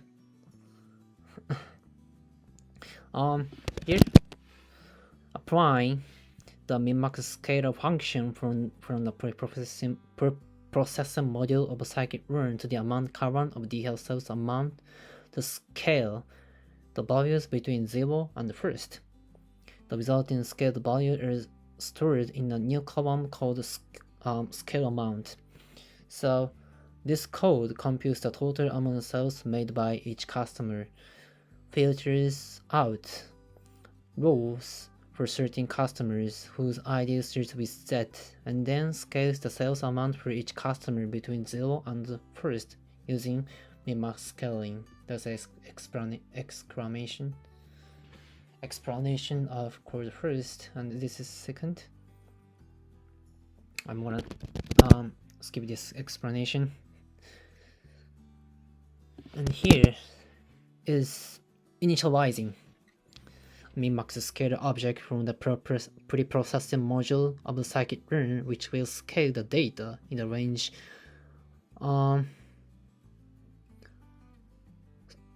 square brackets 0 to 1.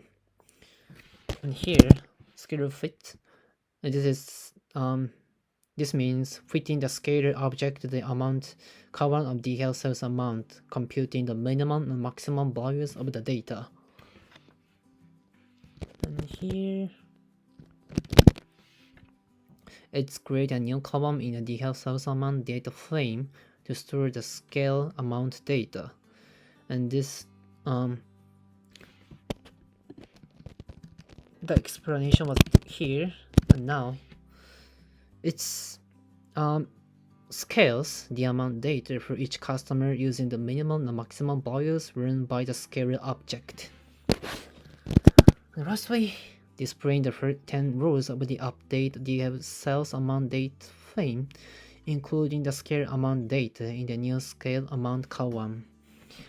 Overall, this code performs future scaling to bring the values of the amount data for each customer into the same range, making them comparable and more useful for analysis.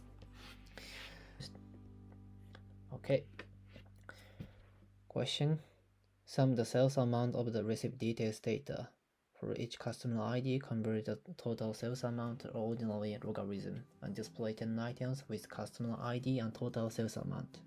However, exclude customer IDs starting with Z as they represent non-members. Okay, I copy and paste this first. And go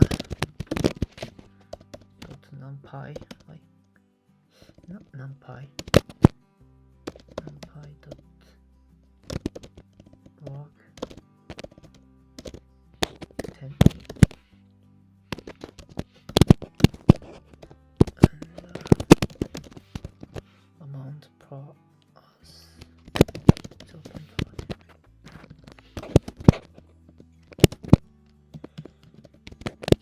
equal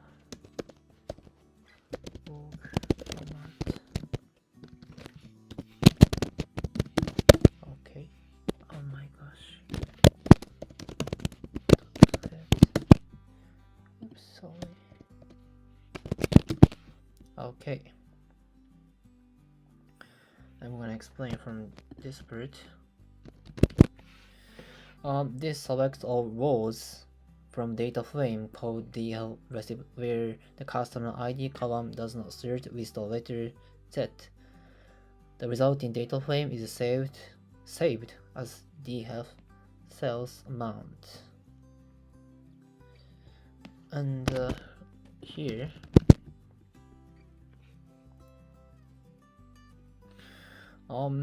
this groups the DL sales amount by DL sales amount data frame by customer ID and calculates the sum of the amount for each group using the AG method.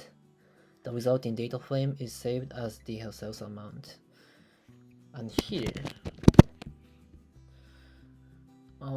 this calculates the logarithm base is 10 of the amount column in the DL sales amount data frame, adding 0.5 to the amount values first to avoid taking the logarithm of 0 or negative values.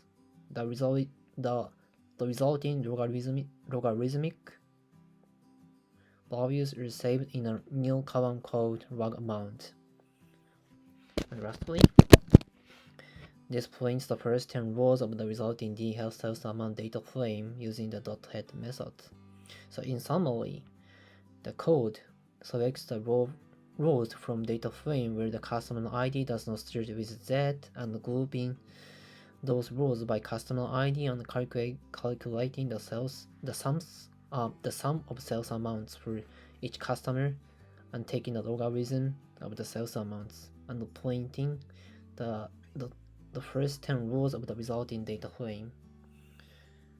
Okay, next question. Sum the sales amount of the received details data for each customer ID, convert the total sales amount to the natural logarithm, and display 10 items with the customer ID and total sales amount. However, exclude customer ID starting with Z as they represent non-members. Okay, natural logarithm. That's it. What? Okay.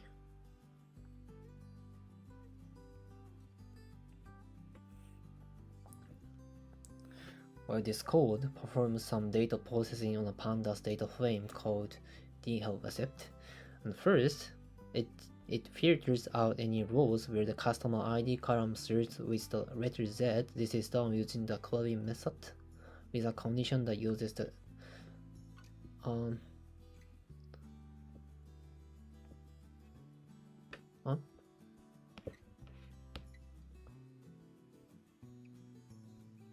sorry, what was it?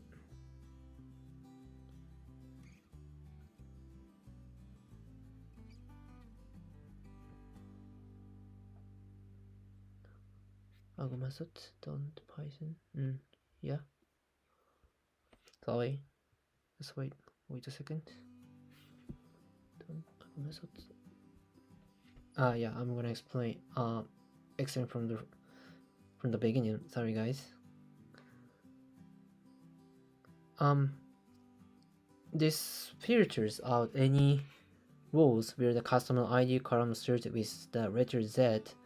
This is done using the query method with a condition that uses the string starts with method here.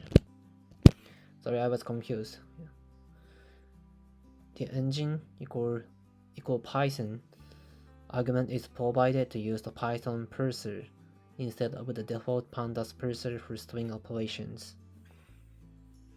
And resulting data frame is then grouped by the customer ID column using the group by method.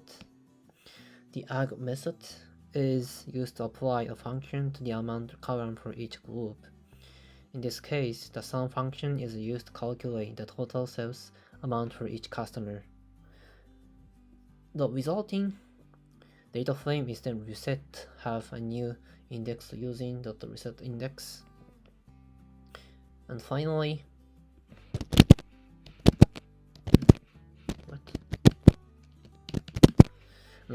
a new column called log amount is created by taking natural logarithm of the amount column plus 0.5 to avoid taking the logarithm of zero or negative values. So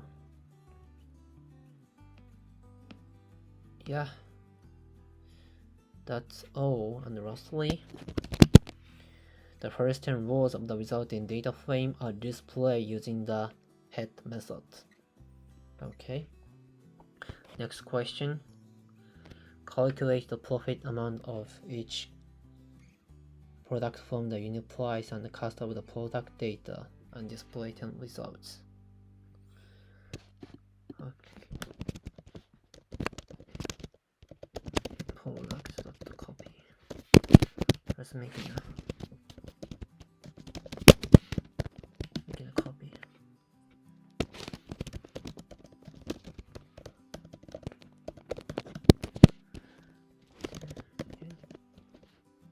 Price. Unit cost.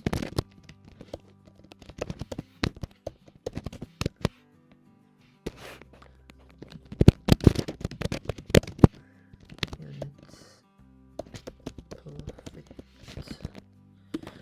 And lastly,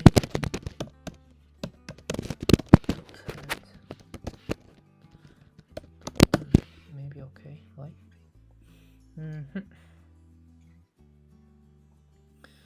Okay, first, this creates a copy of data frame called df product and assigns it new variables called df temp. The copy is made to avoid modifying the original data frame. Next here, this calculates the profit per unit for each product by subtracting the unit cost from the unit price, and saves the result in a new column called unit profit. The resulting data frame is saved as df temp. And lastly, this prints the first 10 rows of the df temp data frame using the head method. So in summary, this code creates a copy of data frame, calculating the profit per unit for each product by subtracting the unit cost from the unit price, and adding a new column with the profit per unit to the copy data frame, and printing the first 10 rows of the resulting data frame. Okay, next question. Calculate the overall average profit margin for each product from the unit price and the cost of the product data. Note, however, that unit price and cost are missing. Missing? Well, maybe using this.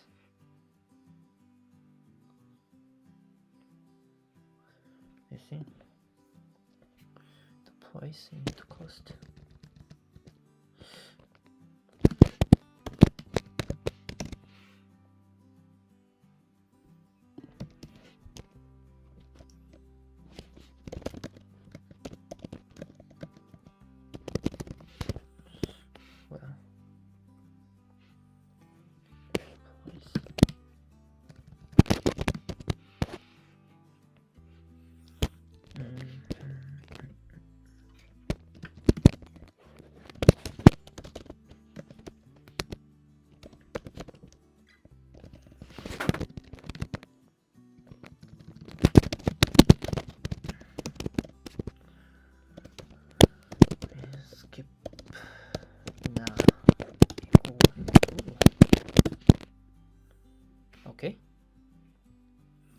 Let's go first. What? First, this code creating a copy of data frame called decaf product and assign is to a new variable method decaf temp. I will explain this why. Next. And this calculates the profit rate per unit per each product by dividing the profit by the unit price and saves the result in a new column called unit profit rate. The resulting data frame is saved as decaf temp. And next here, this calculates the mean of the unit profit rate column in the decaf temp data frame using the mean method. And the skipping value, skipping missing values, if any, and prints the result.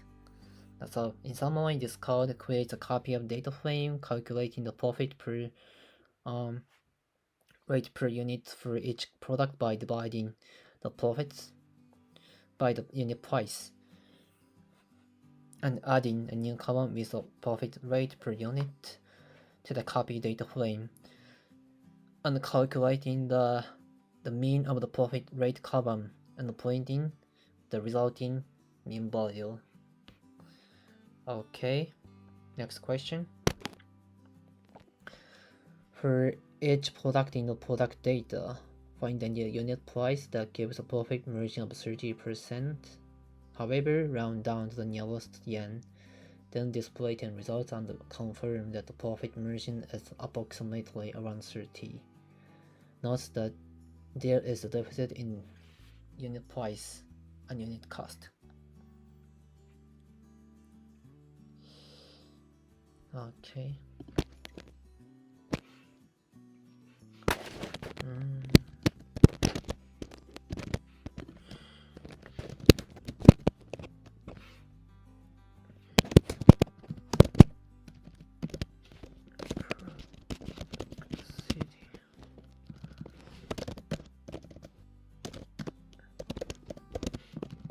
Price, unit cost, copy, and pilot per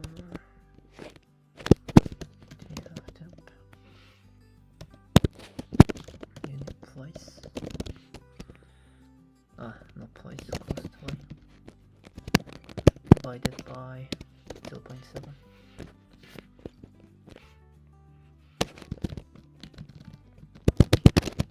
Getting 70%, that's 30%.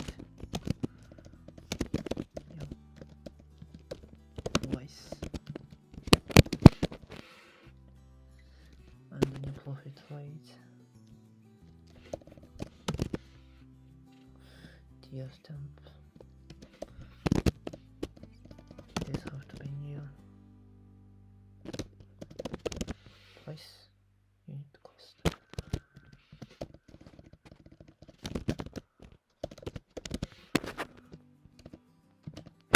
Place. Okay.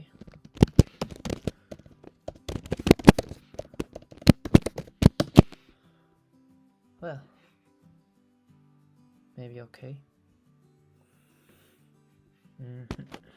First from here, this creates a new data frame called decaf temp that indicates only three columns only three columns of interest, product CD, unit price, and unit cost, and makes a copy of these columns from the original decaf product data frame. And next here,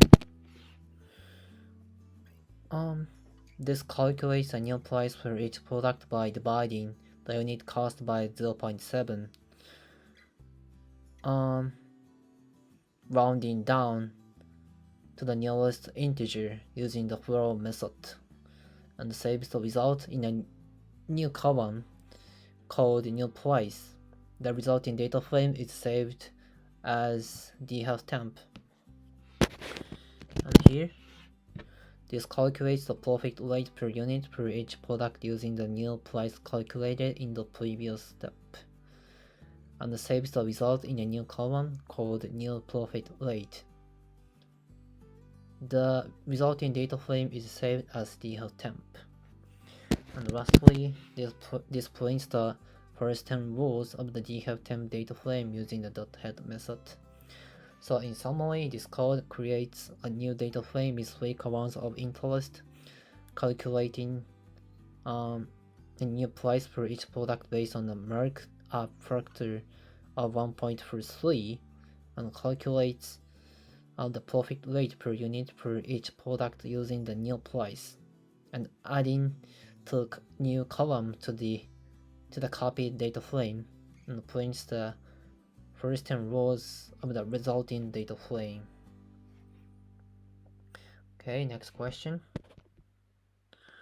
For each product in the product data, find the new unit price that gives a profit margin of 30%. This time, round to the nearest yen. Rounding or rounding to even numbers is fine. Then display the results and checks that the profit margin is around 30%. Note, however, that there are deficiencies in unit price and unit cost. Got it.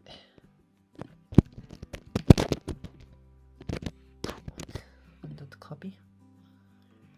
Here's okay. Here okay. Unit cost. Maybe that's it, right?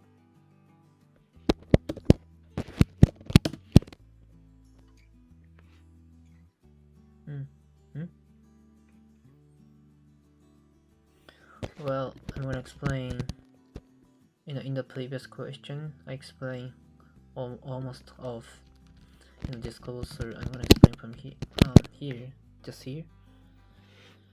This calculates a new price for each product by dividing the unit cost by 0.7, rounding to the nearest integer using the round method, and saves the resulting new column called the new price. The resulting data frame is saved in DHelpTemp.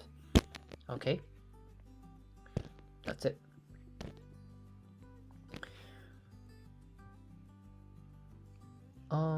For each product in the product data, find a new unit price that gives a profit margin of 30%. This time, round up the nearest yen. Then display the result and checks the profit margin is around 30%. Note, however, that there is a deficit in the unit price and the cost. Almost same, right?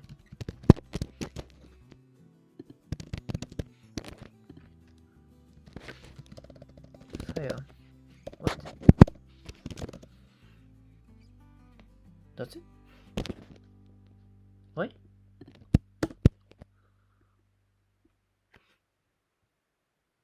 Yeah. I just explained this part. Well, this line calculates a new column called the new price in DHelpTemp, which is the result of dividing the unit cost column by 0.7 and then taking the ceiling of the result.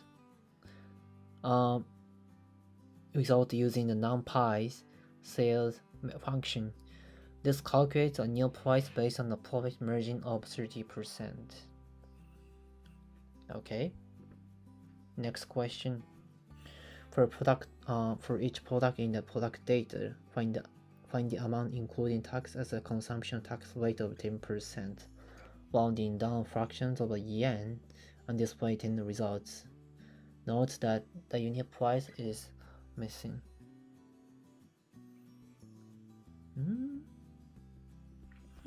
It's almost same code. Right? Products city.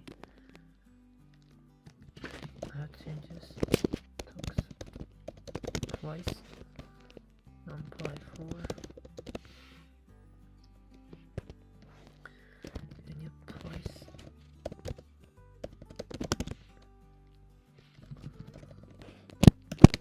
1.1. Bye bye.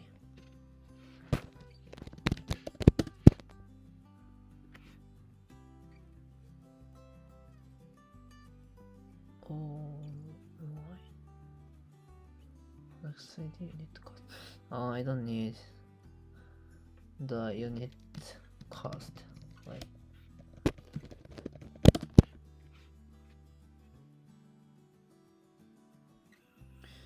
Okay. Well, I'm gonna explain over here. Right? Okay. This line calculates a new column called tax price in DeepL, which is the result of multiplying the unit price column by 1.1 and then taking the floor of the result using NumPy's floor function. This calculates a new price with a 10% tax at. Okay. Next question. Combine receipt details data and product data. Calculate the total sales value of all products for each customer and the total sales value of products whose category measure classification code is 07. Bottle can food and find the ratio between the two. Every customer with a sales record for category measure category code 07 should be selected in 10 and 10 return results should be displayed. Well, this can be long. I'm gonna make 2 examples.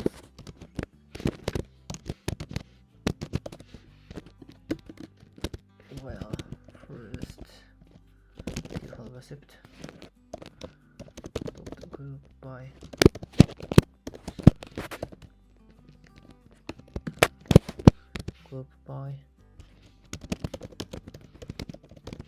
customer ID.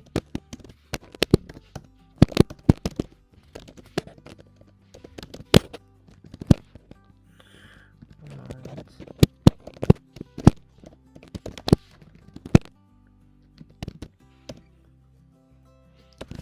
Set index. Name.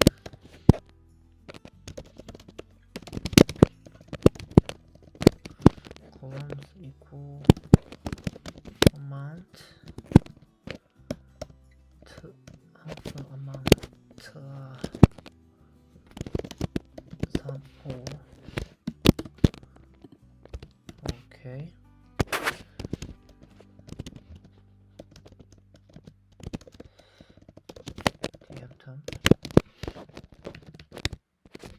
First. And let's stop merge.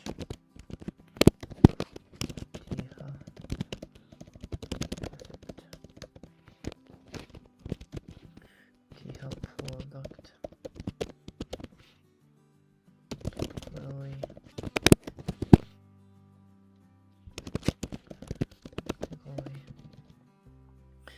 Measure 3D equal 07.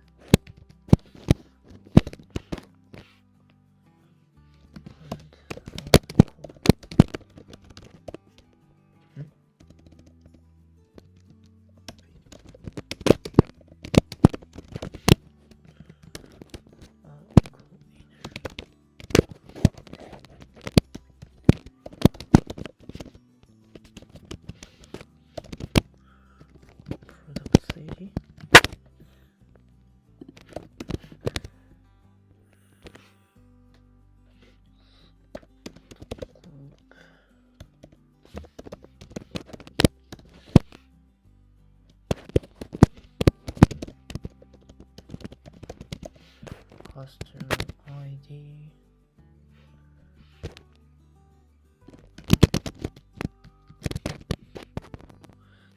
.go month.reset index with name months of 07.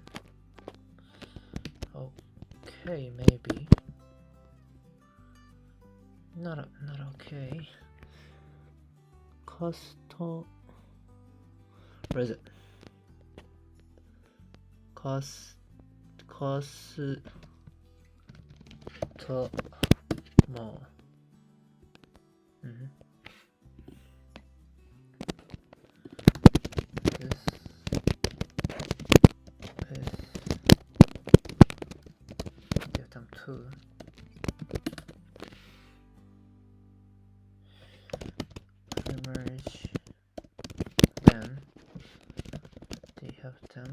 first.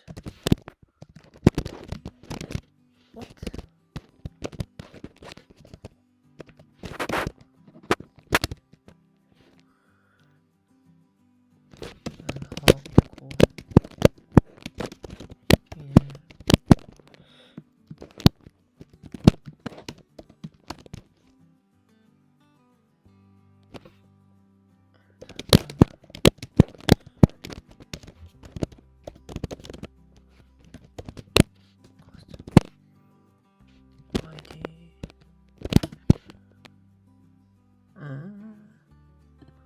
Custom ID.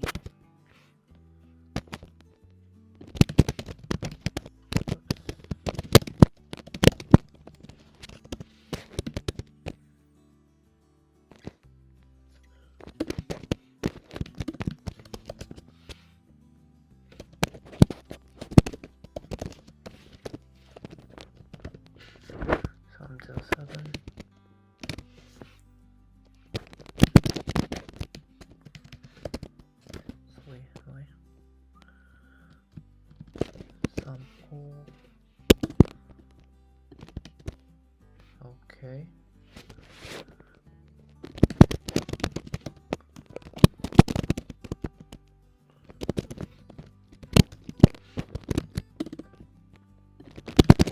And 10. Come on. Okay. Let me collect.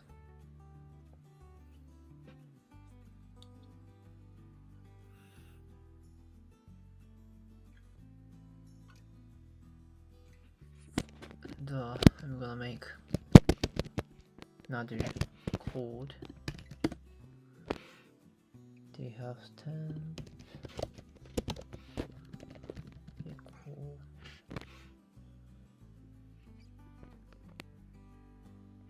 Oh, wait a second. Sorry guys, just wait a second.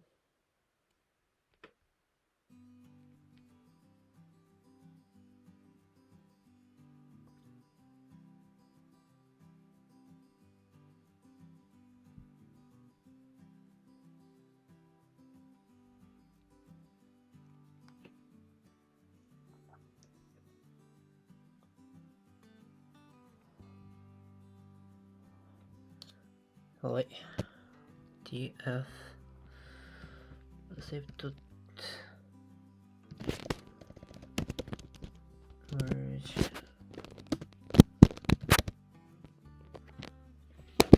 df full product.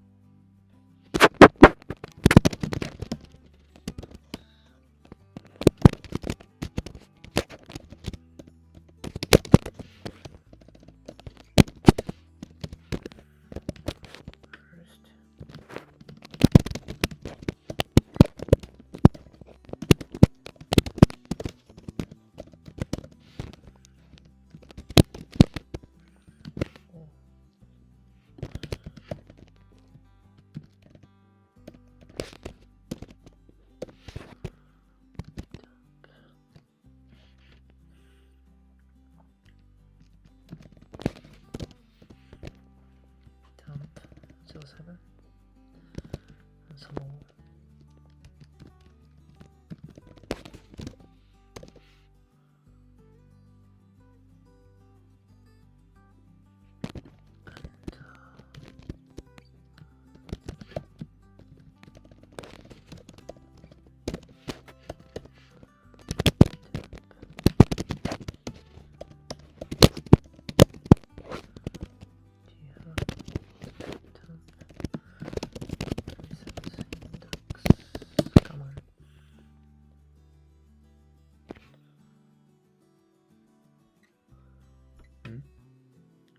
Regional ID.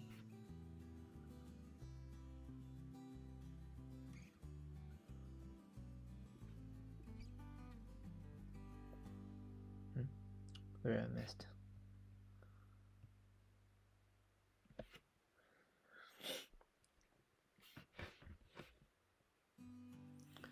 Has to be only here. What?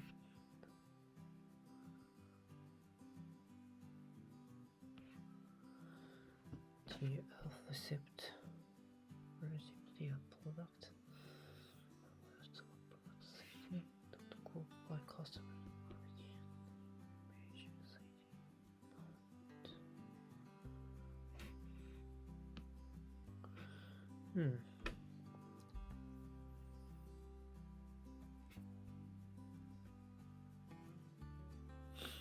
access equal first.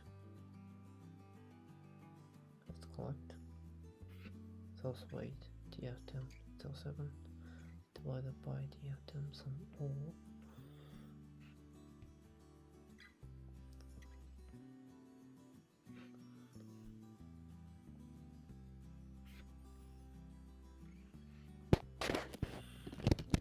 Well,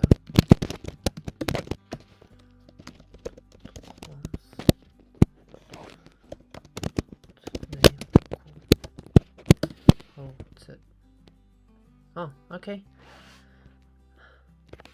Right answer. Just a different, but well. Okay, I'm gonna just explain from the code first. This code manipulates Panda state the flame object, DeepL recipient, and DeepL product. And here,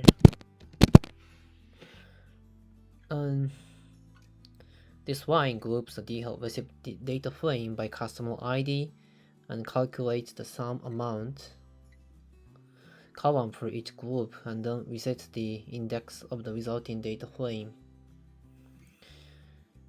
The resulting data frame is then renamed to sum all using the dot rename method. Next, this explanation. This line first filters of DeepL product to include only rows where the customer measures 3D column equals to 07. It then merges this filter data frame with DeepL receipt on the product 3D column using an inner join. The resulting data frame is then grouped by the customer ID. The sum of the amount column is calculated for each group, and the index is reset. Sorry, to run code. Sorry, guys. That was here. The resulting data frame is renamed to sum 07 using the rename method. Okay. And next, here, this line merges of DeepL temp and DeepL temps 2 on the customer ID column using an inner join. This creates a new data frame that contains the sum all and sum 07 columns for each customer. And here, this line calculates a new column in DeepL temp 3 called sales rate, which is the result of dividing the sum 07 column by the sum all column. This calculates the percentage of a customer's total purchases that are from the 07 category. And lastly, Well, I skip this explanation. Okay. Just display 10 results. Then, well, this code, this is right for reference, I mean, using unstack and horizontal sum. So this code also manipulates pandas data frame object, DeepL recipient, DeepL product. The same explanation, right? But here, this line first merges DeepL recipient and DeepL product on the product CD column. Using the left join, it then groups the resulting data frame by a customer ID and category measure 3D, calculates the sum of the amount column for each group, and unstacks the resulting surveys to create a data frame with customer ID as the index, and customer measure 3D as the column names, and the sum of the amount column as values. Then next here, this line filters the DeepL temp data frame to only include rows where the value in the 07 column is greater than 0. This removes the customers who have not purchased anything from the 07 category. And here, this line calculates a new column in DeepL temp called SUM_all, which is the sum of all columns in each row. This calculates the total amount spent by each customer across all categories. Here, this line calculates a new column in DeepL temp called sales rate, which is the result of dividing the 07 column by the SUM_all column. This calculates the percentage of customers' total purchases that are from the 07 category. And this line, this is kind of important, you know. This line removes the column name from the DeepL temp data frame. And here, this line resets the index of DeepL temp to create a new column called index with a range of integers starting from 0, and display 10 results. Okay. Next question. Calculate the number of days elapsed from the membership application date of the customer data against the sales date of the receipt details data, and display 10 items with the customer ID, sales date, and membership application date. Note that sales YMD is the numeric and the application date is string. Got it? Well.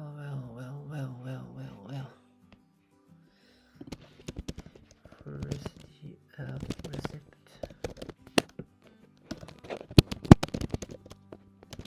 Customer ID.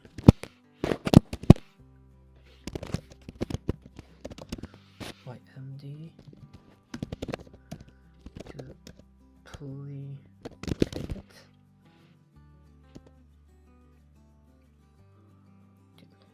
Duplicate. Maybe. Duplicate. Well, I know it. Run the code. Okay, I was right. That was X.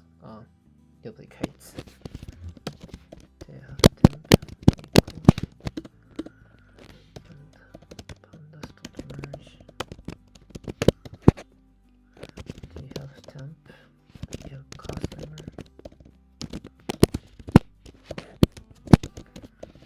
Customer ID, application date.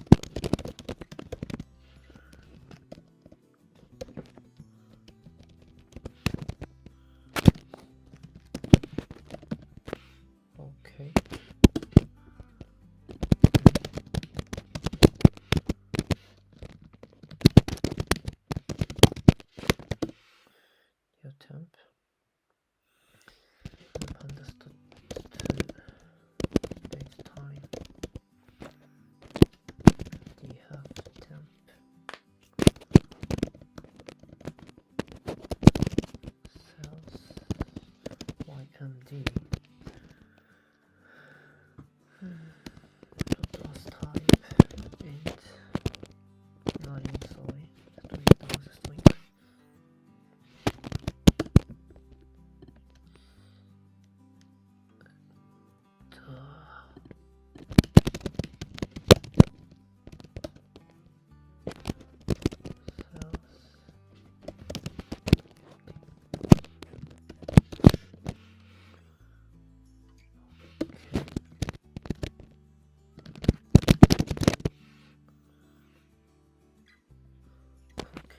Date.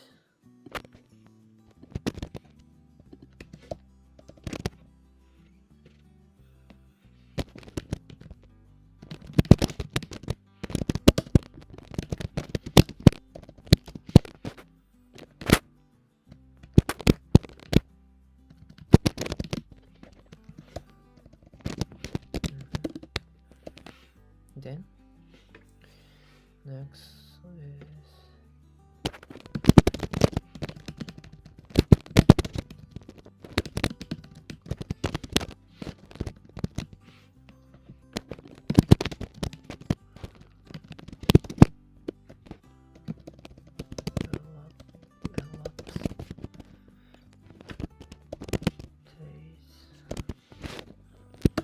maybe okay, fine.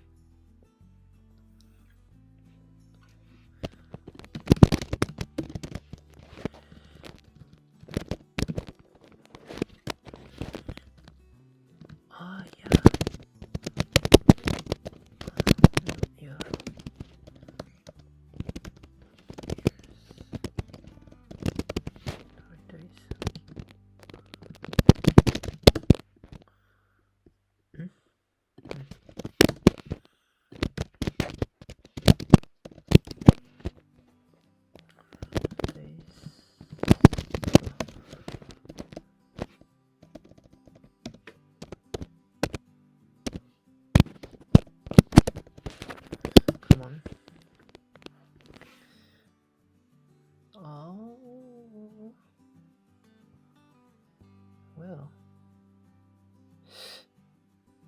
I missed something.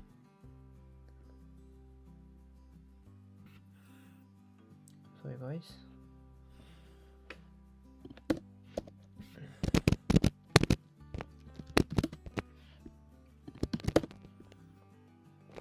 This time. Application date. Oh, I don't need this.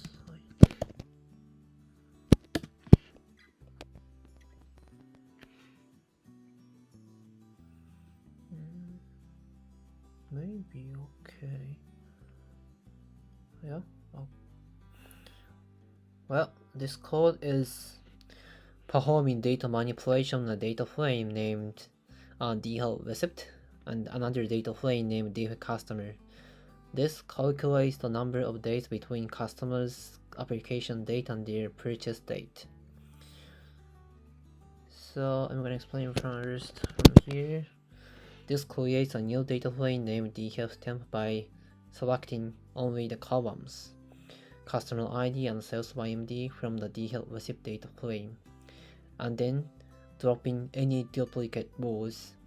The resulting data frame will have a unique combination of customer IDs and sales dates. I'm gonna here explain. This performs inner join on DeepL and the DeepL customer data frame, selecting only the customer ID and application date columns from the DeepL customer data frame. The resulting data frame will only contains rows with the customer IDs present in both DeepL and customer ID. And next here,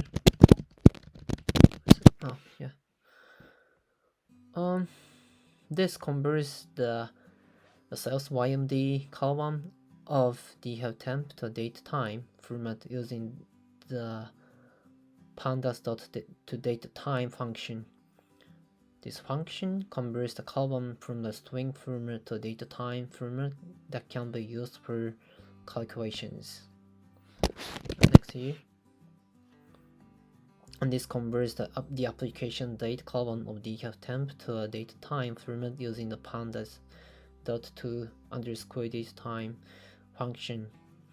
This function converts the column from a string format to a date time format that can be used for calculations. Next here. And this calculates the difference between the cells YMD and application date columns and assigns the result to a new column named elapsed days in the temp. This calculation will result in time delta object, which represents the difference between two dates in days, hours, minutes, and seconds. And here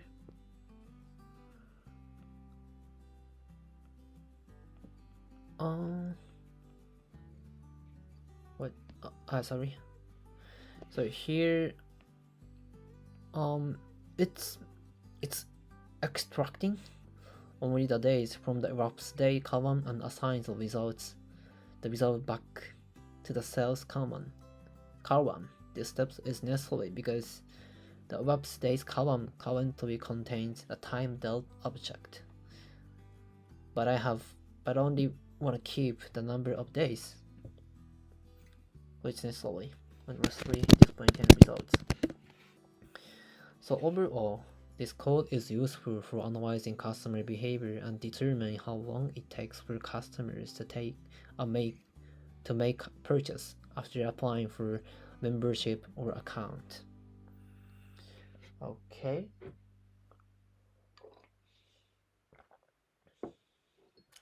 Next question. Calculate the number of months elapsed from the membership application date of the customer data against the sales date of the receipt details data and display 10 items with customer ID, sales date, and membership application date. It's kind of same, right? Okay, copy and paste first. Duplicates, merge the temp in your customer ID application date. Understood sales string. Okay. Application date. So here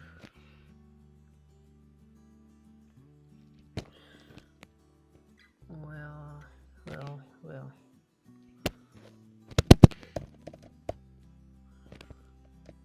Temp sales YMD application date.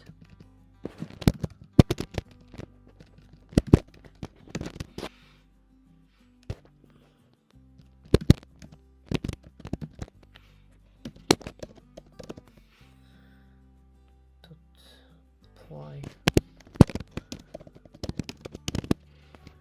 from the X. What was it? Derivative delta.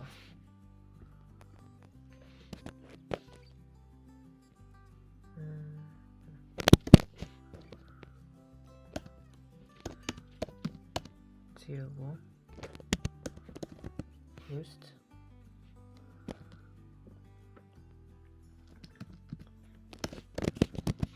Is multiple by 12 plus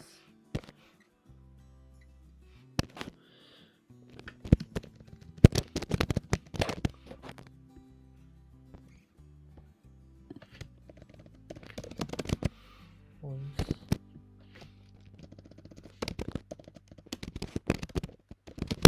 oxicle first.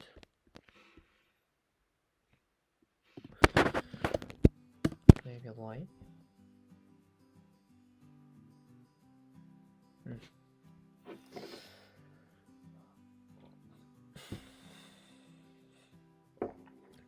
Successfully.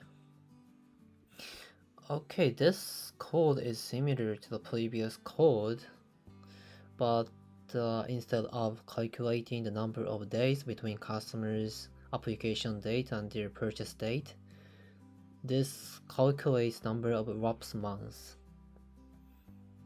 So I'm going to explain from here. This is the most important insight. The most important part. So this this calculates the difference between the sales YMD and application date columns and assigns the result to a new column named elapsed months in DHubTemp. This calculation uses the relative delta function from the DeepL library to compute the difference between two data frame values in terms of years and months. The apply method applies this function to each row of the sales YMD and application date columns, and return the total number of elapsed months.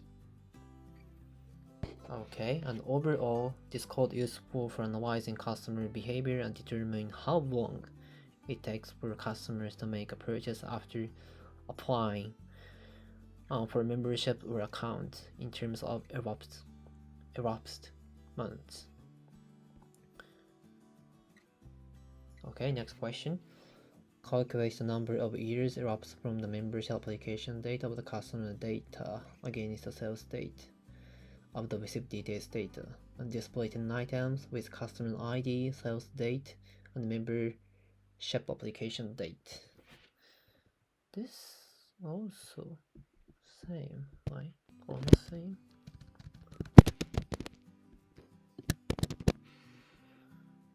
Application date. Application date lambda. Data.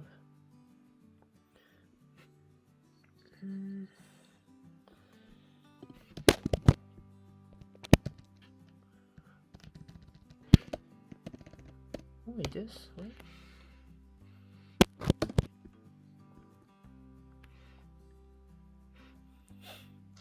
Come on. Stays. Okay, maybe light. Okay, I'm gonna explain this part. This code is also similar to the previous examples, but instead of calculating number of elapsed days or months between the customer's application date and the purchase date, this calculates number of elapsed years.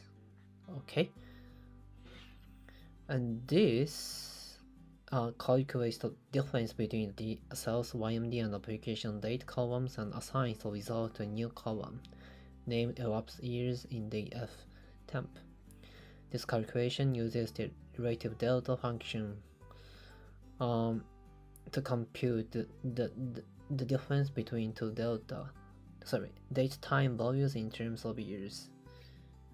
And the apply method applies this function to each row of the sales YMD and application date columns and return the total number of elapsed years. Displaying the results. Okay. Next question. Calculate the elapsed time in seconds from the membership application date of the customer data against the sales date of the received details data, and display 10 items with the customer ID, sales date,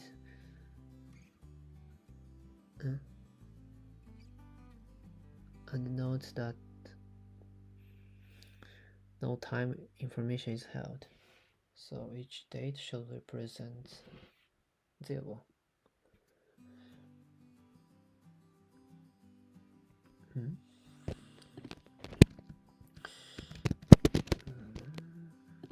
Copy and paste first. This is routine work. Why?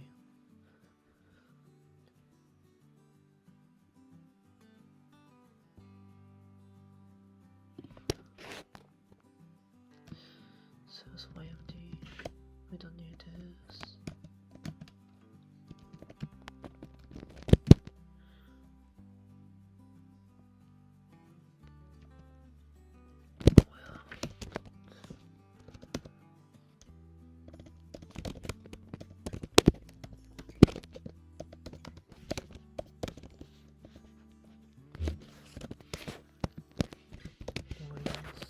So application date.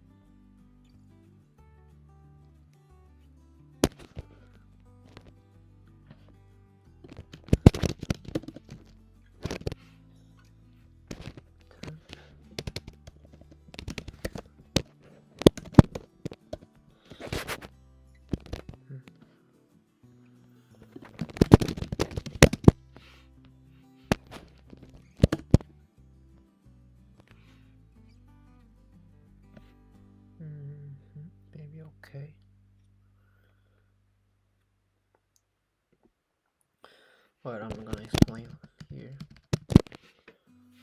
This code calculates the elapsed time in seconds between customer's application date and purchase date by converting the date time values to unique timestamps. So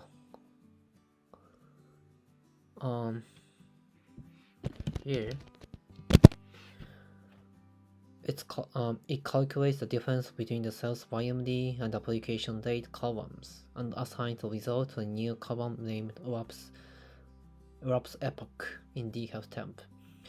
This calculation uses the build method to convert the date time values to an int 64 format, unique timestamp, and then subtract two values element-wise to obtain the elapsed time in nanoseconds. And here,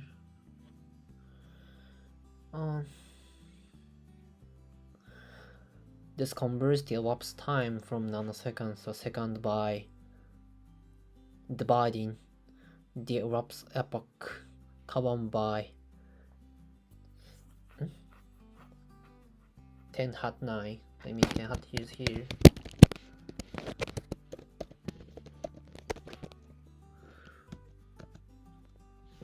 Right. Same meaning, right?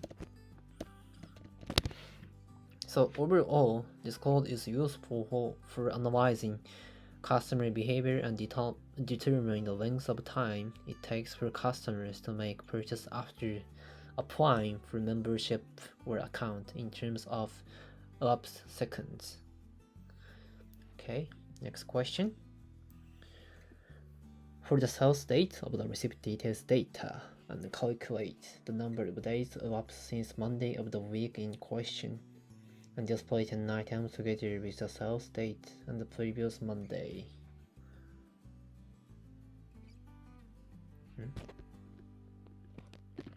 Well, copy and paste, as always.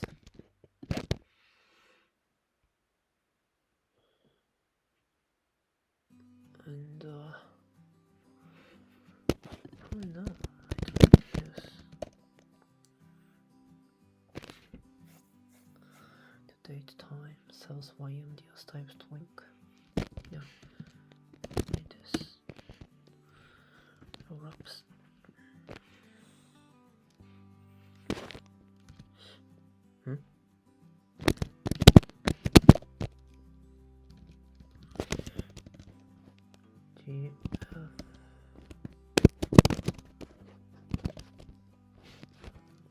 Sales YMD.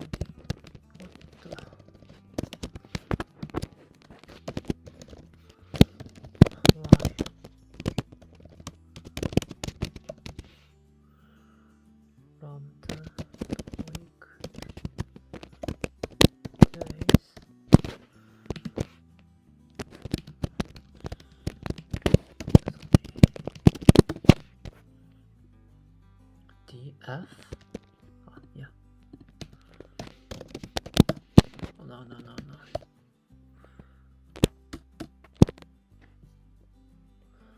Well, why? Time summary out of weekdays.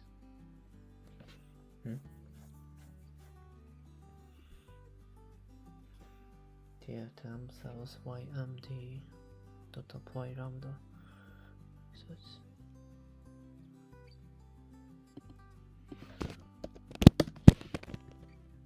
okay, thanks.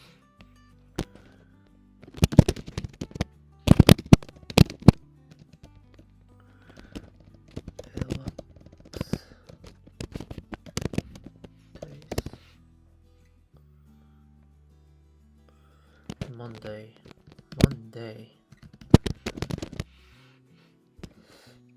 Apply.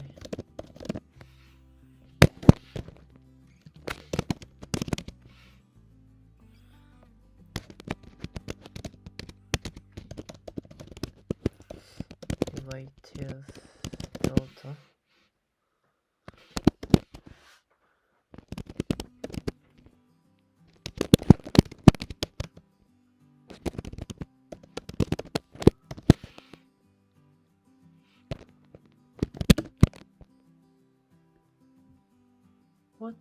the relative delta. It's high. What? Yeah.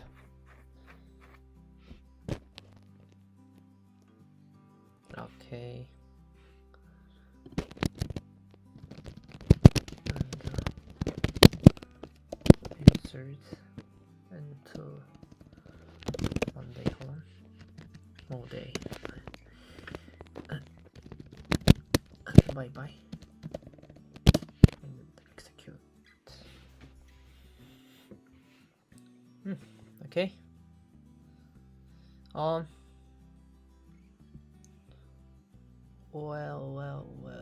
I'm gonna explain from here.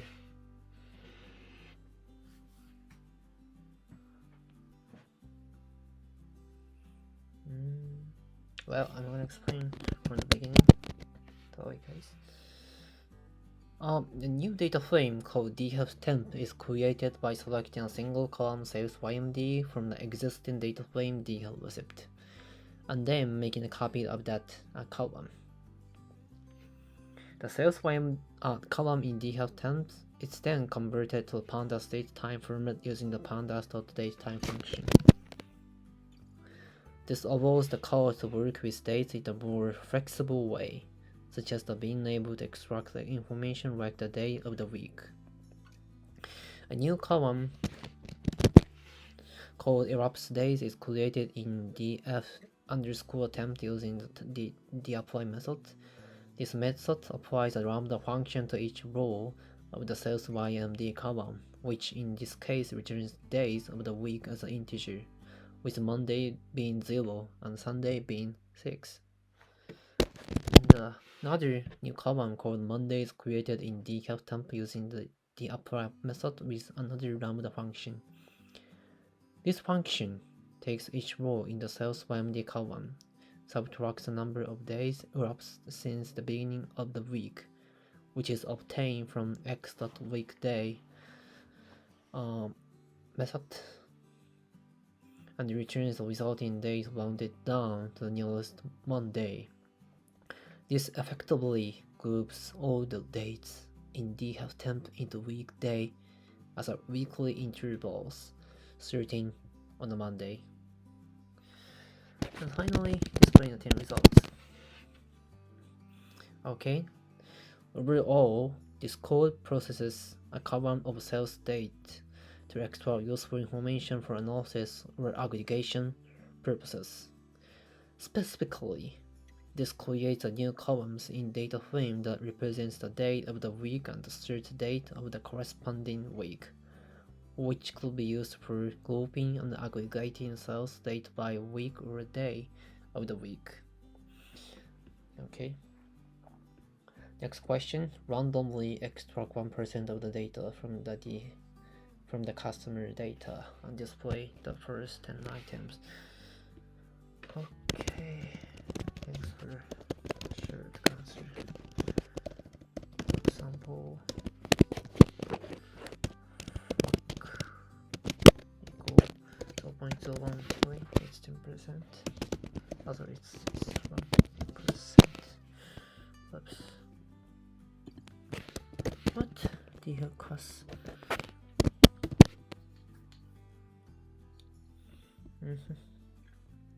Well, this code is sampling a subset of rows from the pandas data frame called DHEF customer, and then displaying the first 10 rows of that subset. A DHEF customer is a pandas data frame that contains customer data with many rows and columns. Maybe you guys know, like, many rows and columns. The sample method is called on a DHEF customer with the argument frac equal 0.01. This method randomly selects a fraction of the rows in the data frame, where frac represents the fraction of rows to sample. In this case, frac equal 0.01 means that 1% of the rows in DHEF customer will be selected at random. So overall, This code is selecting a random sample of 1% of the rows from the customer and then displaying the first 10 rows of that sample.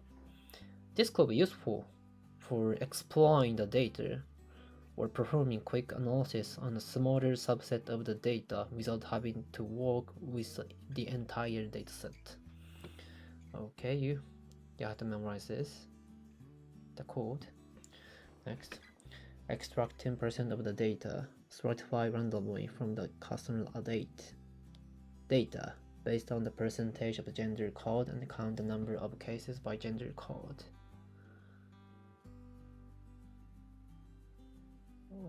Well, test split. I'm using the scalar model selection trying to split customer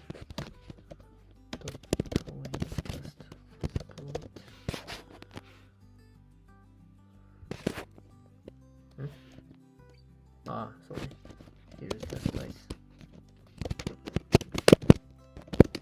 0.1.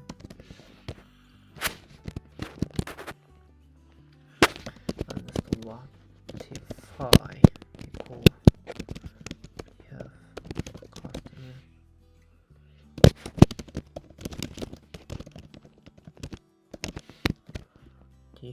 customer y. Okay.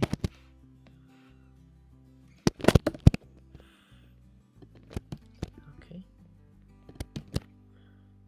So here is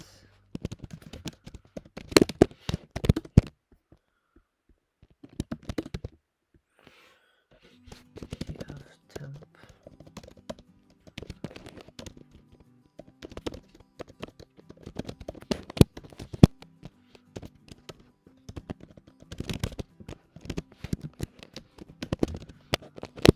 Page. Customer ID.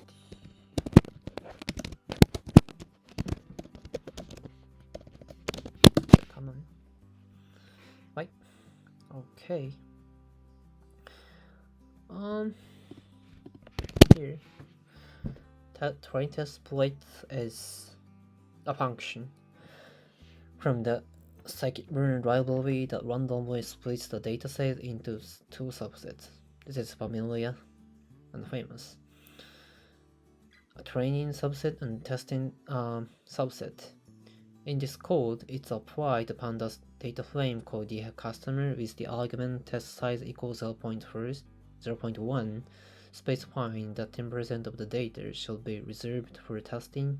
The argument stratify equal the customer square bracket gender series, specifying that the split should be stratified by the values in the gender CD column. The function returns the two data frames, but the first one is ignored. I mean here will be ignored, assigned to underscore, which is a convention in Python for a variable that is not going to be used. The second data frame returned by trying-to-split is assigned to a new variable called temp. The group by method is called on the temp with the argument gender cd. This method groups the rows of the temp by the values in the gender CD column. Well, that's it. Well, so overall, this code randomly splits a pandas data frame into training and testing subsets, stratifying the split by the values in a specific column. It then creates a new data frame from the testing subset and groups it by the gender CD column, and calculates the count of the unique values of the customer ID column for each group. This can be also useful for understanding the distribution of customers by gender in the testing subset of the data. Okay, next question. Sum the sales amounts in the receipt details data by customer unit and extract outliers of the sum sales amounts. The outlier should be calculated by logarithmizing the total sales amount, calculating the mean and the standard deviation, and then deviating from the mean by more than 3 sigma. Either the natural logarithm where the ordinary logarithm is acceptable. Display 10 results.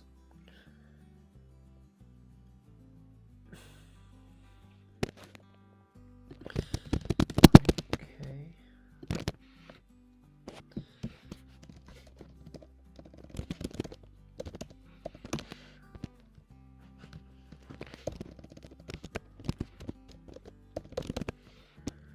Customer ID.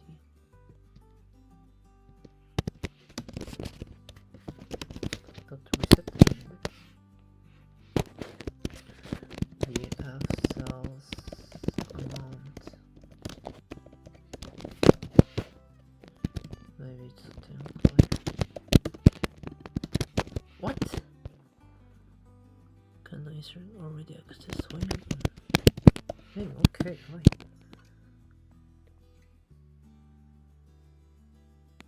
What the?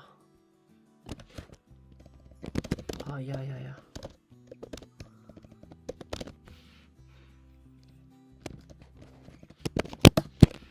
Come on. Okay.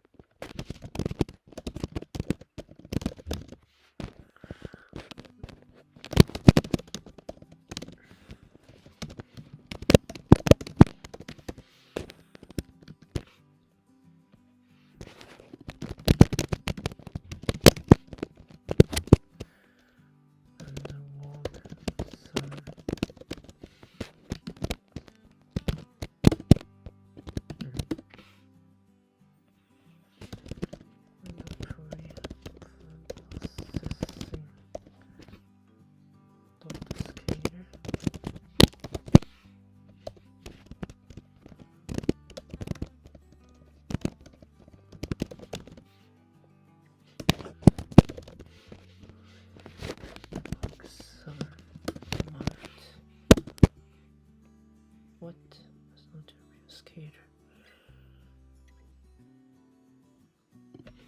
Oh yeah, scale. Sorry.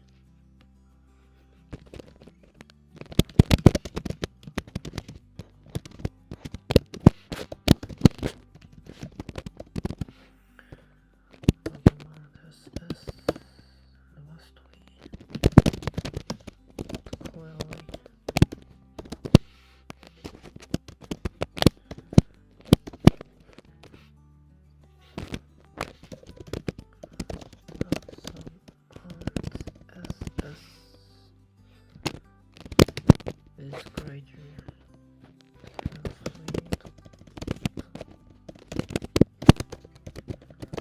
come on. Okay, right.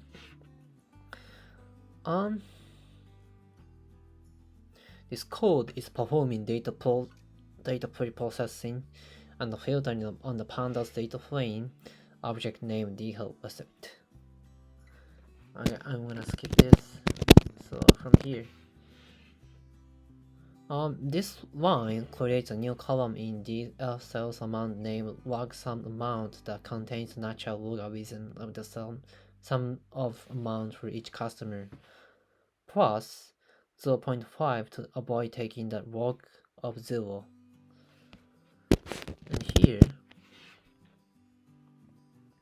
this line creates another new column in the sales amount named the log sum amount SS that contains the scale values of log sum amount using the preprocessing scale function from the scikit-learn library. This function subtracts the mean and divides by the standard deviation of the input array, resulting in a new array with 0 mean and unit variance. So, no, it's not so. This line filters the DeepL sales amount to only keep the rows where the absolute value of log sum amount SS is greater than 3, and then selects the first 10 rows of the resulting data frame. This filter selects customers whose total sales amount is more than 3 standard deviations away from the mean, indicating that they may be outliers. This closing method is used to filter the row based on the string expression, which in this case is abs parentheses log sum amount ss is greater than 3. Okay, next question. Sum the sales amount of the received details data in customer units and extract outliers of the summed sales amount. However, exclude those whose customer ID starts with stat as they represent the non-members. Outliers are defined as the difference between the first and third quartile using IQO, and are defined as being below first quartile minus 1.5 x IQO, or above third quartile plus 1.4 x IQO. I mean, it's multiplied by IQO, short-term results.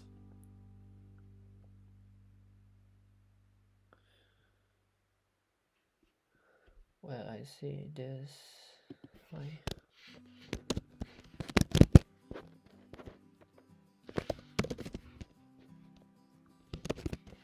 Customer with not this, not this, not this, not this. Oh, this can be perfect. So, was it 80, 78? The sales amount in respect to the quality, not the customer ID.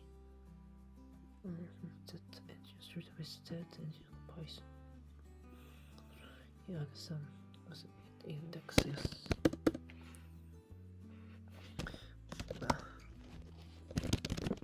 Percentile. The sales amount.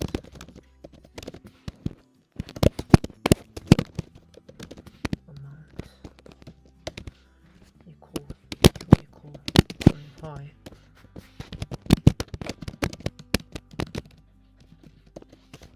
It's 25. PCT 25. What?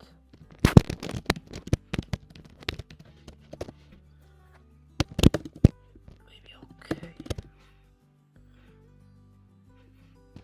IQR.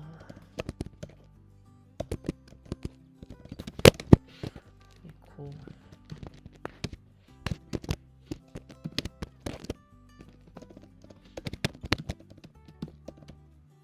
75.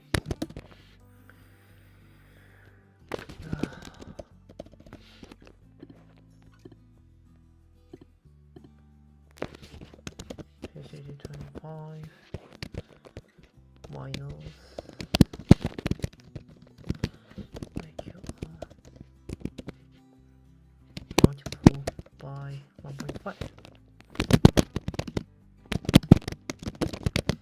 This is plus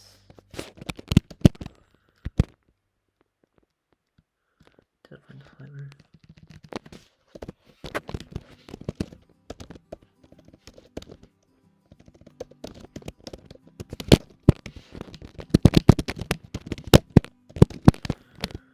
And high.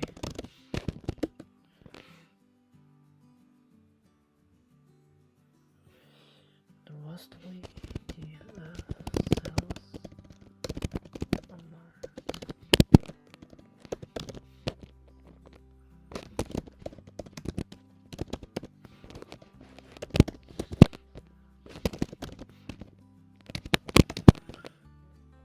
At mark. Where is that mark? Okay.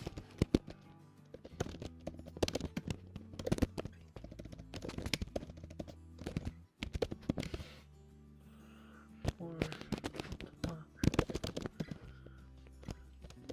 Right.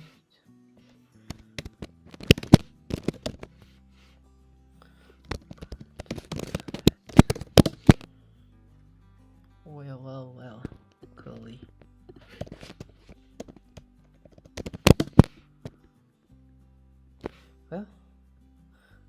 explain from here. This line calculates the 25th percentile of the amount column in the sales amount using the NumPy percentile function and assigns the result to the variables. PC is 25. This is the version of 75, so I'm gonna skip this explanation. And this line calculates the interquartile range IQL of the amount column in the sales amount by subtracting the 25th percentile from the 75th percentile and assigns the result to the variable IQL. And this line calculates the lower bound of the normal range of sales amounts using the formula amount rule equal PCT25 minus parentheses IQL multiplied by 1.5. This is commonly known as the lower whisker to the box plot. This is the version of 75, and this is called the upper whisker of the box plot. And lastly, this line filters the sales amount to only keep the rows where the amount column is less than amount row or greater than amount height, and then selects the first 10 rows of the resulting data frame. These filters selects customers whose total sales amount falls outside the normal range of sales amounts, which is defined as the range between the lower and upper whiskers of the box plot. The closing method is used to filter the rows based on the string expression that uses the sorry, I forgot this in English. Alpha. What's it? Alpha at the back.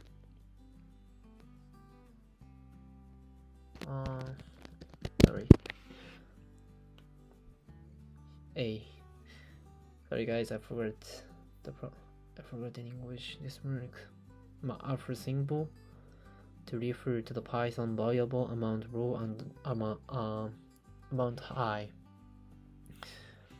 But I'm gonna learn this after finishing this video. Okay, next question. For each item of product data, check the number of missing items. Okay. PD product is number. That's it. This code is used to calculate number of missing null values in each column of Pandas data frame Github product. This method is new. Returns the data frame of the same shape as Github product, where each element is a Boolean value indicating whether the corresponding element in Github product is null or not. Maybe you guys know the code, right? So this code returns a service object where the index is the column names of the product and the values are the number of null values in each column. This can be used to identify which columns have missing values and how many missing values there are in each column. Okay, this is the last question for today. Create a new product data, deleting all records where any items in the product data is missing. Note that the number of items before and after the deletion should be displayed, and also confirm that the number of items has decreased by the number of items checked in question 79. Okay. Copy.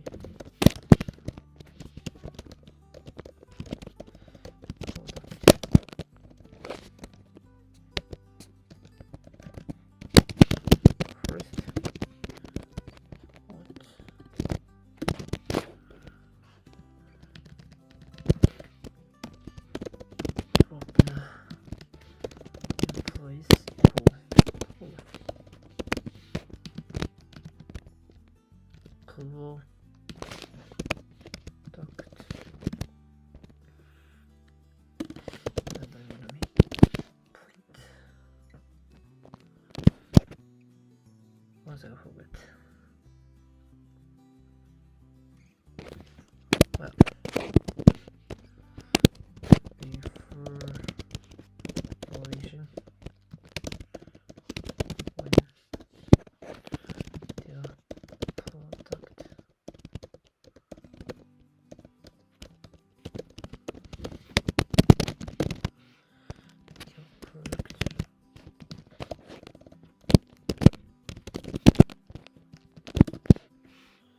Okay. Well, this code is used to remove all rows containing any no missing values from pandas data frame DeepL product and create a new data frame DeepL product first, one that contains only the non-null rows. So I'm gonna explain it here. Well, drop now. This method is used to drop all rows that contain any null values from DeepL product 1. The in-place equal to argument is used to modify DeepL product 1 in place rather than returning a new data frame. So maybe you guys maybe know here, so I skip this explanation. So this code first creates a copy of the original data frame DeepL product and drops all rows that contain any null values from the copy data frame to create new data frame DeepL product 1, and finally prints the number of rows in the original and the new data frames before and after the deletion of null values.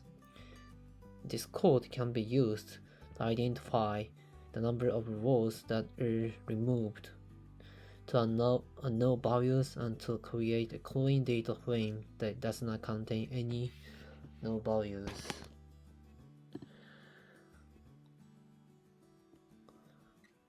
Question 81st. Create new product data from the missing values or unit price and unit cost, supplemented by the average variable age.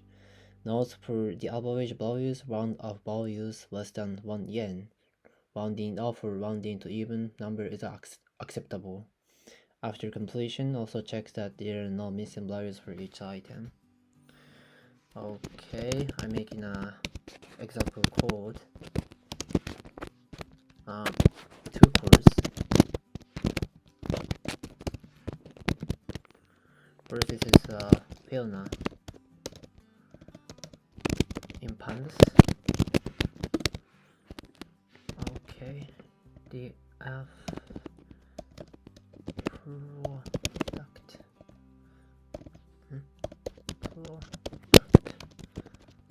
Fiona.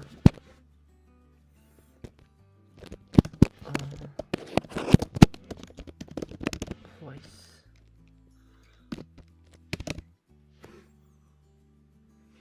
What was it? NumPy dot wand NumPy dot me F product unit twice.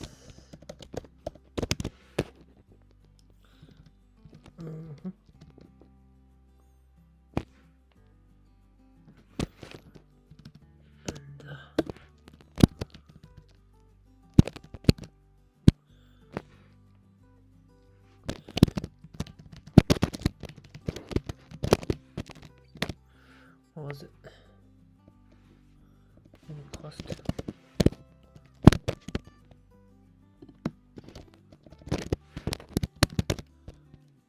Alright.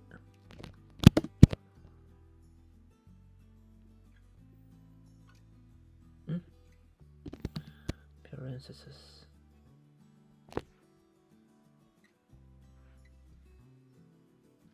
What the?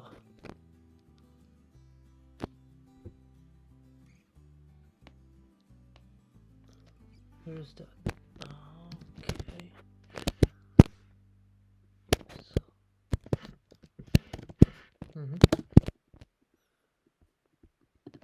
Okay. This is the product. Cool.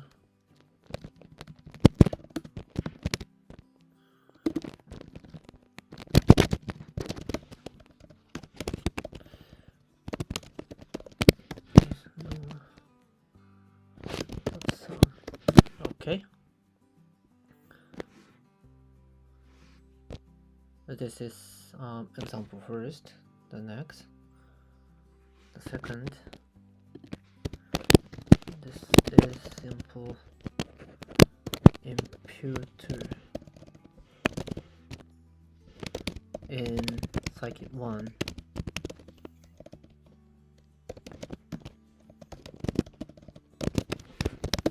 Okay. So simple imputer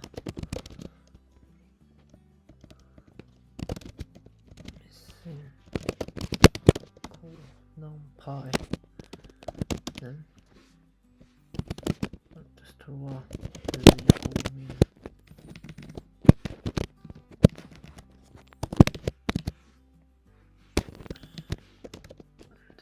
Insert for input mean.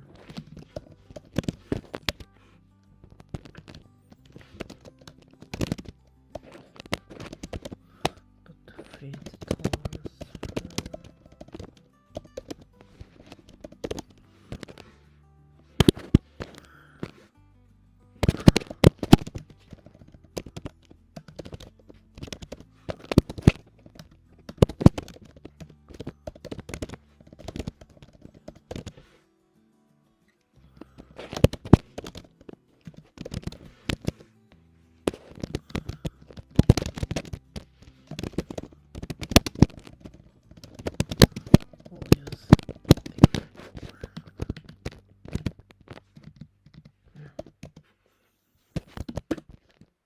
Okay. And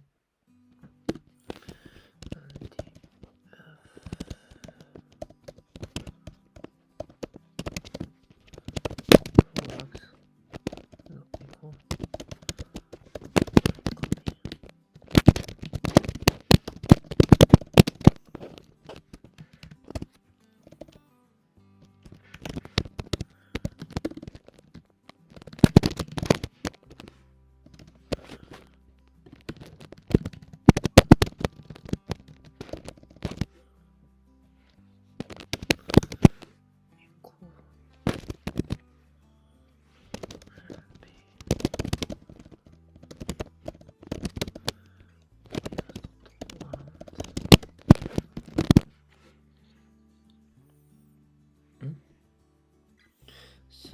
So what is it? And bias. Maybe okay.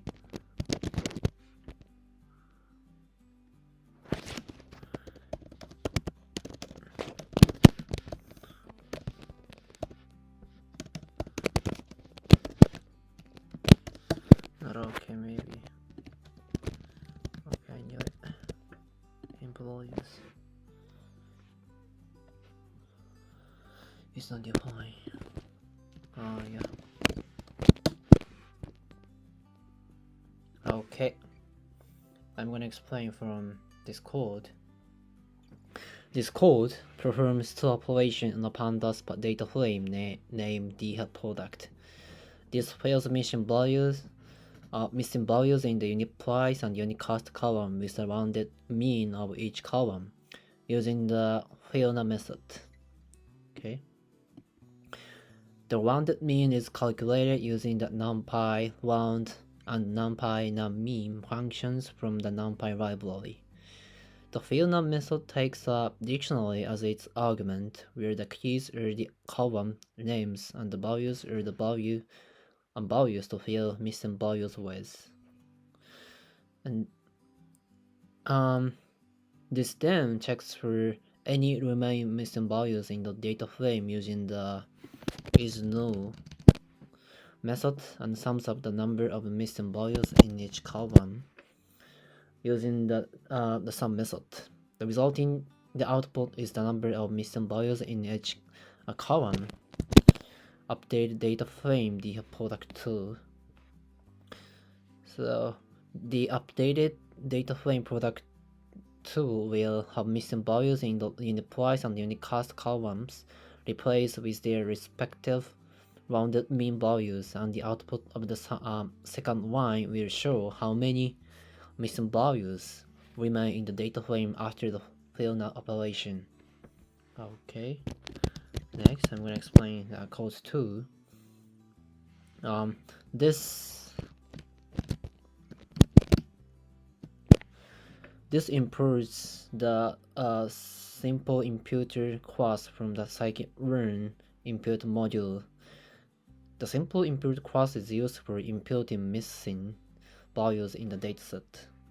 This creates an instance of simple imputer called impmean. This imputer will replace missing values, which are represented as numpy.none in this case, with the mean value of the corresponding column. The strategy imputation is set to mean,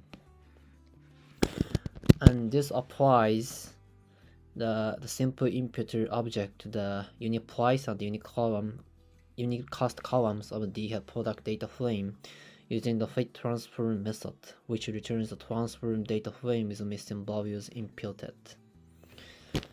And this creates a copy of the original DHEL product data frame called DHEL product 2 using the copy method. And this checks for any remain using values in the data frame using the isNull method, and sums up the number of missing values in each column using the sum method. Here. The resulting output is the number of missing values in each column of the updated data frame, DHEL product 2. So the final output of this code will show the number of missing values in the updated DHEL product 2 data frame after imputing missing values with the mean of each column. This approach can be useful for handling missing value in a dataset, especially if there are only a small number of missing values. Okay. Next question. Create a new product data for missing values of unit price and unit cost, supplemented by the median variable h. Note that for the median value, round off the figures to the nearest n. Rounding off or rounding to even number is acceptable. After completion, also checks that there are no missing values for each item. Well, I'm gonna make 2 example code, but it's almost same. Here's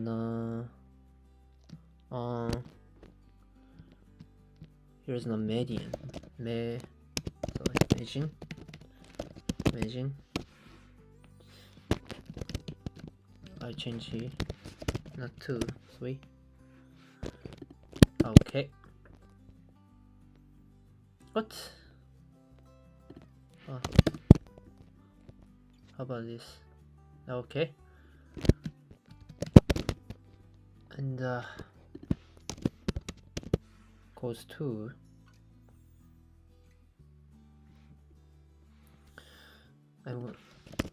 Okay, this will be 3. And the strategy, this is median. And that's it. Right. Okay, I'm gonna explain from here. But just change here.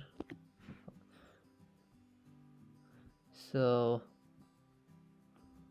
well,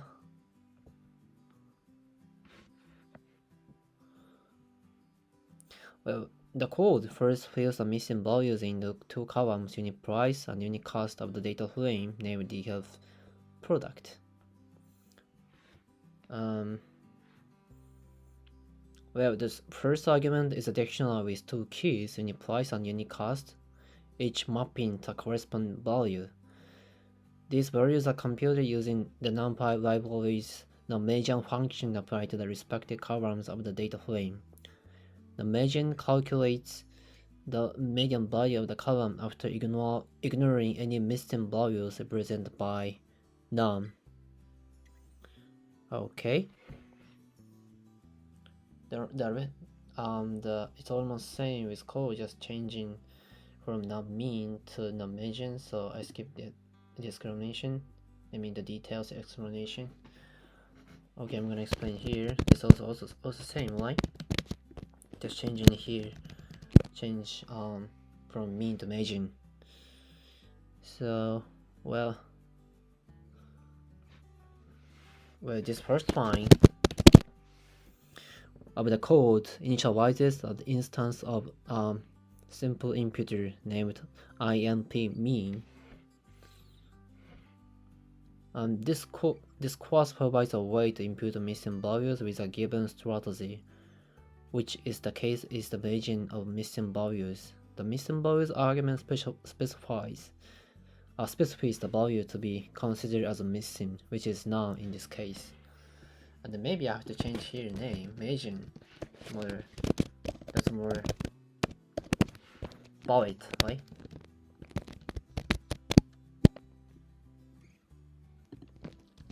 But yeah, the same result. Okay, next question. Create new product data from the missing values of unique cost, unique price, and unique cost, supplemented by the median value calculated for each product category subcategory code. Note that the median value should be rounded to the nearest n. Rounding off or rounding to even numbers are acceptable. After completion, also check that there are no deficiencies for each item. Okay, I'm gonna make two codes again. First, well,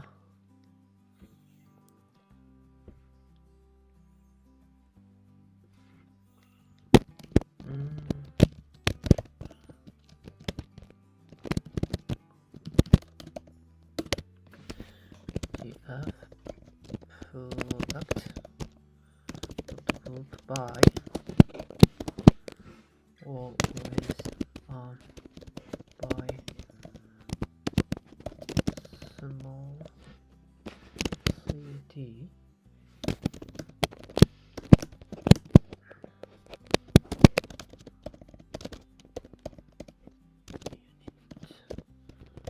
price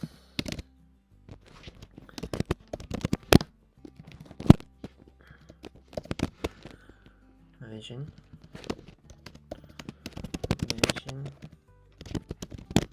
cost equal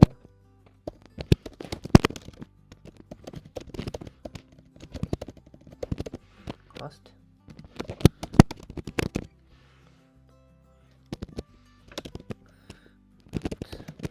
reset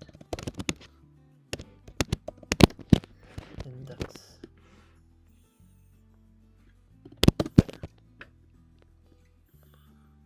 Okay. Insert this and have temp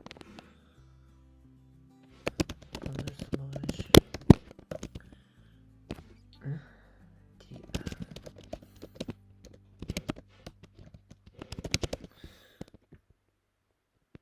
product df temp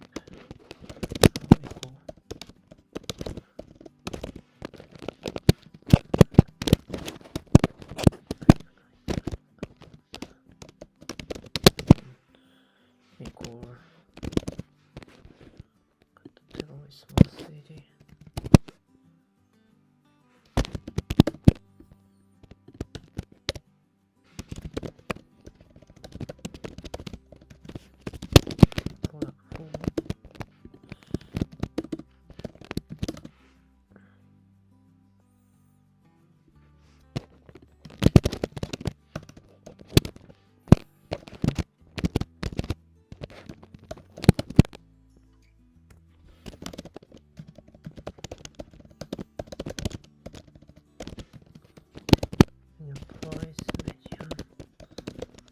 device.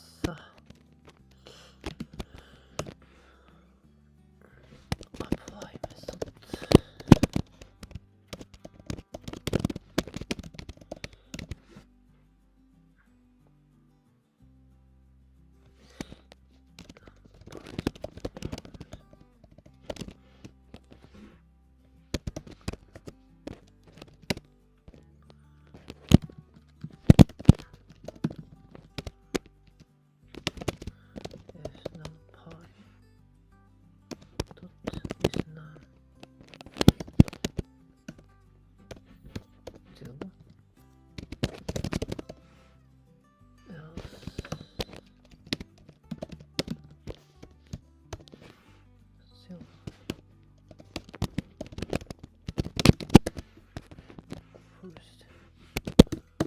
Come on.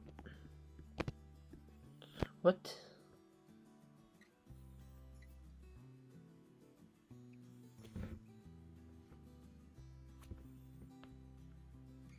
Improve full new place, medium place.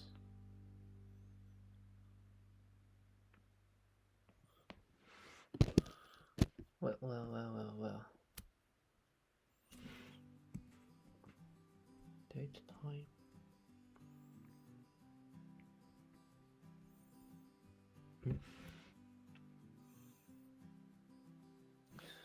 Any place, any medium place.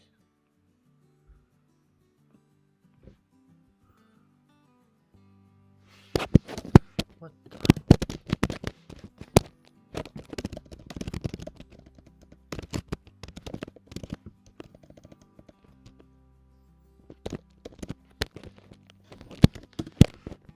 Was it describes? Right? Oh, not describe, sorry. What was it? Info.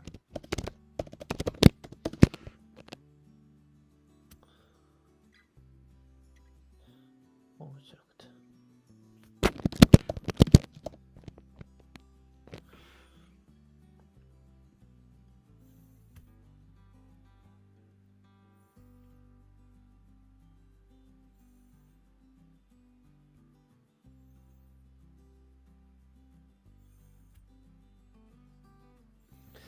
I'm clicking.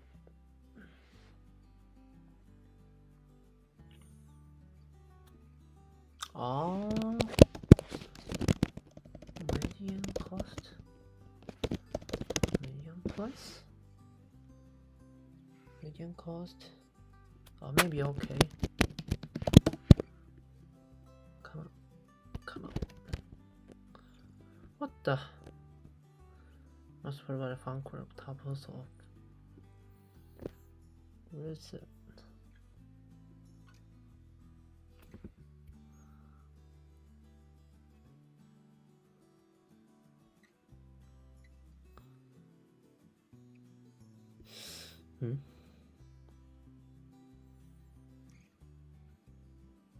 Here?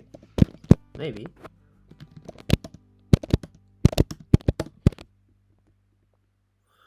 Come on, me. Deal product that group by vision. Huh? Come on, me. What the? That medium price. Green price. Huh? Not here.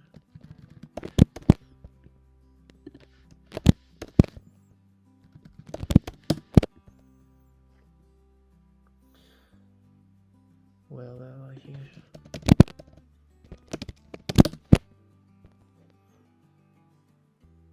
What?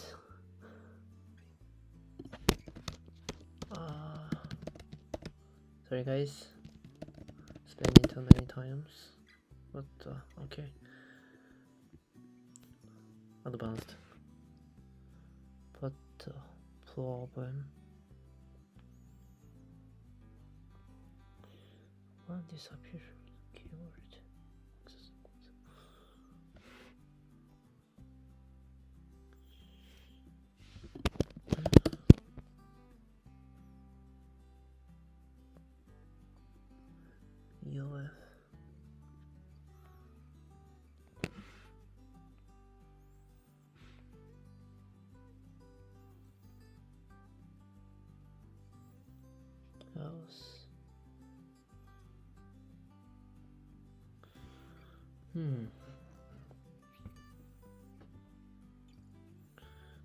Which implies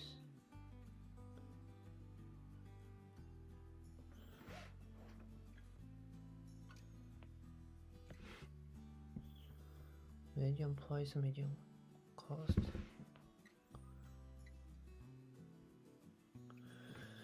Unit cost.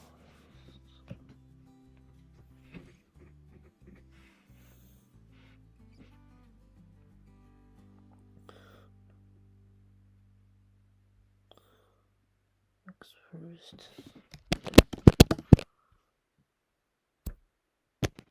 Okay.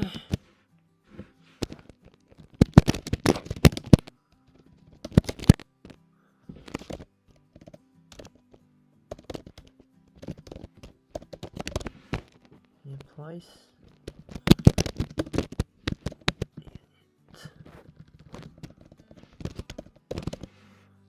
the cost it goes margin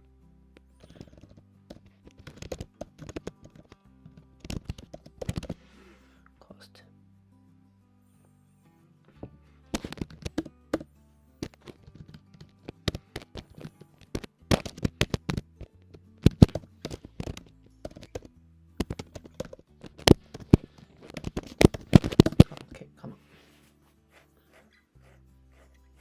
Okay, next, code example 2.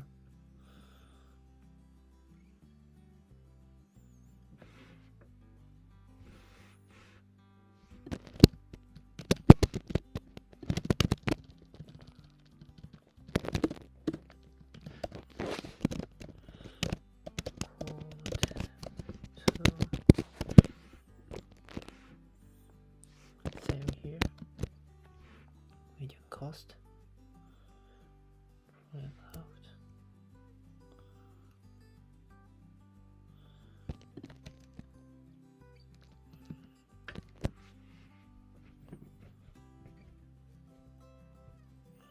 Well,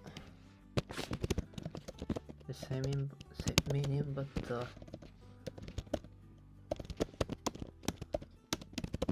just wanna change this.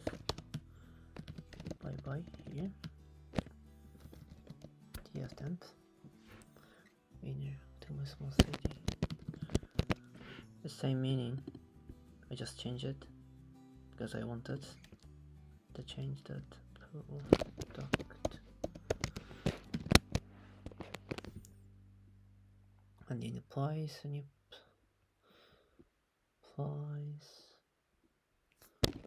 and using the mask function. Product tool, not here. Twice.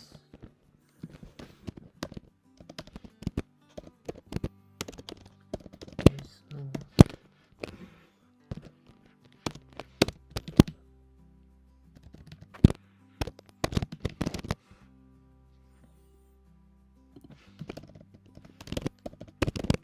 imagine.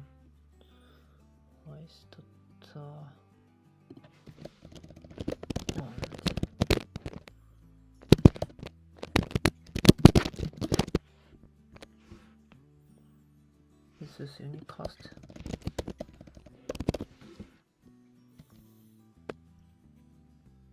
And what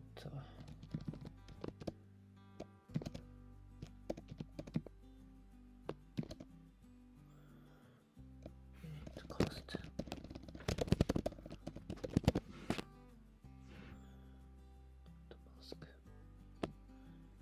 Unit cost.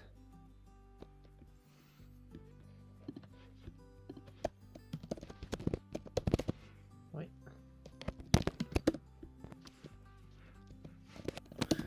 Come on.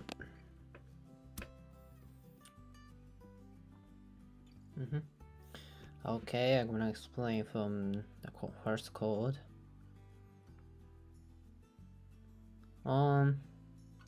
This code performs imputation of missing values in the unit price and unit cost columns of data frame DL product using the median value of each category.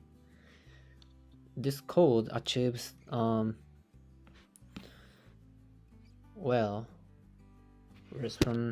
first line.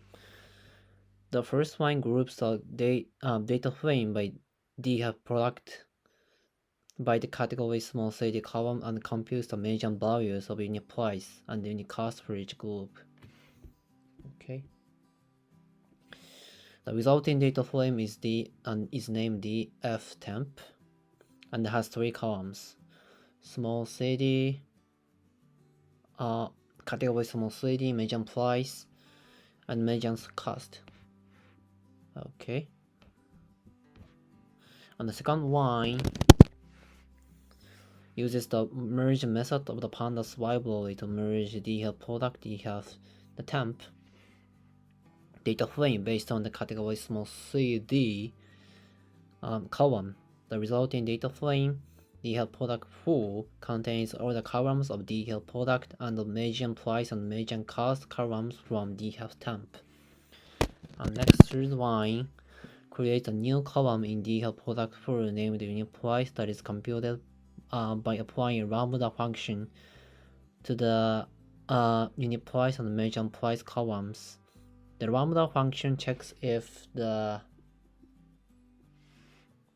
unit price column is missing, and if so, returns the rounded value of the median price.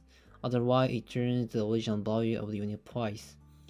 This operation fills the missing values in the unit price column. The first line is kind of same, just change from price to cost. So the last line checks if there is still any missing values in the DL product's full data frame by calling the isNo method and then the sum method. If the output shows that there are no missing values in either column, this confirms that the imputation operation was successful. Right? Successful. I'm going to explain cause 2 here. The third line creates a new column in the health product full named unit price that is computed using the mask method of pandas. The mask method sets the missing values in unit price to the rounded value of median price, and this operation fills the missing values in the unit price column. First line is almost same, right?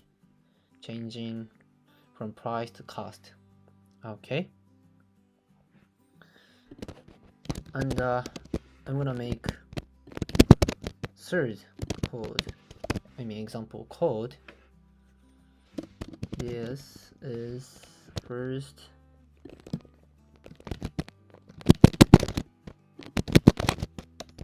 copy.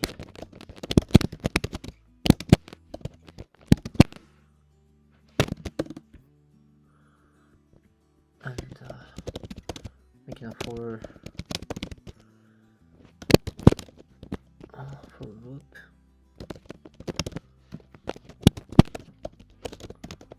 Cost.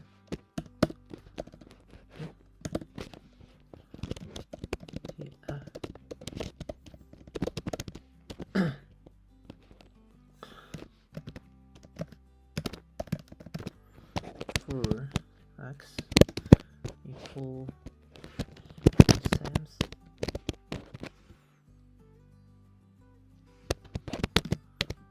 dot clear on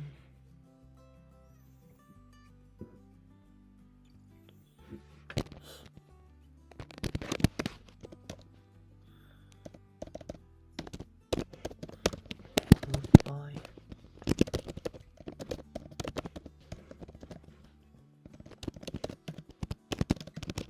cd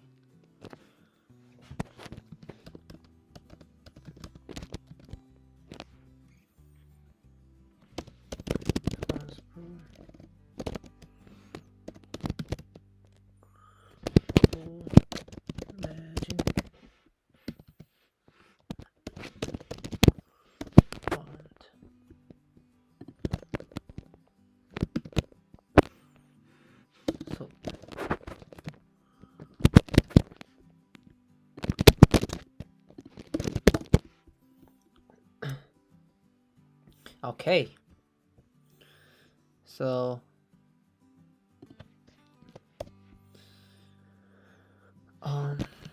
first, the first line creates a copy of the original data frame. The product names it the product full. And second line here,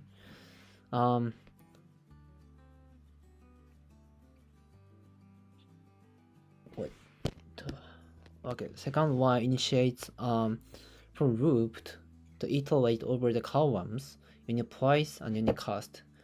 The third line fills the missing values. Not third line. Well, what the?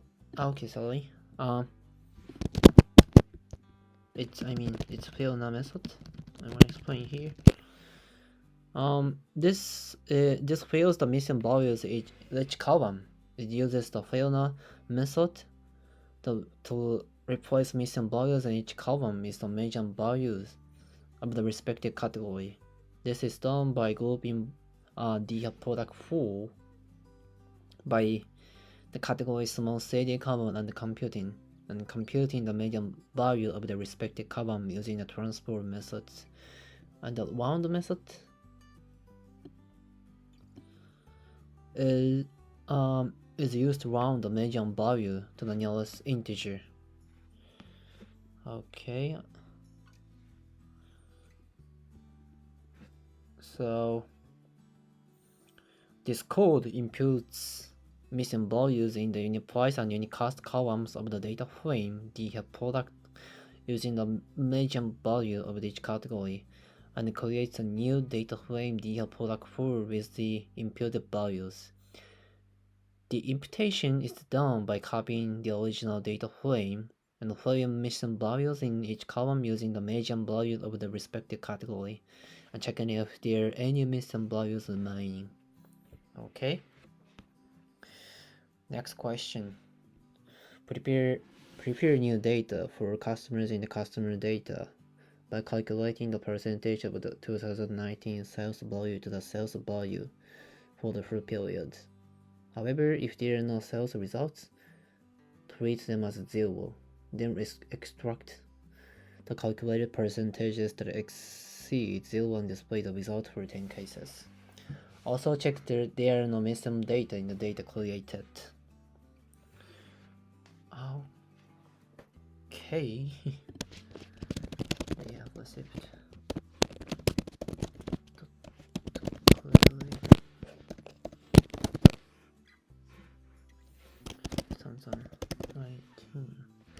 One.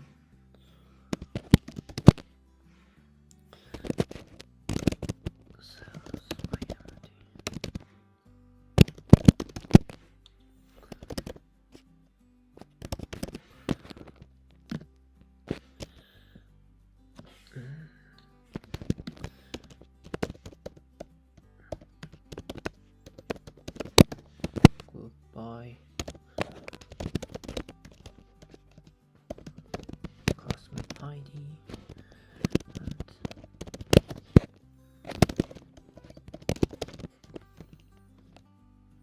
month 2019.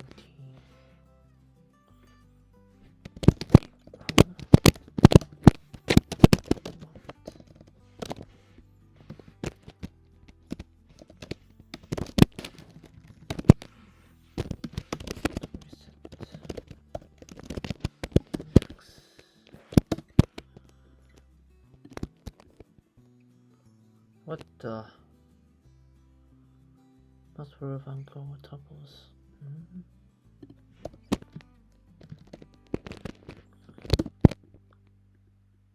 Okay. So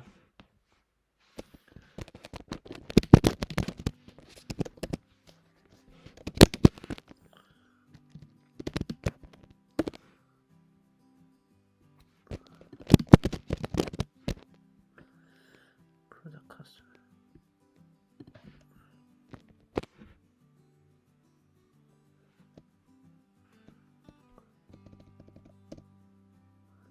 Customer ID, column O.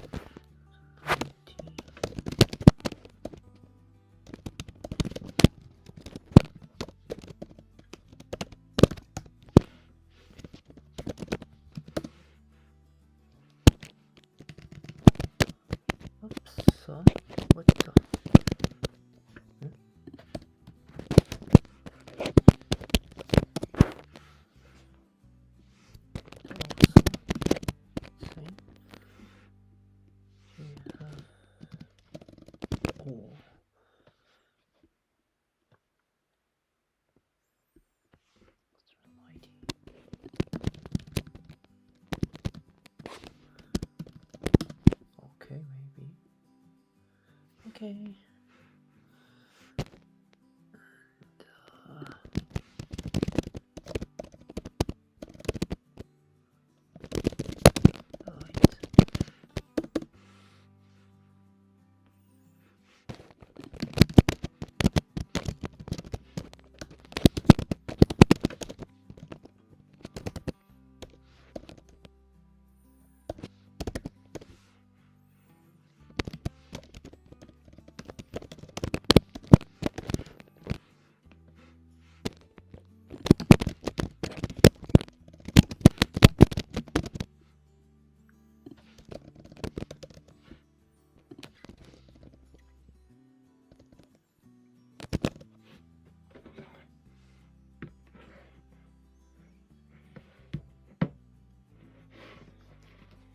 Oh.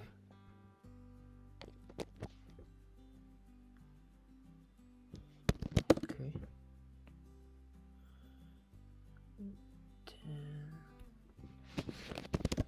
yourselves. Right.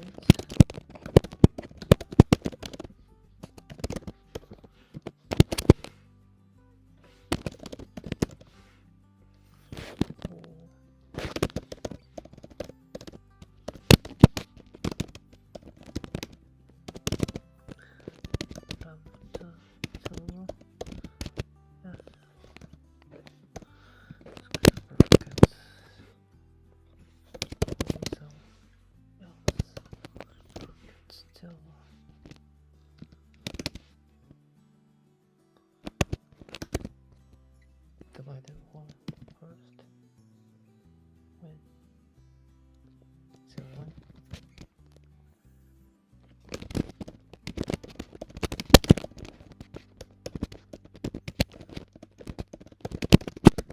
First. Okay. And yourselves.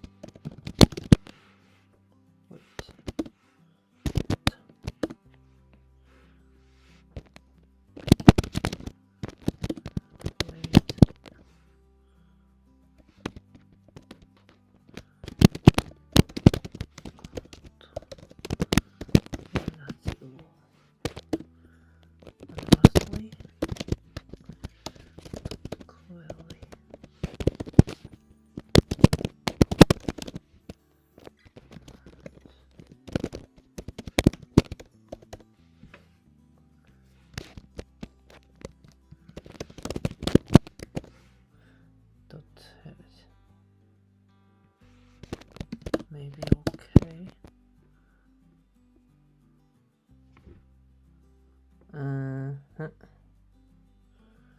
Okay, I'm gonna explain. So this code performs data processing on Panda's data frame called DeepL receipt to calculate the sales rates of customers in the year 2019 compared to their total sales. So this first line creates a new data frame called DeepL receipt 2019 that filters the rows of data receipt to only include sales from the year 2019. So this then groups the rows by customer ID and calculates the sum of the amount column for each group. The resulting data frame has two columns, customer ID and amount 2019. The second line, this creates a new data frame called DeepL receipt O that groups the rows of DeepL receipt by customer ID and calculates the sum of the amount column for each group. The resulting data frame has two columns, customer ID and amount O. And third line creates a new data frame called DeepL receipt O. DeepL sales rate that merges the customer ID column of DeepL customer with the amount 2019 and the amount all columns of DeepL receipt 2019 and DeepL receipt all respectively.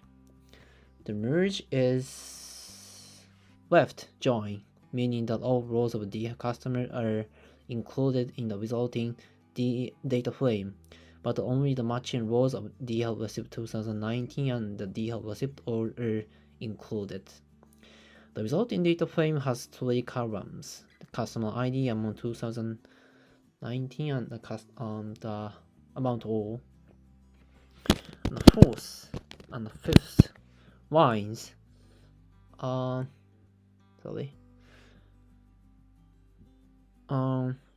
first and the fifth lines fills any missing values in the amount 2019 and the amount all columns with 0.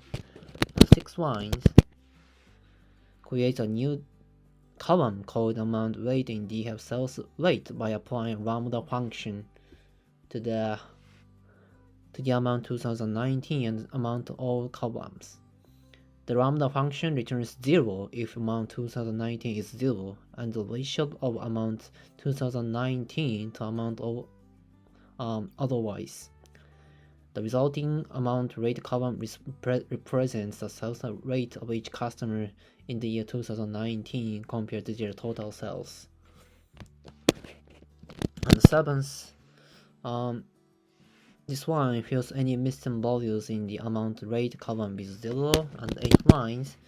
This filters rows of sales rate only include customer with positive amount rate, sorting the data frame by amount rate in descending order, and returns the first 10 rows. These are the top 10 customers with the highest sales rate in the year 2019 compared to their total sales. Okay, next question. Create new customer data by linking geocode data to all customers in the customer data using postcodes. However, if multiple longitude and latitude information is associated with single postcode, calculate and use the average values of longitude and latitude. Also, display 10 results to check the creation results. Okay, they have geocode. Then it's new data frame. Wait, what the? Okay. Postal CD.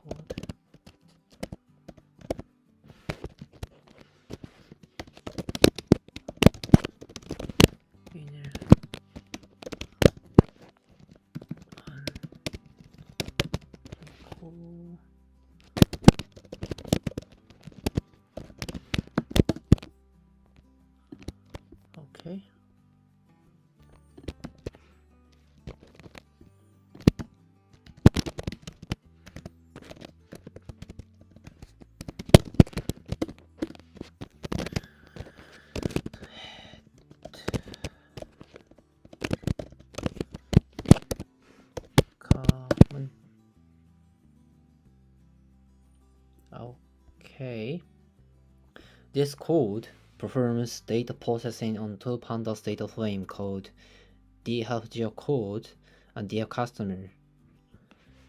And this first line creates a new data frame called DFGeoCode first. 1. By grouping the rows of DFGeoCode by parser CD and calculating the mean longitude and latitude for each group. The resulting data frame has three columns: parser CD, M longitude, and M latitude. A second line creates a new data frame called DFCustomer1 by merging by DFCustomer and DFGeocode1 on the parser CD column. The merge is inner join, meaning that only the rows that have matching values in both data frames are included in the resulting data frame. The resulting data frame has all the columns of DFCustomer plus the M longitude and M latitude column from DFGeocode1. Here, the third line displays the first 10 rows of the resulting data frame using the head method. This shows a sample of the merged data that includes customer information with their corresponding parser codes, mean longitude, and latitude values. Okay. Okay, next question. For the customer data with latitude and longitude created in question 85, combine it with shop data using the member application shop code as key. Calculate the distance between the application shop and the customer address using the latitude and longitude information of the application shop and the latitude and the longitude of the customer address and display together with the customer ID. Customer address and shop address display the information. Display the information together with the customer ID. The same things, right? Why did I display with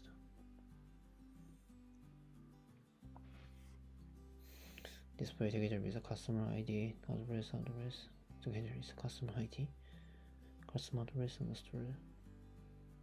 It's the same meaning, right?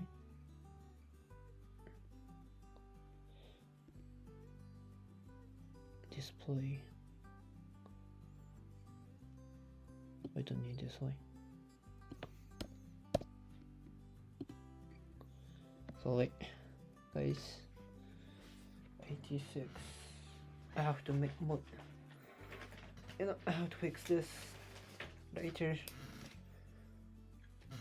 Question 86. Well, I will modify and upload the modify file. Okay.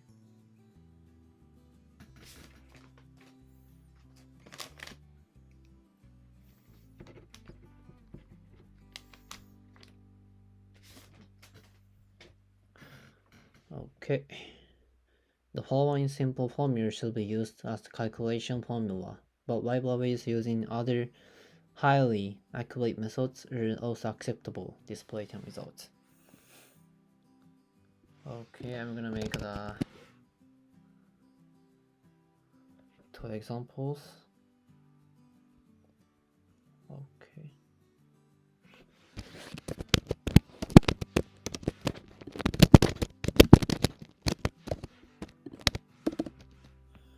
Well, first making a definition.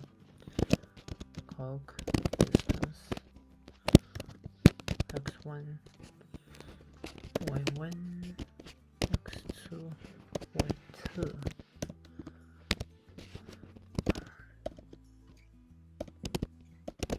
Distance equal.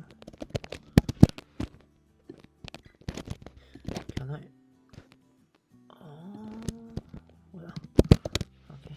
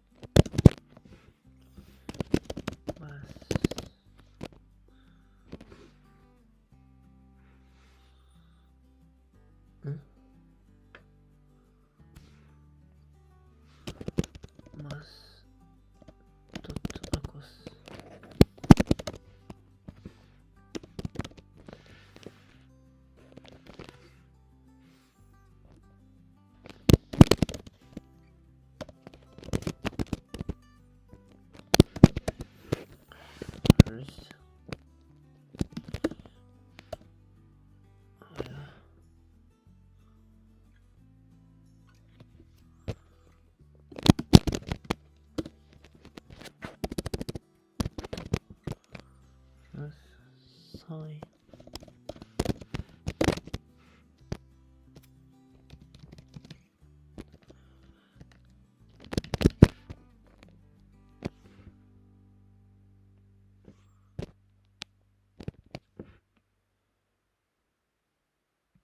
What? Oh, okay.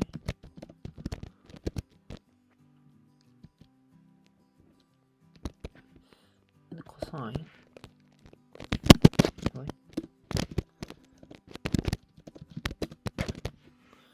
Cosine.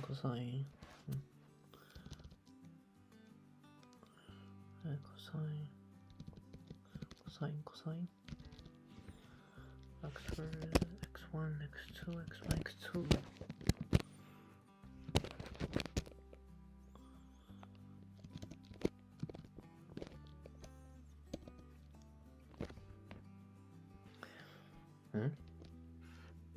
There has to be one.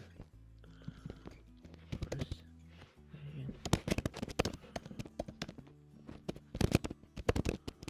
audience.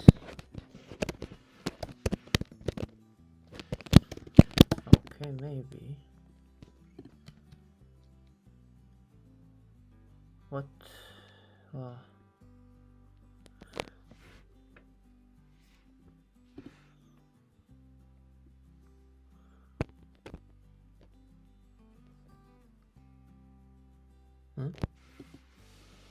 Sine, Swedians. Oh, I don't need here.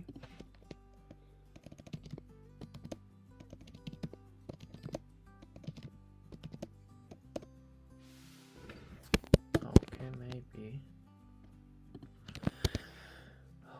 Okay. Oh, I forgot that. Turn.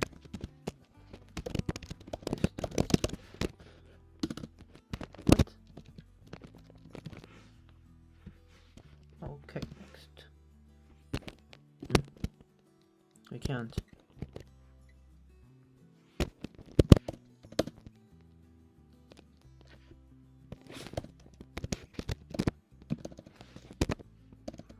Distance. Okay, maybe. Thanks.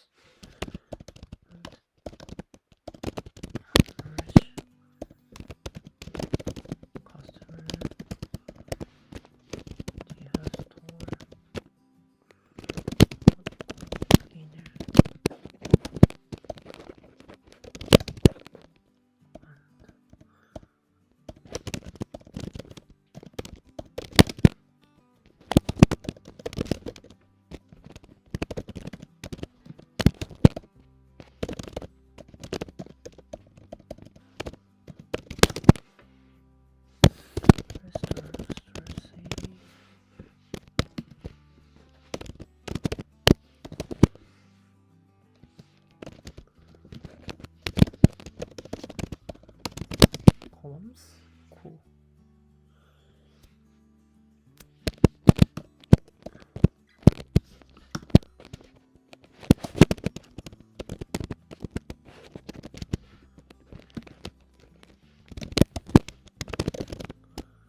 Customer.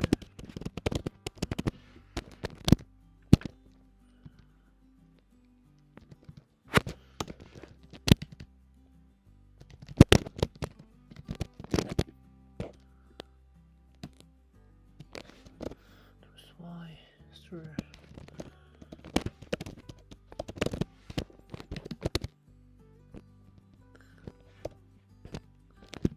Don't need this.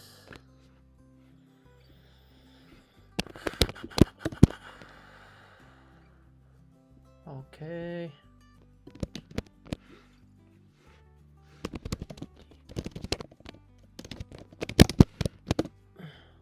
Temp.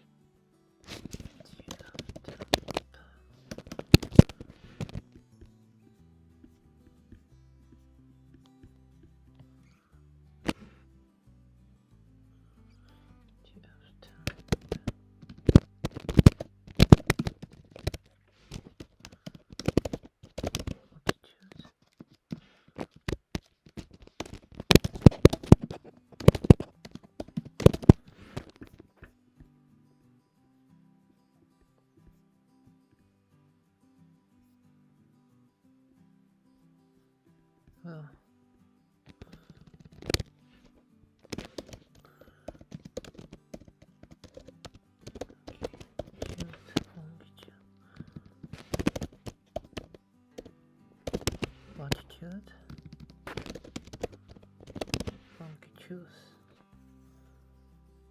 latitude.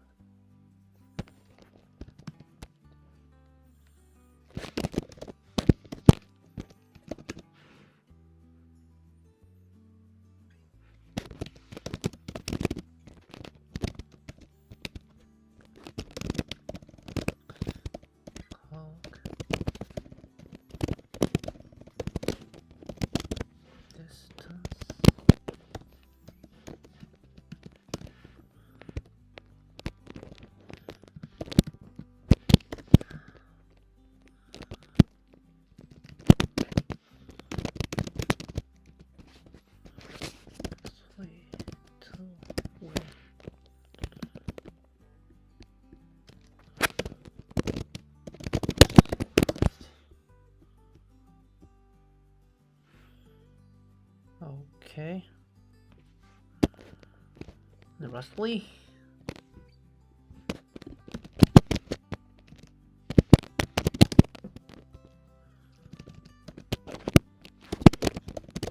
distance.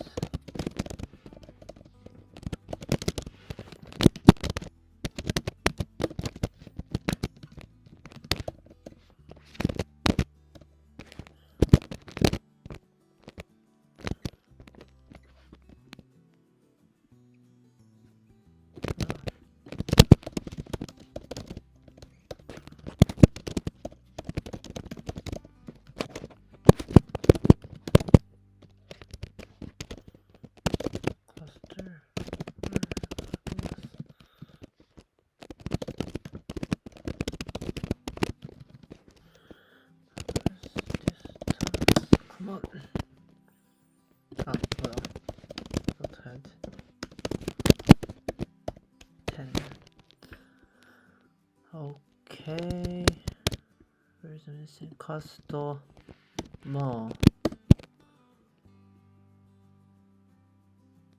Okay, maybe. What? This is difficult. This is not good. Where is it?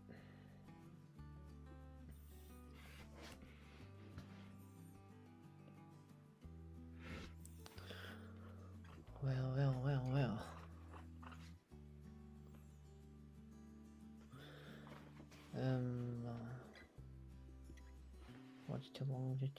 What longitude apply on the data call distance 1, 2, 3.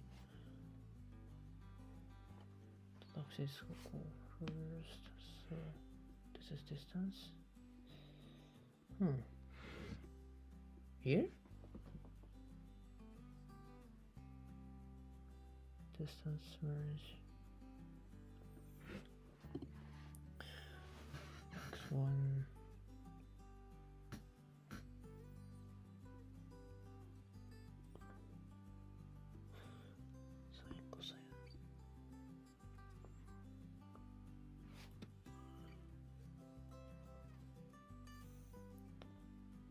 What?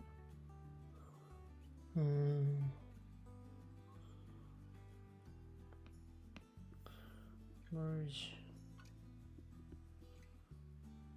Custom ID store.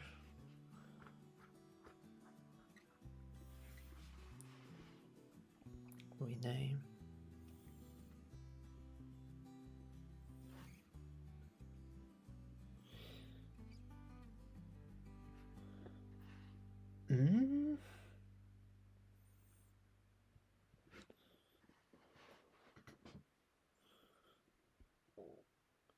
Longitude, latitude,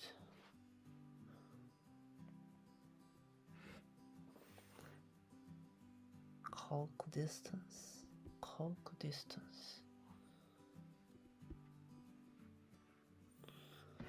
Well, I'm not sure where.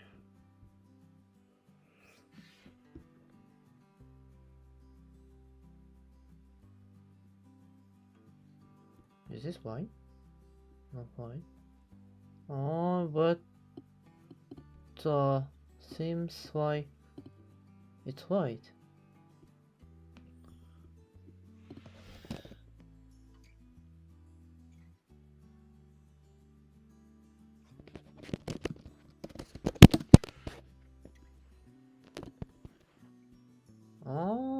here.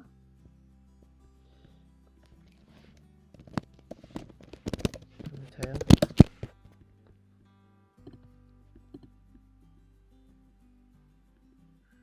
Maybe light.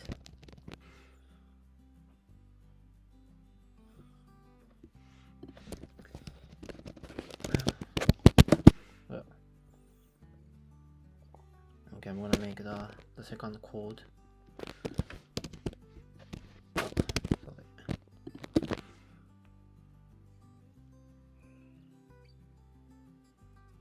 But you're not almost same. Copy first. Clock distance. NumPy. X on.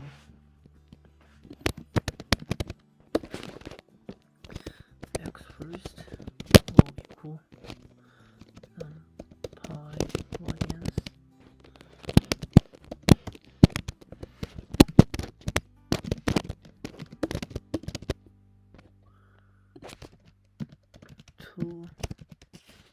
2y2. Y first, y second, x second.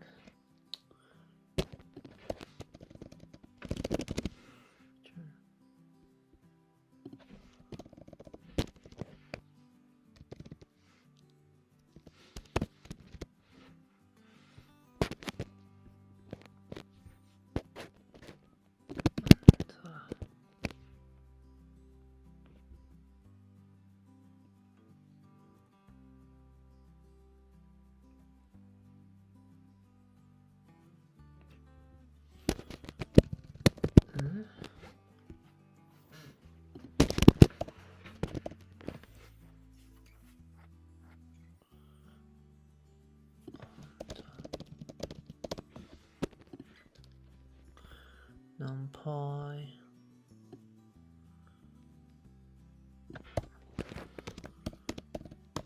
NumPy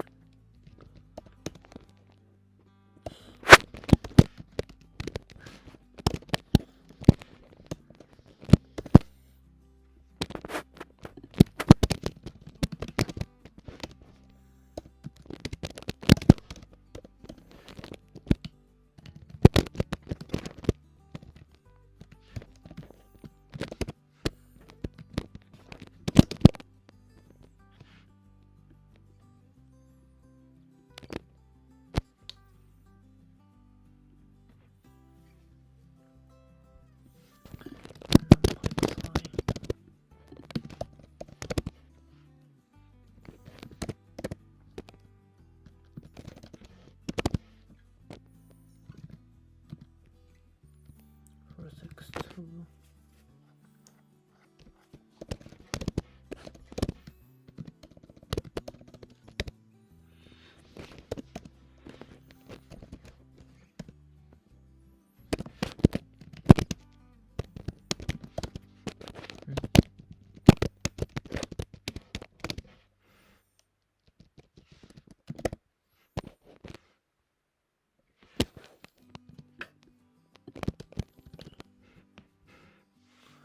Okay.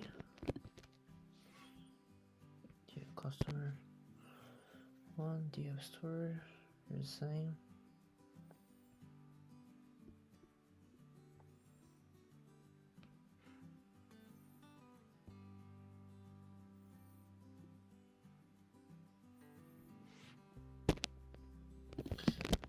Here.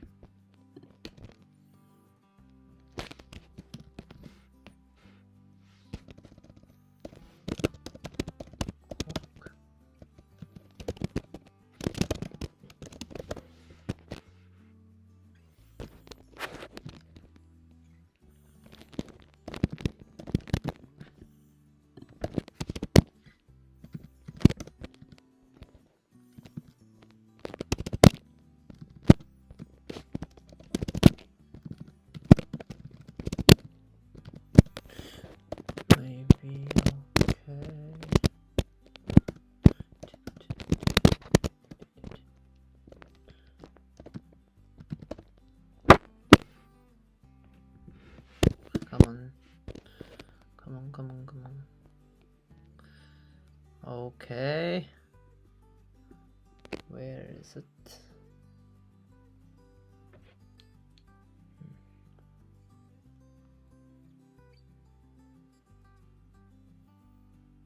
Here? Maybe?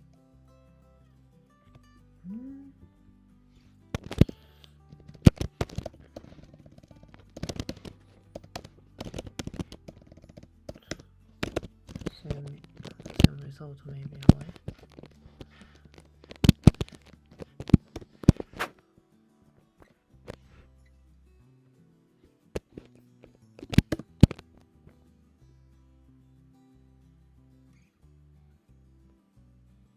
Here?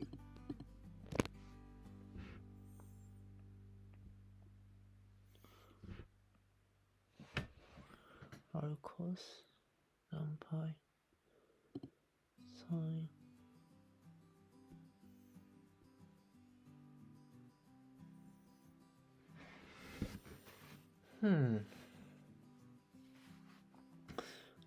multiple pieces plus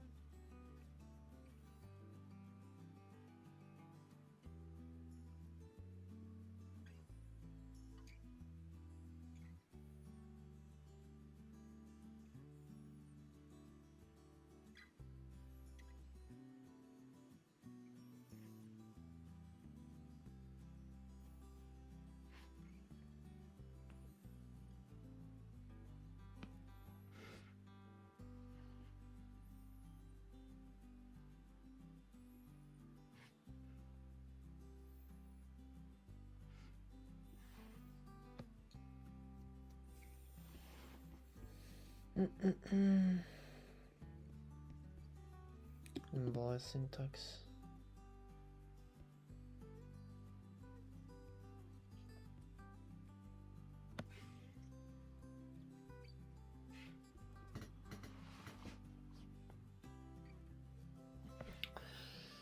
What does that mean, dear customers? First, merge GitHub store.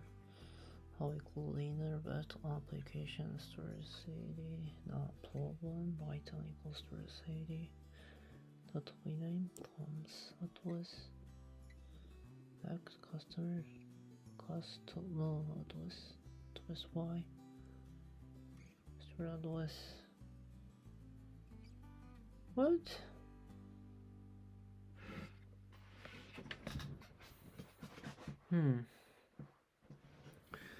Like 9.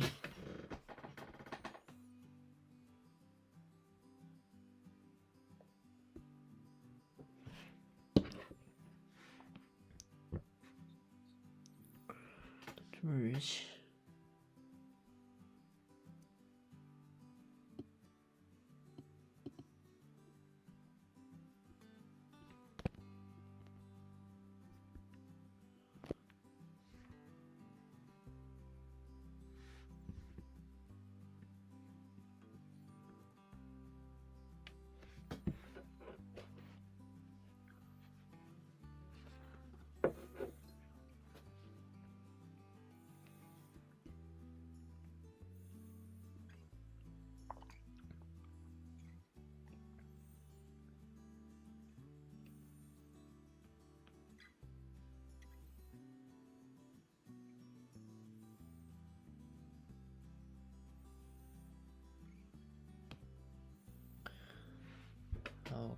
Okay, I'm gonna fix this code in 2 minutes. Then if I could not fix this code, I will skip this. I mean, I gave up. I will give up this class. What? But numpy x1 x2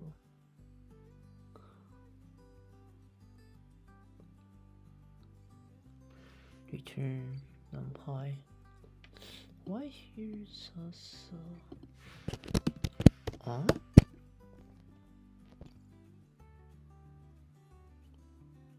Okay, maybe okay. Name df is not defined. Df, where's df? Oh, here.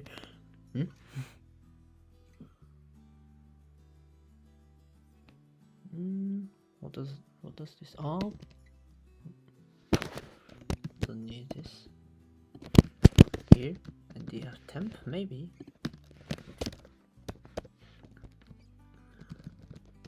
Df temp.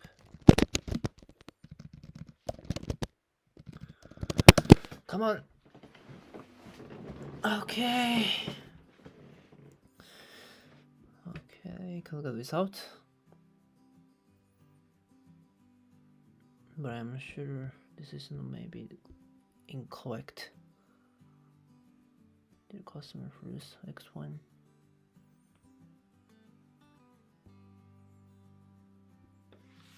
Maybe here, right? The formula is different. Okay. I'm gonna explain from code first. This code performs some geospatial calculations on the data processing on 3 pandas data frame called DF customer. DF customer 1, DF store, and DF temp. Okay, the first line, first and the second and the third and the first and the first line here defines a Python function called calcDistance that takes 4 arguments x1 and y1 and x2 and y2. The function uses the Haber sign formula to calculate the distance between the 2 points in kilometers, showing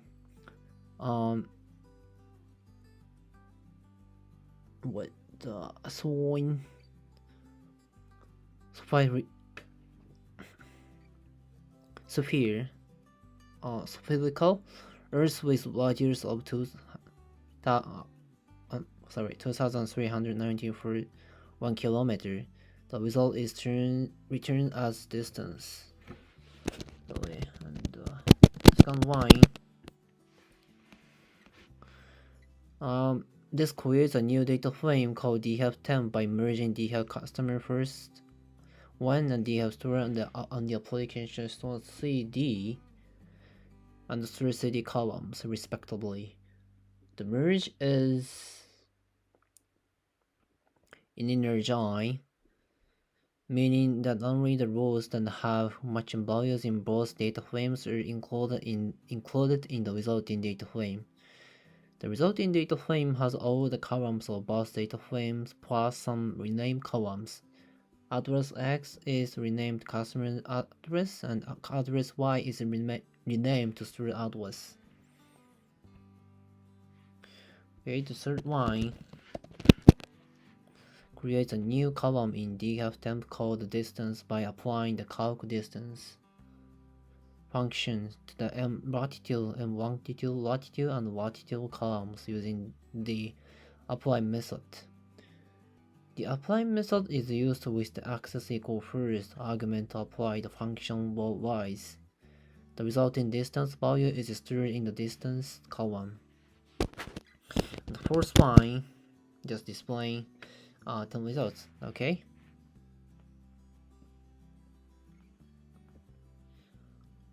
Well, this code shows a sample of the merged data that includes customer and store information with the corresponding distances between them. Okay, next. That was here. Okay, the second code. I'm gonna explain this. Well,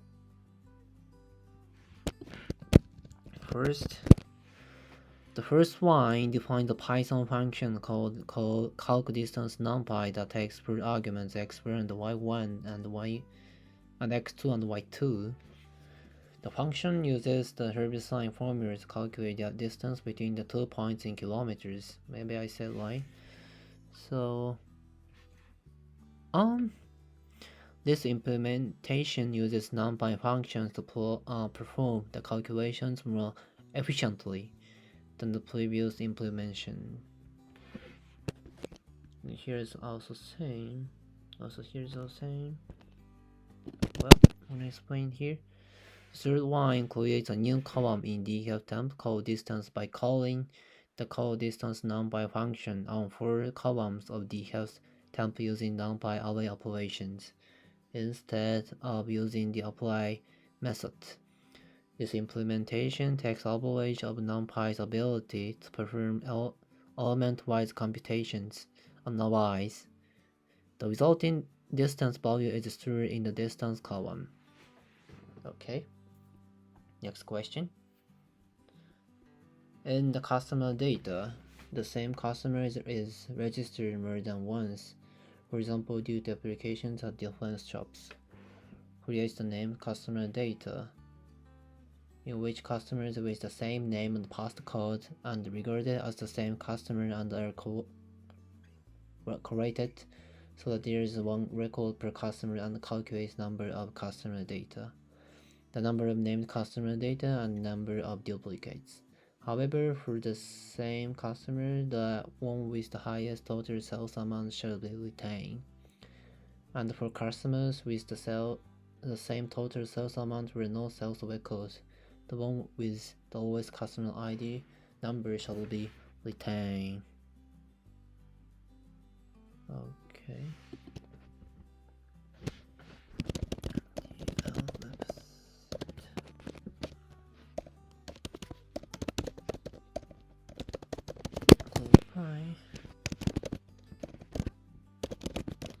Customer ID.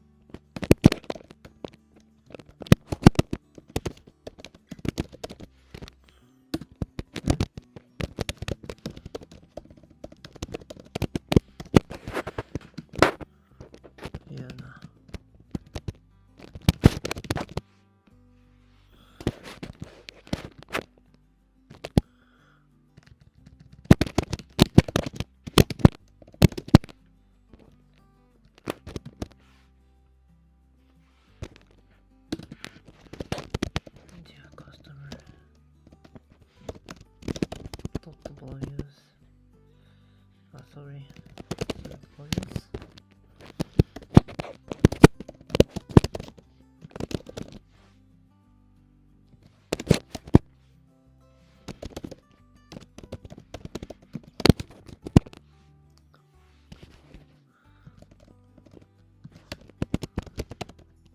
Sending.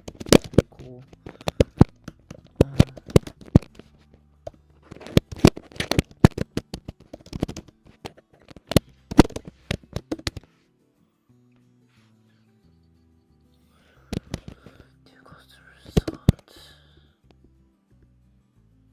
Well, here.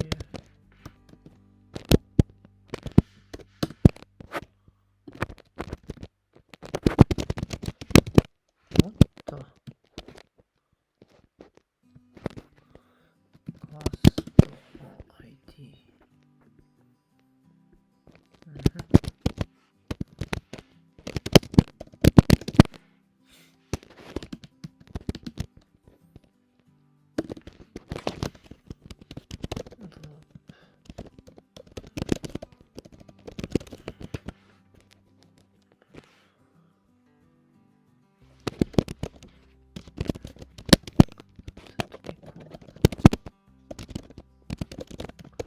ID.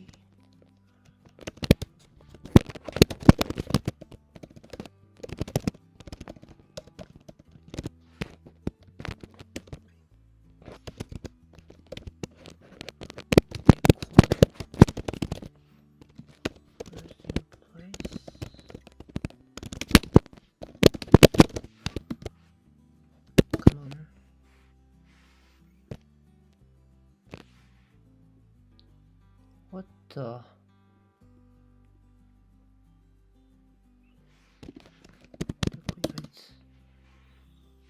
Okay.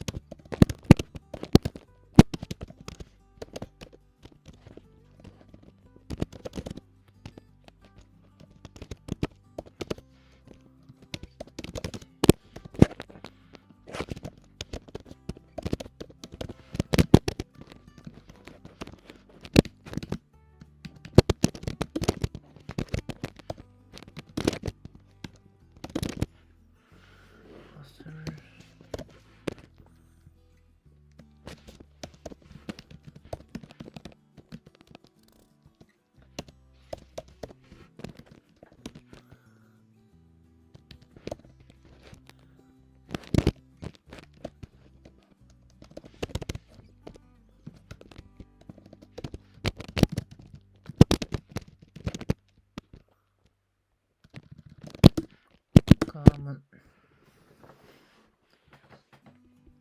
Right? It's okay. Well, this code, like first grouping this lines, grouping the DeepL receipt data frame by customer ID and calculates the sum of amounts for each customer. The resulting data frame is stored in DeepL receipt temp. And the next line, this merges the DeepL customer data frame is the DeepL receipt temp data frame based on the customer ID column. This is a left join, so all customers in DeepL customer will be included in the resulting data frame DeepL customer U. And next, it's replacing any missing values in the sum amount column with 0. And next, it's search the rows in DeepL customer U by some amount in descending order, and then by customer ID in ascending order. And next, this removes any duplicates in DeepL customer U based on the customer name and the postal city columns, keeping only the first occurrence of each duplicate. The resulting data frame is stored back in DeepL customer U. So lastly, pointing out the number of rows in the original DeepL customer data frame, the number of rows in the updated, and the difference between the two diff. So overall, this code is performing data cleaning and manipulation to create a new data frame DeepL customer U that includes information about each customer's total purchase amount, stored by this amount in descending order, with any duplicates removed based on the customer name and postal city column. Okay. Next question. Based on the data created in question 87, create data with integer named IDs for the customer data. However, the integrated name ID shall be assigned according to the following specifications. non-duplicate customer set the customer ID, duplicate customer set the customer ID of the record extracted in the previous question. The difference between number of unique customer IDs and number of unique integration name drop ID shall also be checked. Integrated. Okay.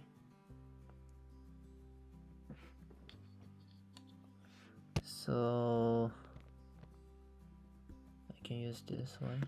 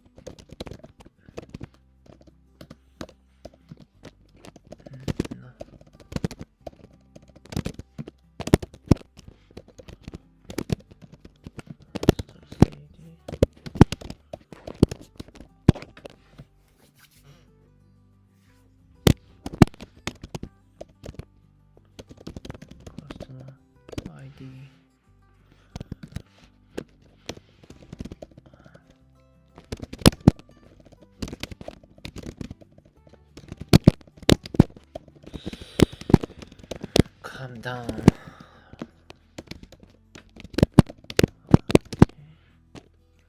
Calm down, me.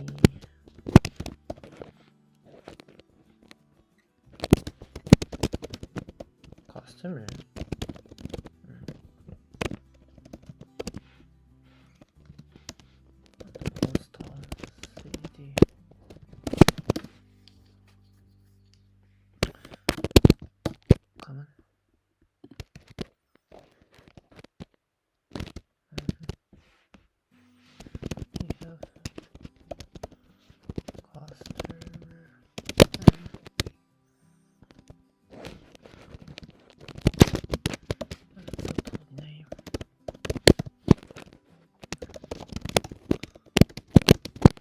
Equal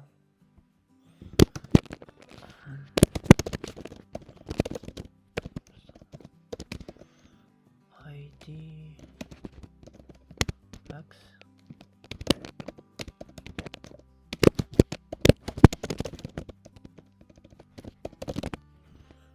customer ID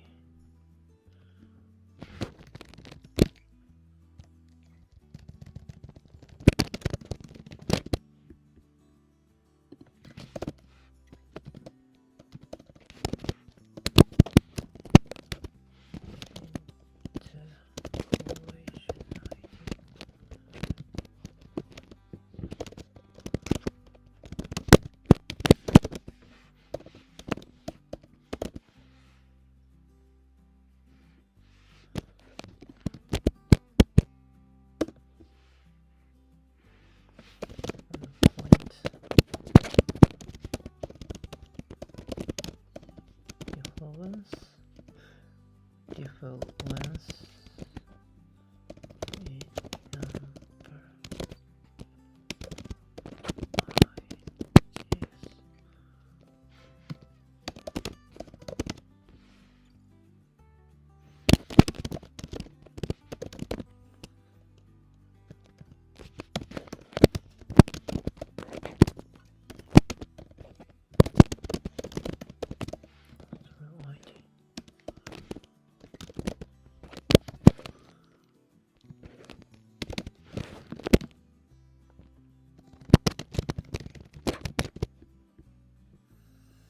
customer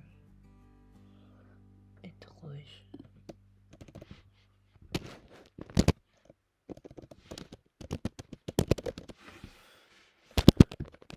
Come on.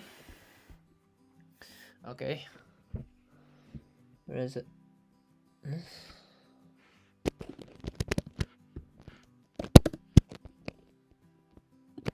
Okay, sorry.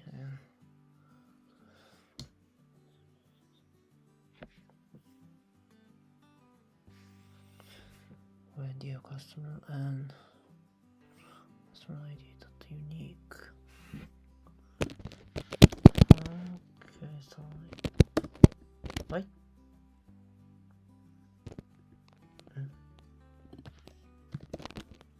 column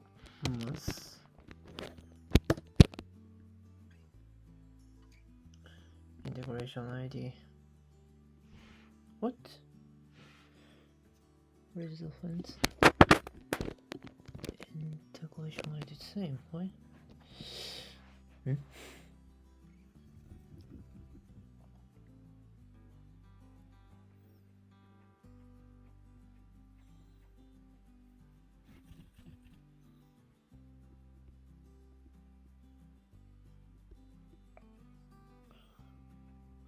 Dear customer and integration ID dot unique.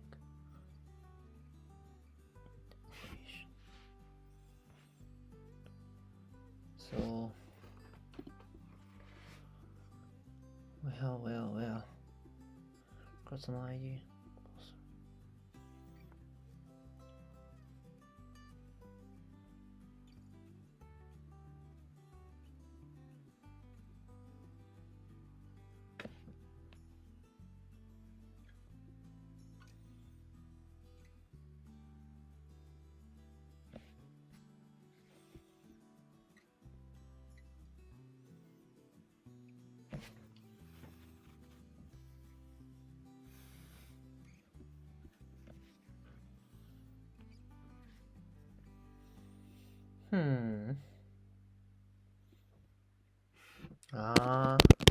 I got it. I found you. No found you.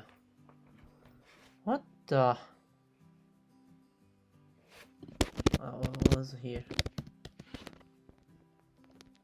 What's the name? Oh my. Again, go.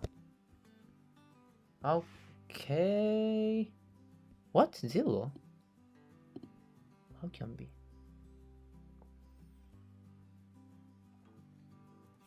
Customer name, poster CD. Customer name, poster CD. Customer ID. Customer name, poster CD. XY. X. Integration ID. Well, maybe wide, but 0.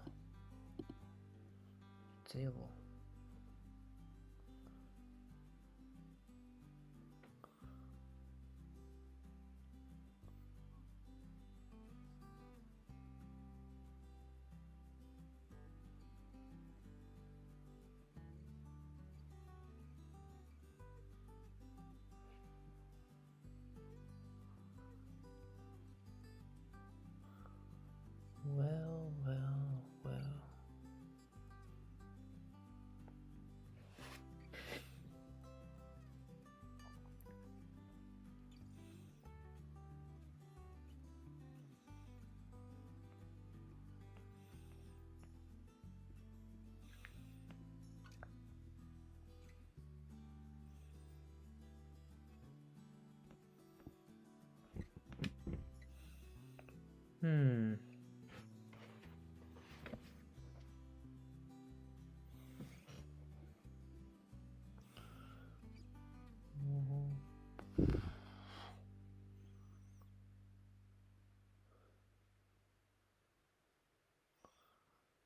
Well, I'm not sure, so I'm gonna explain this code.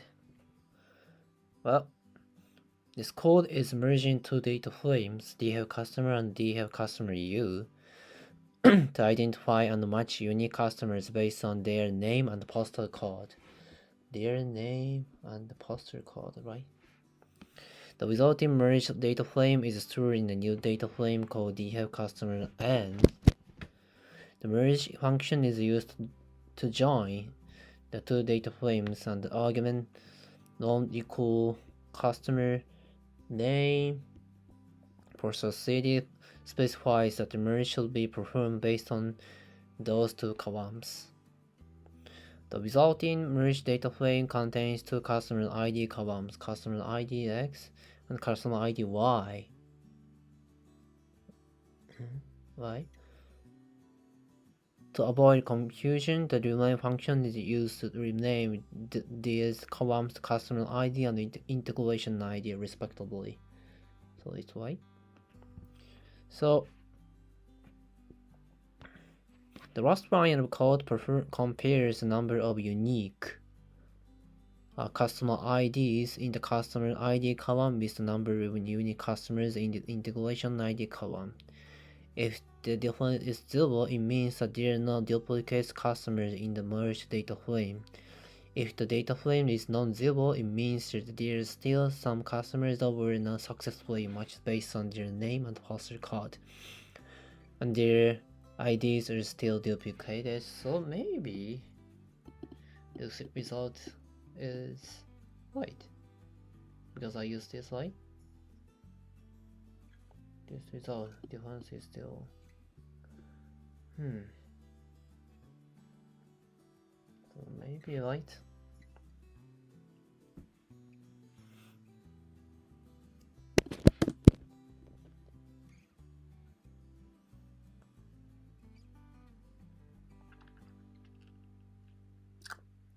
If customer user are not used and should be deleted, so I deleted this. Next, we want to split customer with sales records into training data and test data for building a forecasting model. Split the data randomly in the ratio of 8 to 2 respectively. This is easy.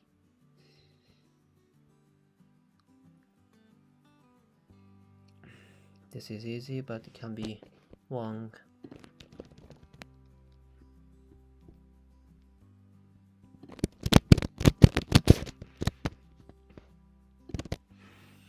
Yes, sales customer. TF receipt group by customer ID dot amount sum reset index. Okay.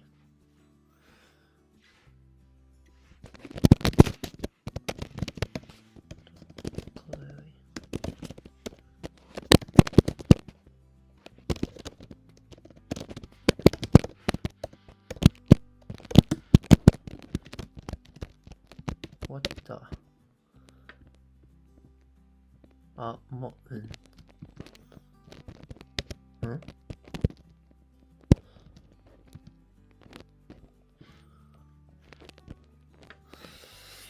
Name amount is not defined. You sure, man? To apply amount sum.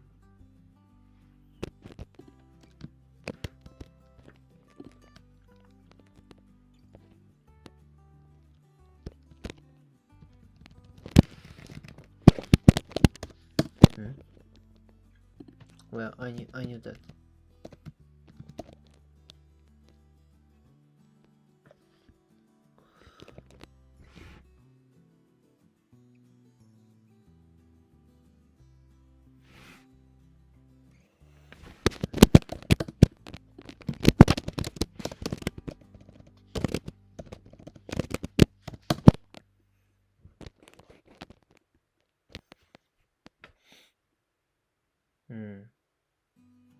Some amount?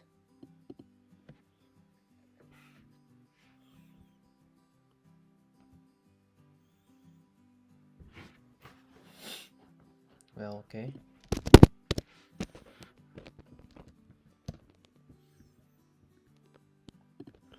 We have receipt group by customer ID. Right. Maybe because of here. What the? Let's see.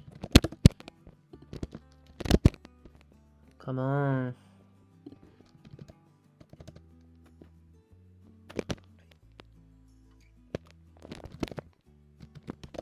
Come on, me.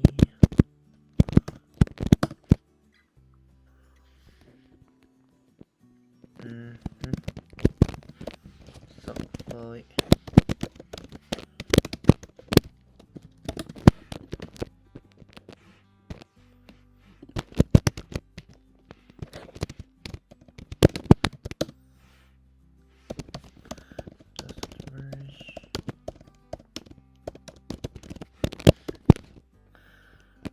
Have customer.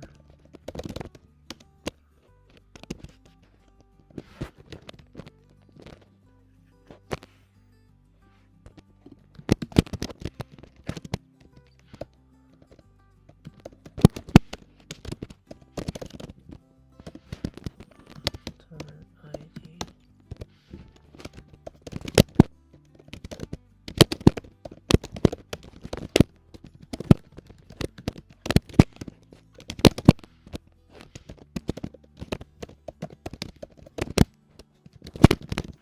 Come on,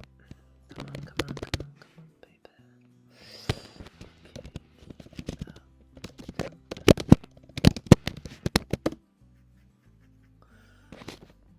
And pointer split.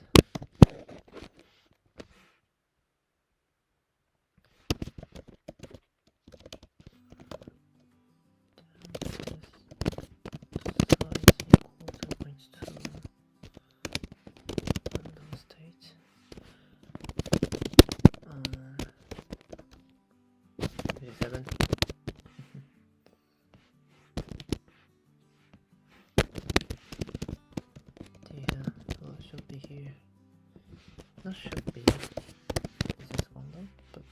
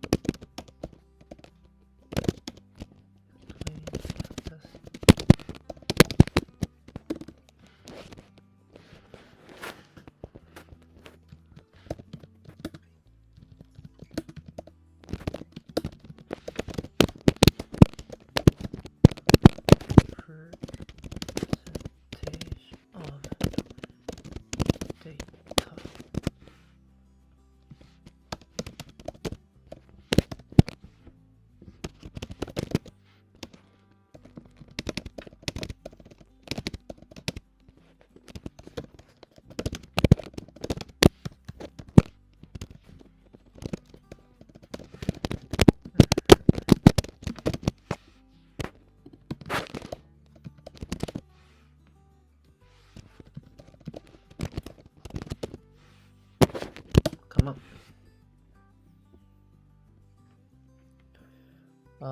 Okay. Well, this code performs a 20 split of the data based on the sales information of each customer. Well, maybe you guys know here. So I think. Well, I don't need explain this codes for details, so I'm gonna explain from here.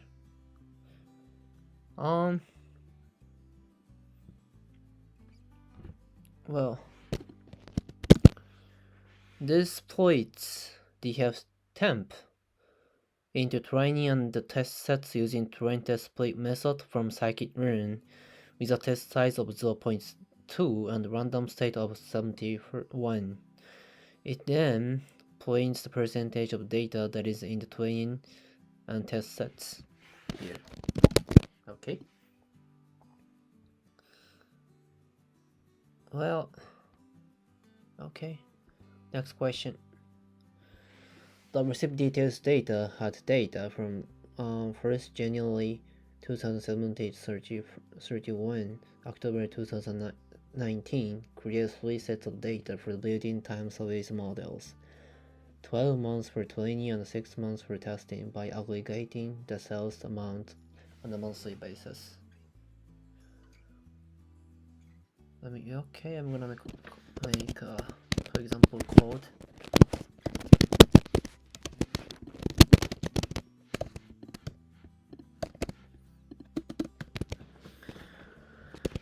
Okay, first accept.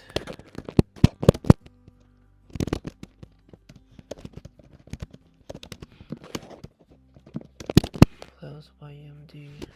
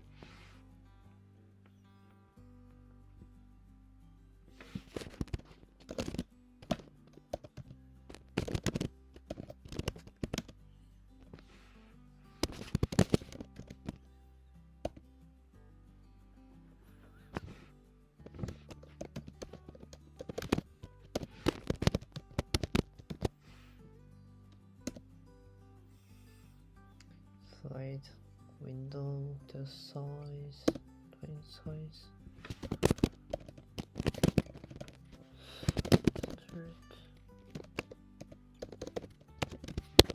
Point multiple by slide window.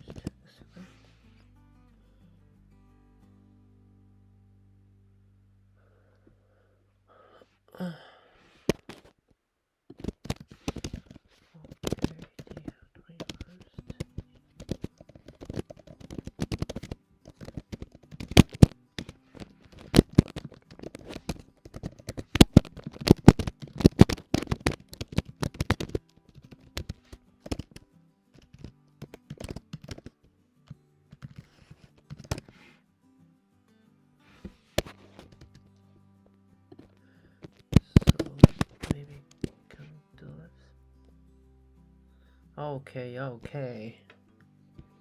Where I missed, man. 20 size.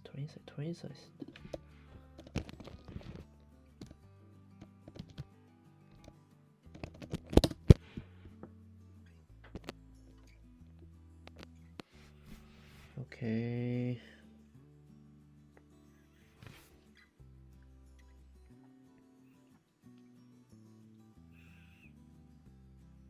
Split data. Test size. I missed?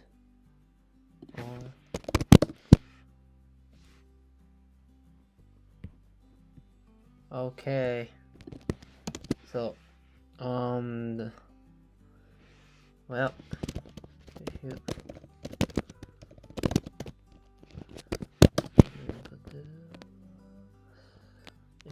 execute this, okay.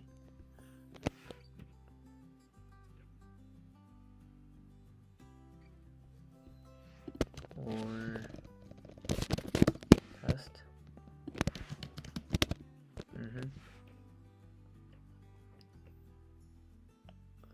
but I'm gonna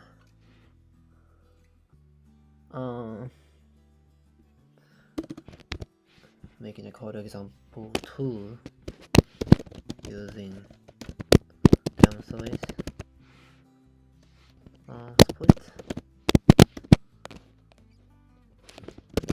equal 0 max toy size equal 12 and split equal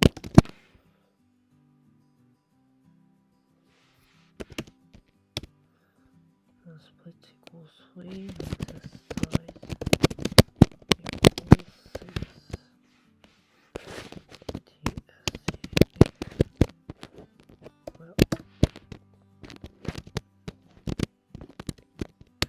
okay, TSC equals 0, 0, sorry.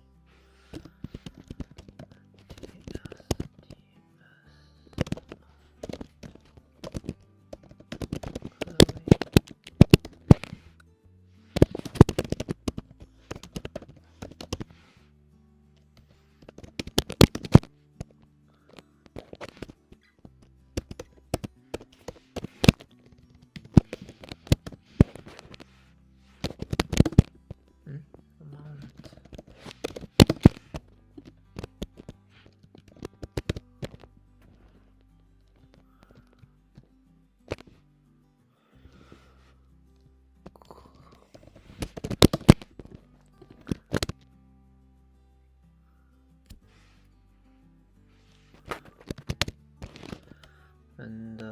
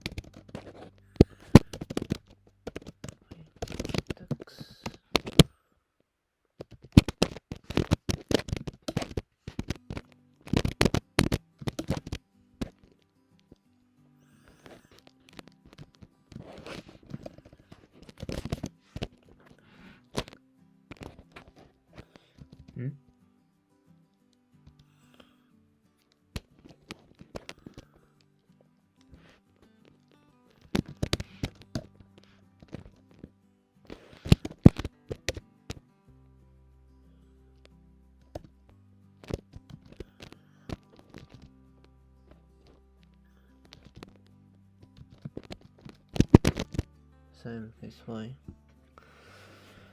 Train index, train test index T. Sorry, it's here.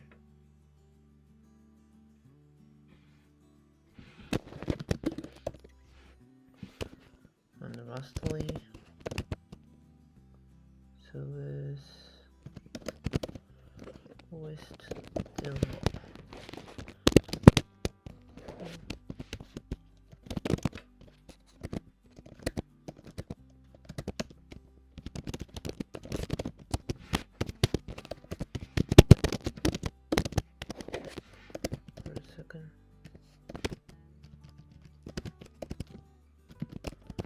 Maybe okay, come on. Not okay. Okay. I will find you. Look, train index.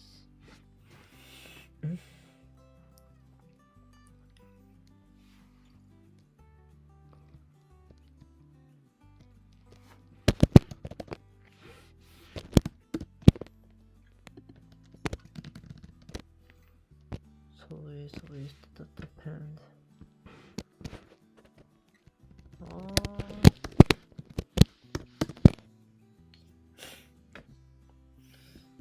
Okay.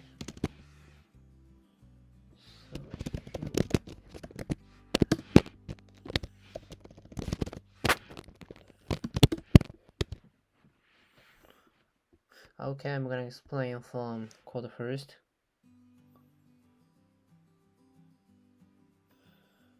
Well, this code is, I'm gonna explain the old codes. df TS amount data frame is created with column sales YMD amount and sales YMD. Sales YM. Sales YM column is created from the first 6 characters of the sales YMD column converted to a string. So I was here and grouping at the third line, it's grouping the DLTS amount data frame by sales YM column and aggregating the amount column with some function and resetting the index. The resulting data frame is stored in the same variable DLTS amount. And here, function split data is defined as a task that takes in the data frame df train size, test size, thread window, and start point as arguments. This returns two data frames, train and test data frames. Here. Okay. The split data function is called split items with different arguments each time to split the DFTS amount data frame into train and test data frames. 3 sets of train and test data frames are created and stored in df train 1 and df test 1 and df train 2nd, df test 2, df train 3, and df test 3. So the purpose of splitting the data into multiple sets is to use them as training and validation sets for time series forecasting model. By splitting the data into different sets, the model can be trained on different time periods, and the performance can be evaluated on different test periods. This helps to avoid overfitting and to get more accurate estimate of the model's performance.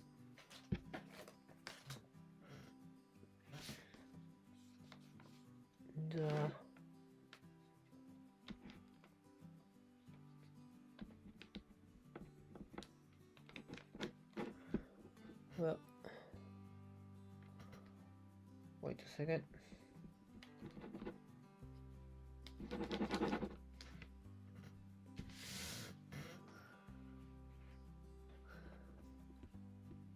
Well, I'm going to explain what code 2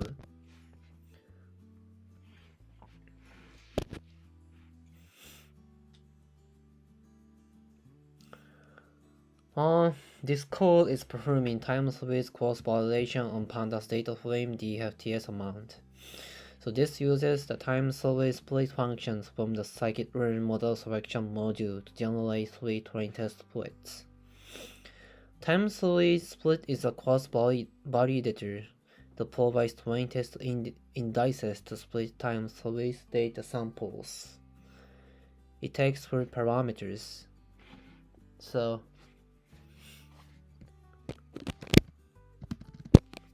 and splits, this is the number of splits and max train size.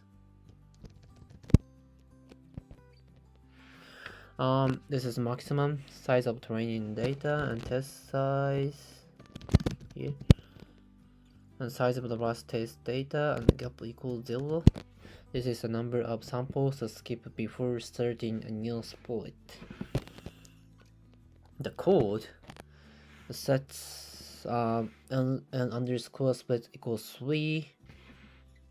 Well, I said this to create 3 splits with a training period of 12 months and testing period of 6 months.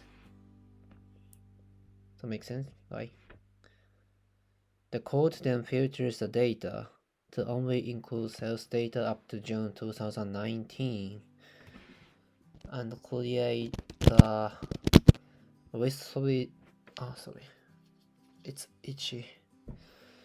A list series ways to store the train and test sets generated by time series split. The for loop iterates over the split generated by time series split and appends each split series list. And finally, code assigns the first train test split to dHub train 1 and dHub test 1, the second split to dHub train 2, dHub test 3, and the third split to dHub train 3 and dHub test 3. Okay, next question. For each customer in the customer data, undersample the number of customers with sales performance and number of customers without sales performance so that the ratio is 1:1.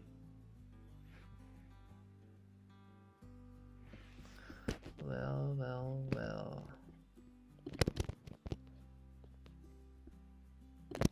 I'm gonna use this. Group by customer ID amount sum dot visit index.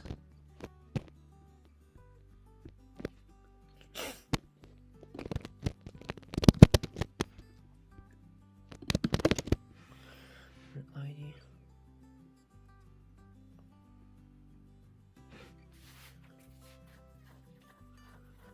Founders merge customer ID. Do you have tab here? Alt equal left customer ID.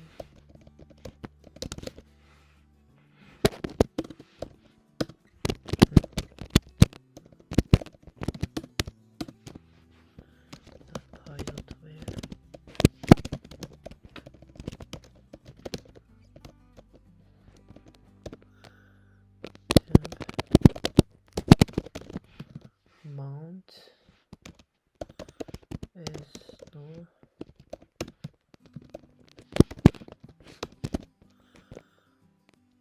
No sum. 2.1. Come on. We are missing amount. Well.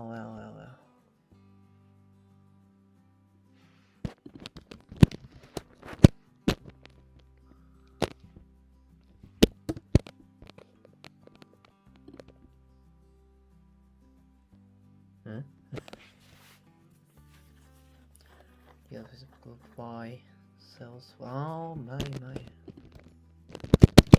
gosh.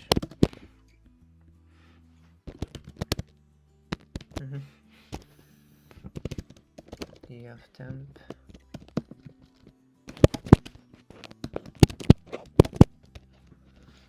is by flag.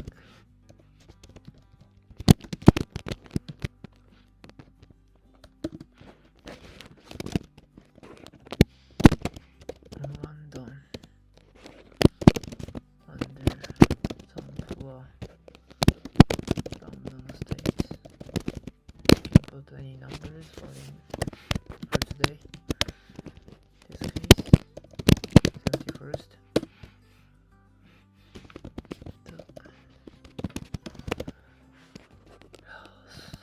Sample DF temp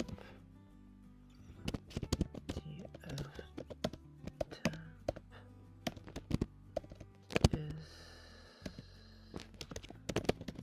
by flag.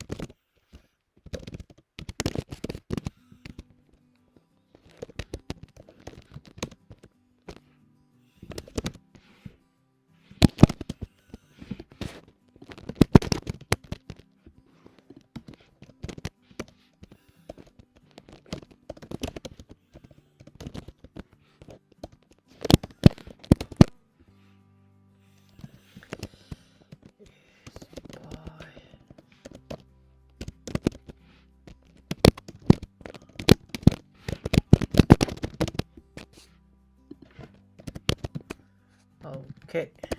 Come on, man.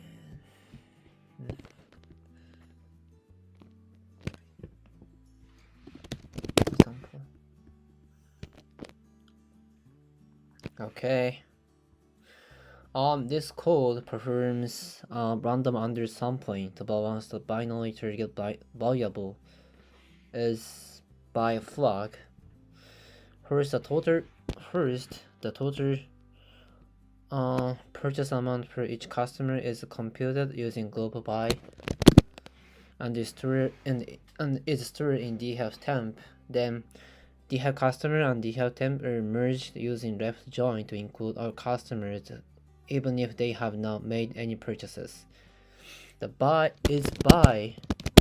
flag column is created by using numpy where to assign 1 to customers who made purchases and 0 to those who did not.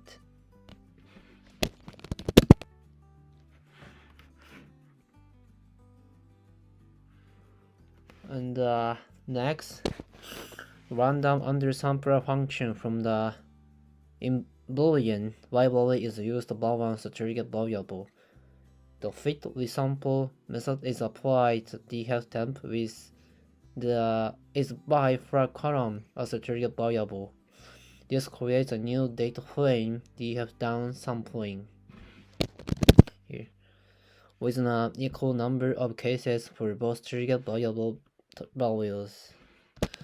And finally, number of cases with is by flag values of 0 and 1st.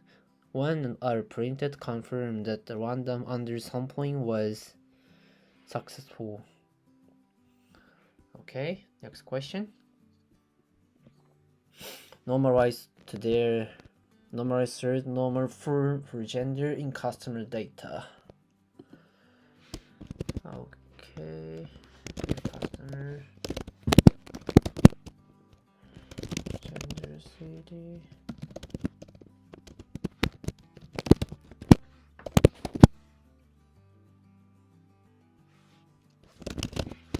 Gender.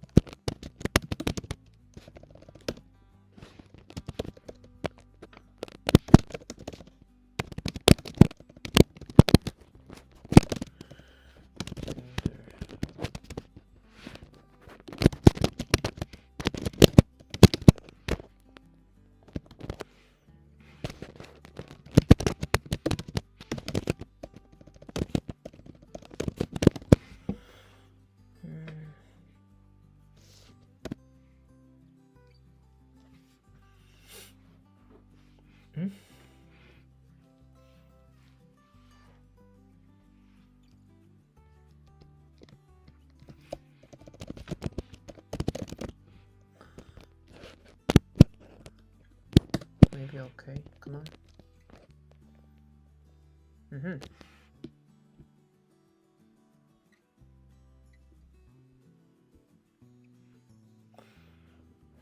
Well.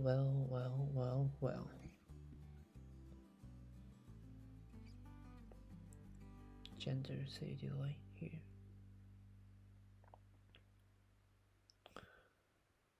Well, in this case, Github gender std is created by selecting the gender cd and gender columns from the Github customer data frame, and then removing duplicate rows using the drop duplicate methods. This creates a new data frame with unique combinations of gender cd and gender values. A Github customer std is created by dropping the gender column from the Github customer data frame using the drop method with the columns parameter setGender. This creates a new data frame with all the columns from Github customer except the gender column. The purpose of this code is to create two separate data frames, one with unique combinations of gender CD and gender, another with all columns from Github customer except gender, gender, these data frames can then be used for further analysis or modeling. Okay, next question. Product data only holds the code values for each category, but not the category names, combined with category data and the normalized to create a new product data that holds category names.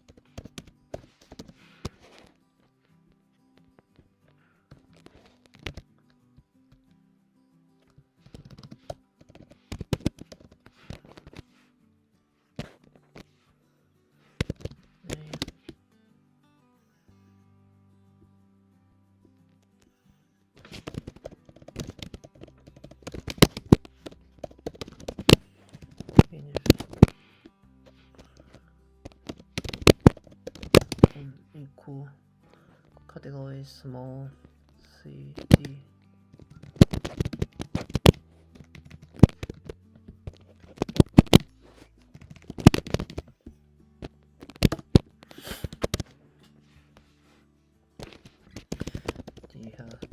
What the?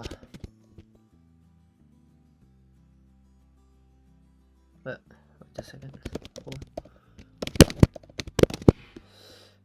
Small cd. Measure them.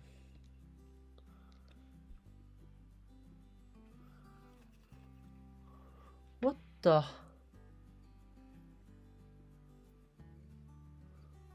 Oh, here, name.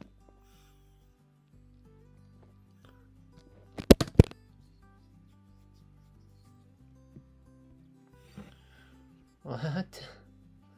What the? Where? Maybe here. Yeah. I didn't put the product. Come on.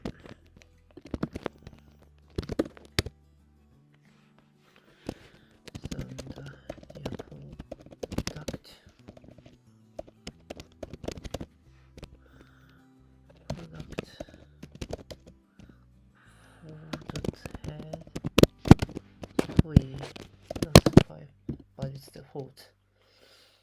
Okay.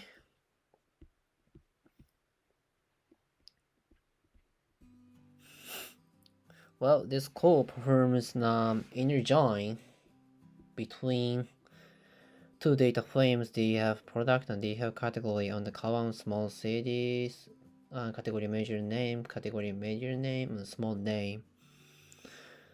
So it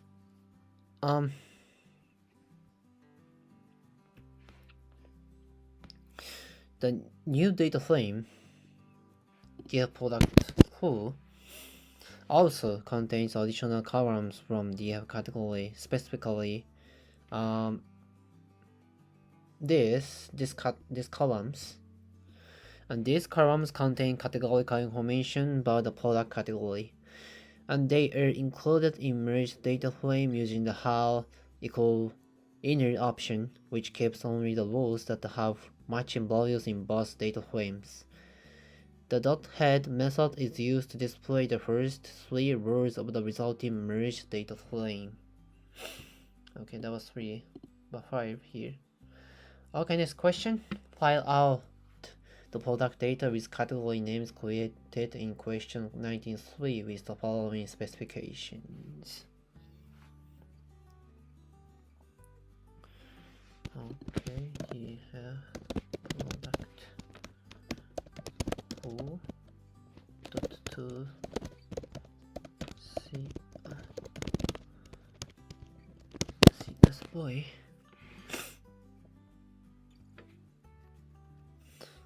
In this case,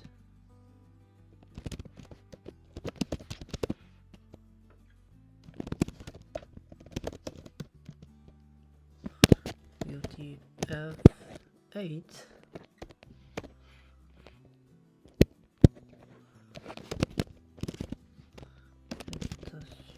boy. Oops. And coding equal UTF-8.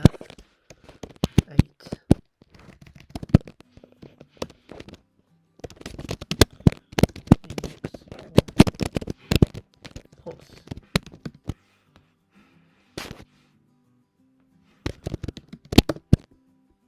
Maybe I can use this so you can confirm this. Maybe sample data, not sample data. Well,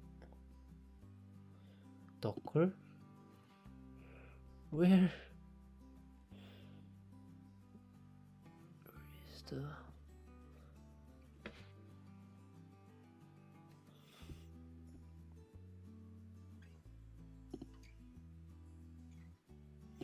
maybe not good, not going in new that post request data frame.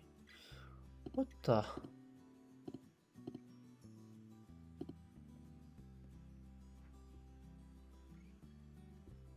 Well,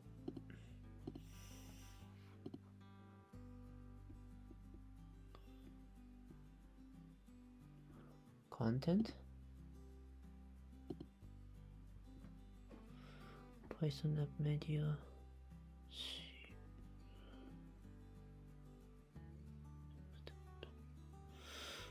Well, I'm not sure.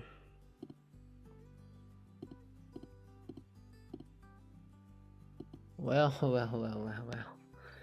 But this code exports the pandas data frame DeepL product pool to a CSV file with a specified file path and name. This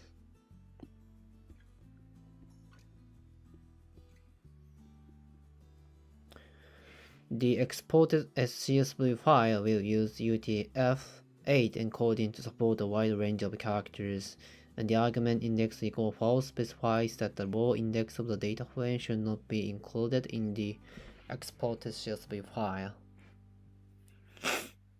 Well, I'm making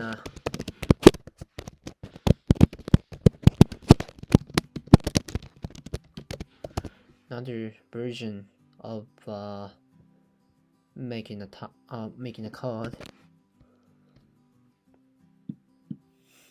The product UTF 0 BLM.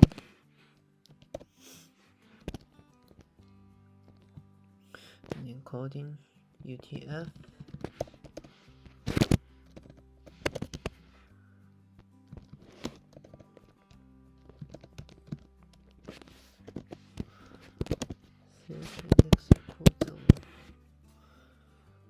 I'm not sure where files. Where is the files?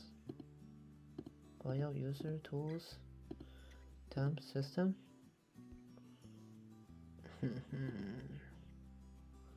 Python.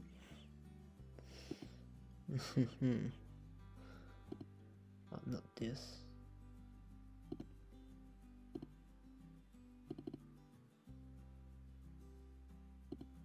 Well, what you can, it's fine. Of course, export the DeepL product flow data frame to Wait a second. The CSV file with a file name pdl product full, this name. Okay, the to_underbar CSV method of a pandas data frame is used to write the contents of the data frame to a CSV file.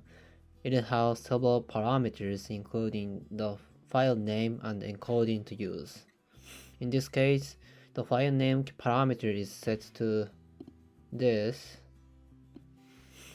which specifies the directory and the file name of the CSV file.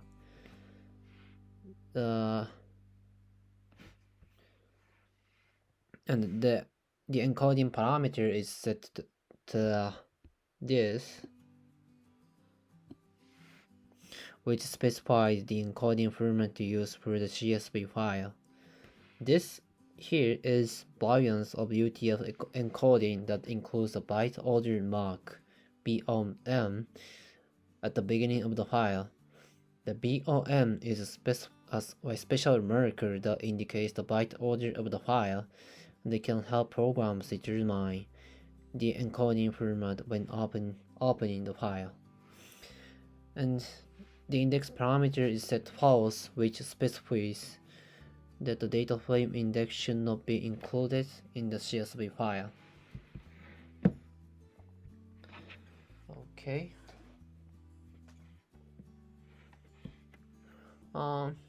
Next question. Output the product data with category names created in question 19.3 to file with the following specifications.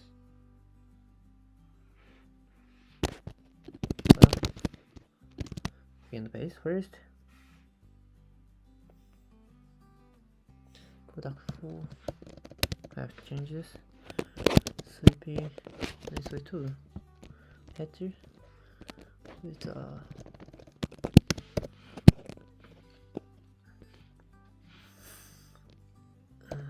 3P 932.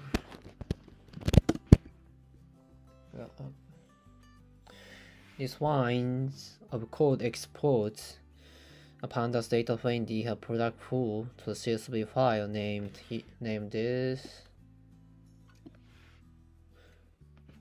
and the export CSV file uses CP932 character encoding, which is a Japanese character encoding, also known as Windows 31J. This encoding is commonly used in Japan for text data and is compatible with Windows operating system. Okay, the parameter encoding CP equals 932 specifies the character encoding to when exporting the CSV file. Okay, next question.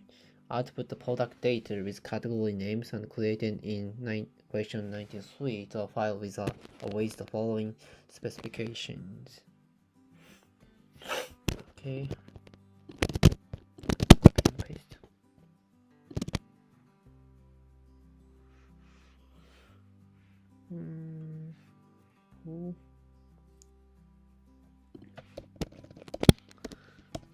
UTF-8 and no.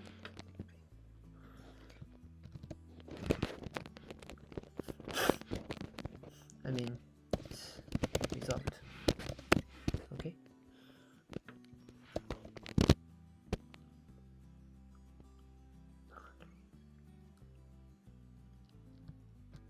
And the header.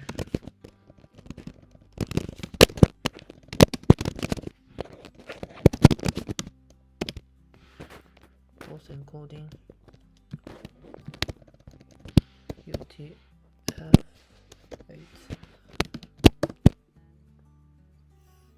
Okay.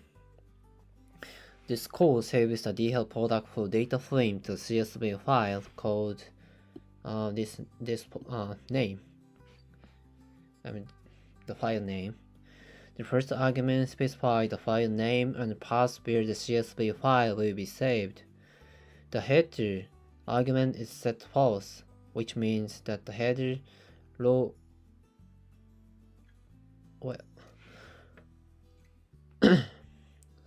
row of the data frame will not be included in the output file. The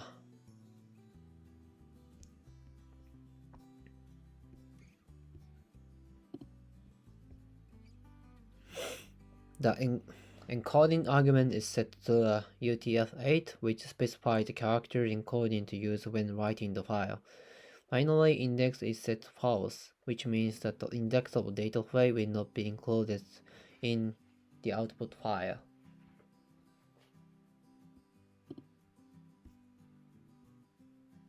Well, I had to specify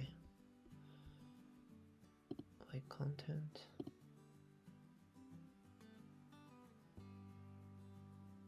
Well, maybe no problems. Next question. Was the file in the following format created in question 94 display 3 data items and checks that they have been imported correctly?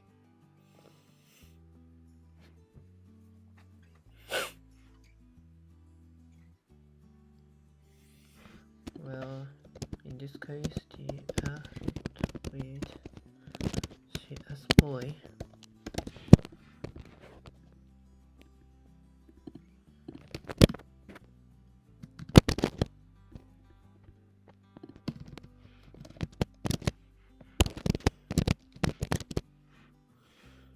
CSV and data type equal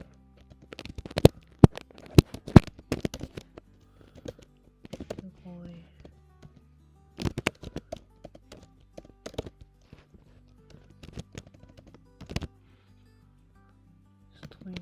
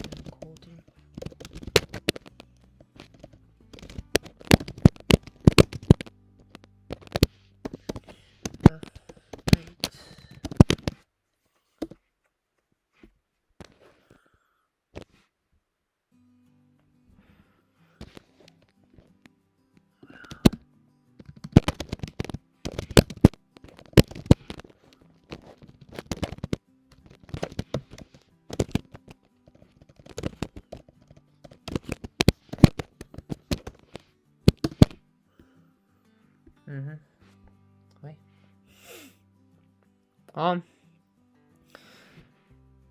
This code reads a CSV file named this. Well, sorry. Yeah, right. Question 94. Okay. With UTL encoding and no header row, and assigned column named the data frame.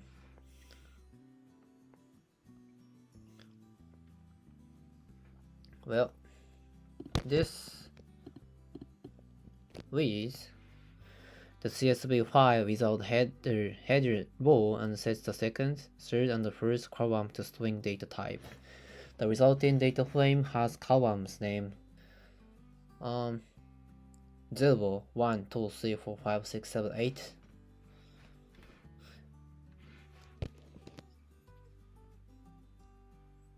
Okay.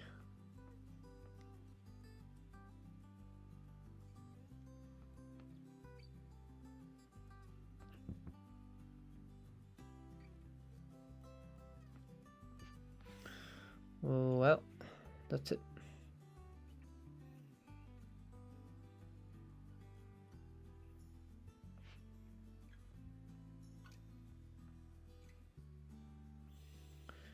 Next question.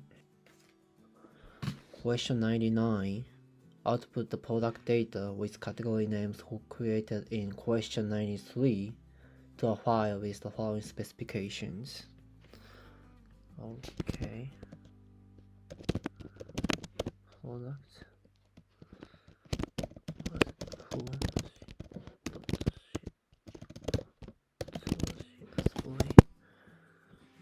And what was it? This.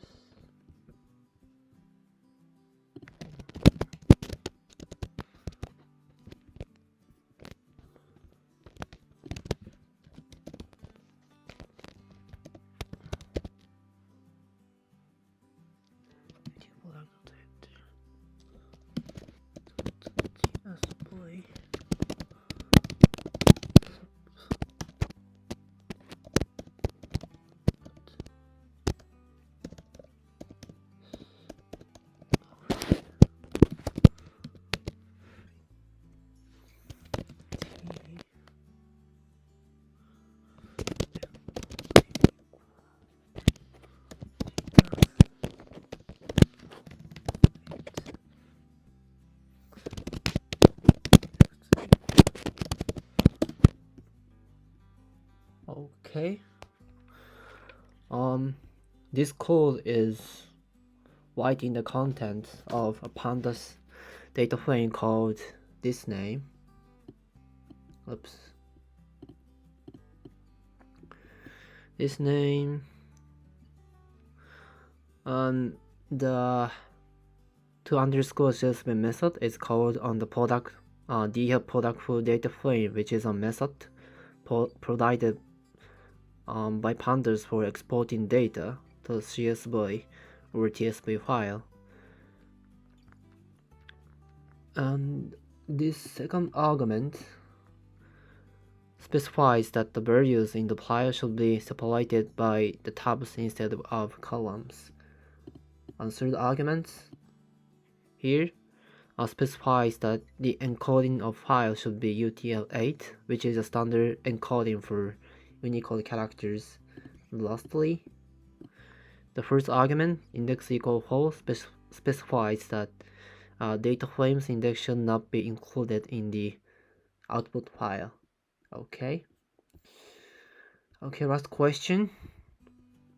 Load the file in the following format created question 99. Display 3 items of data and check that they have been imported correctly. Okay, I'm gonna two example codes. Two. The TS dot full. Not this. Equal. Pandas dot read. Table. Do you have product CD head TSV?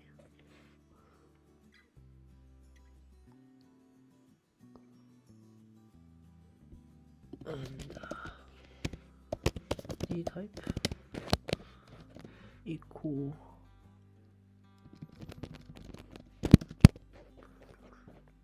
category measure CD.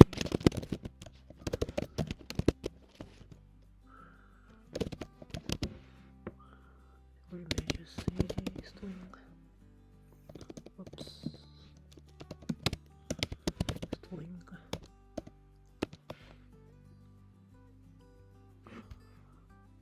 Measure CD string.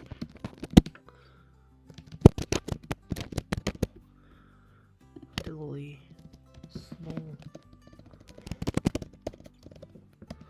small CD string.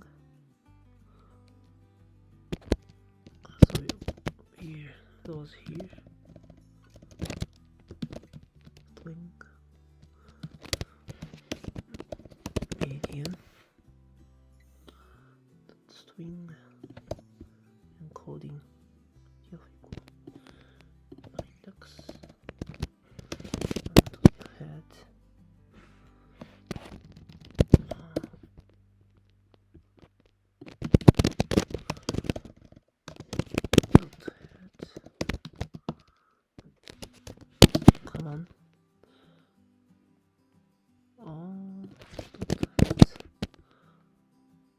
Okay, this is called example 1. And second is product business VSCSV.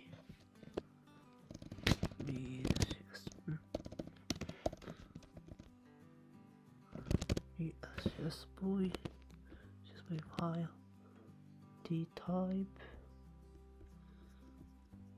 encoding and equal TE.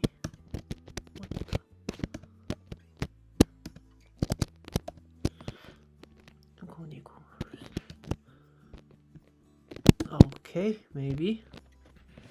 Yeah, I'm gonna explain from the first code.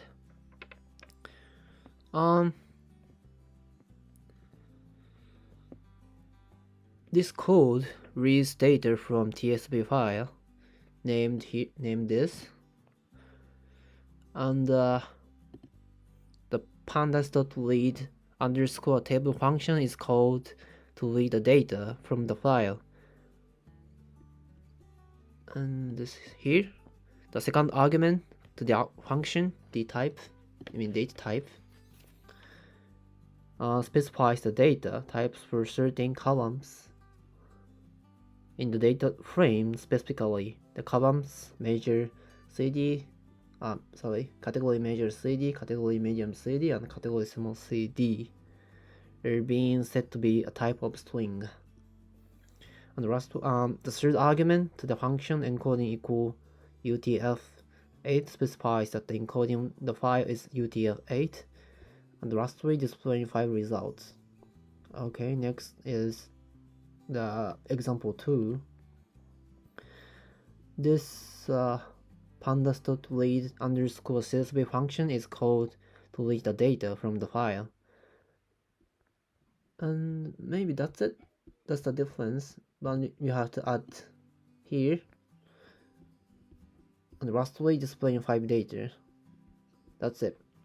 Okay. Thanks for watching, guys. This is the end of the video.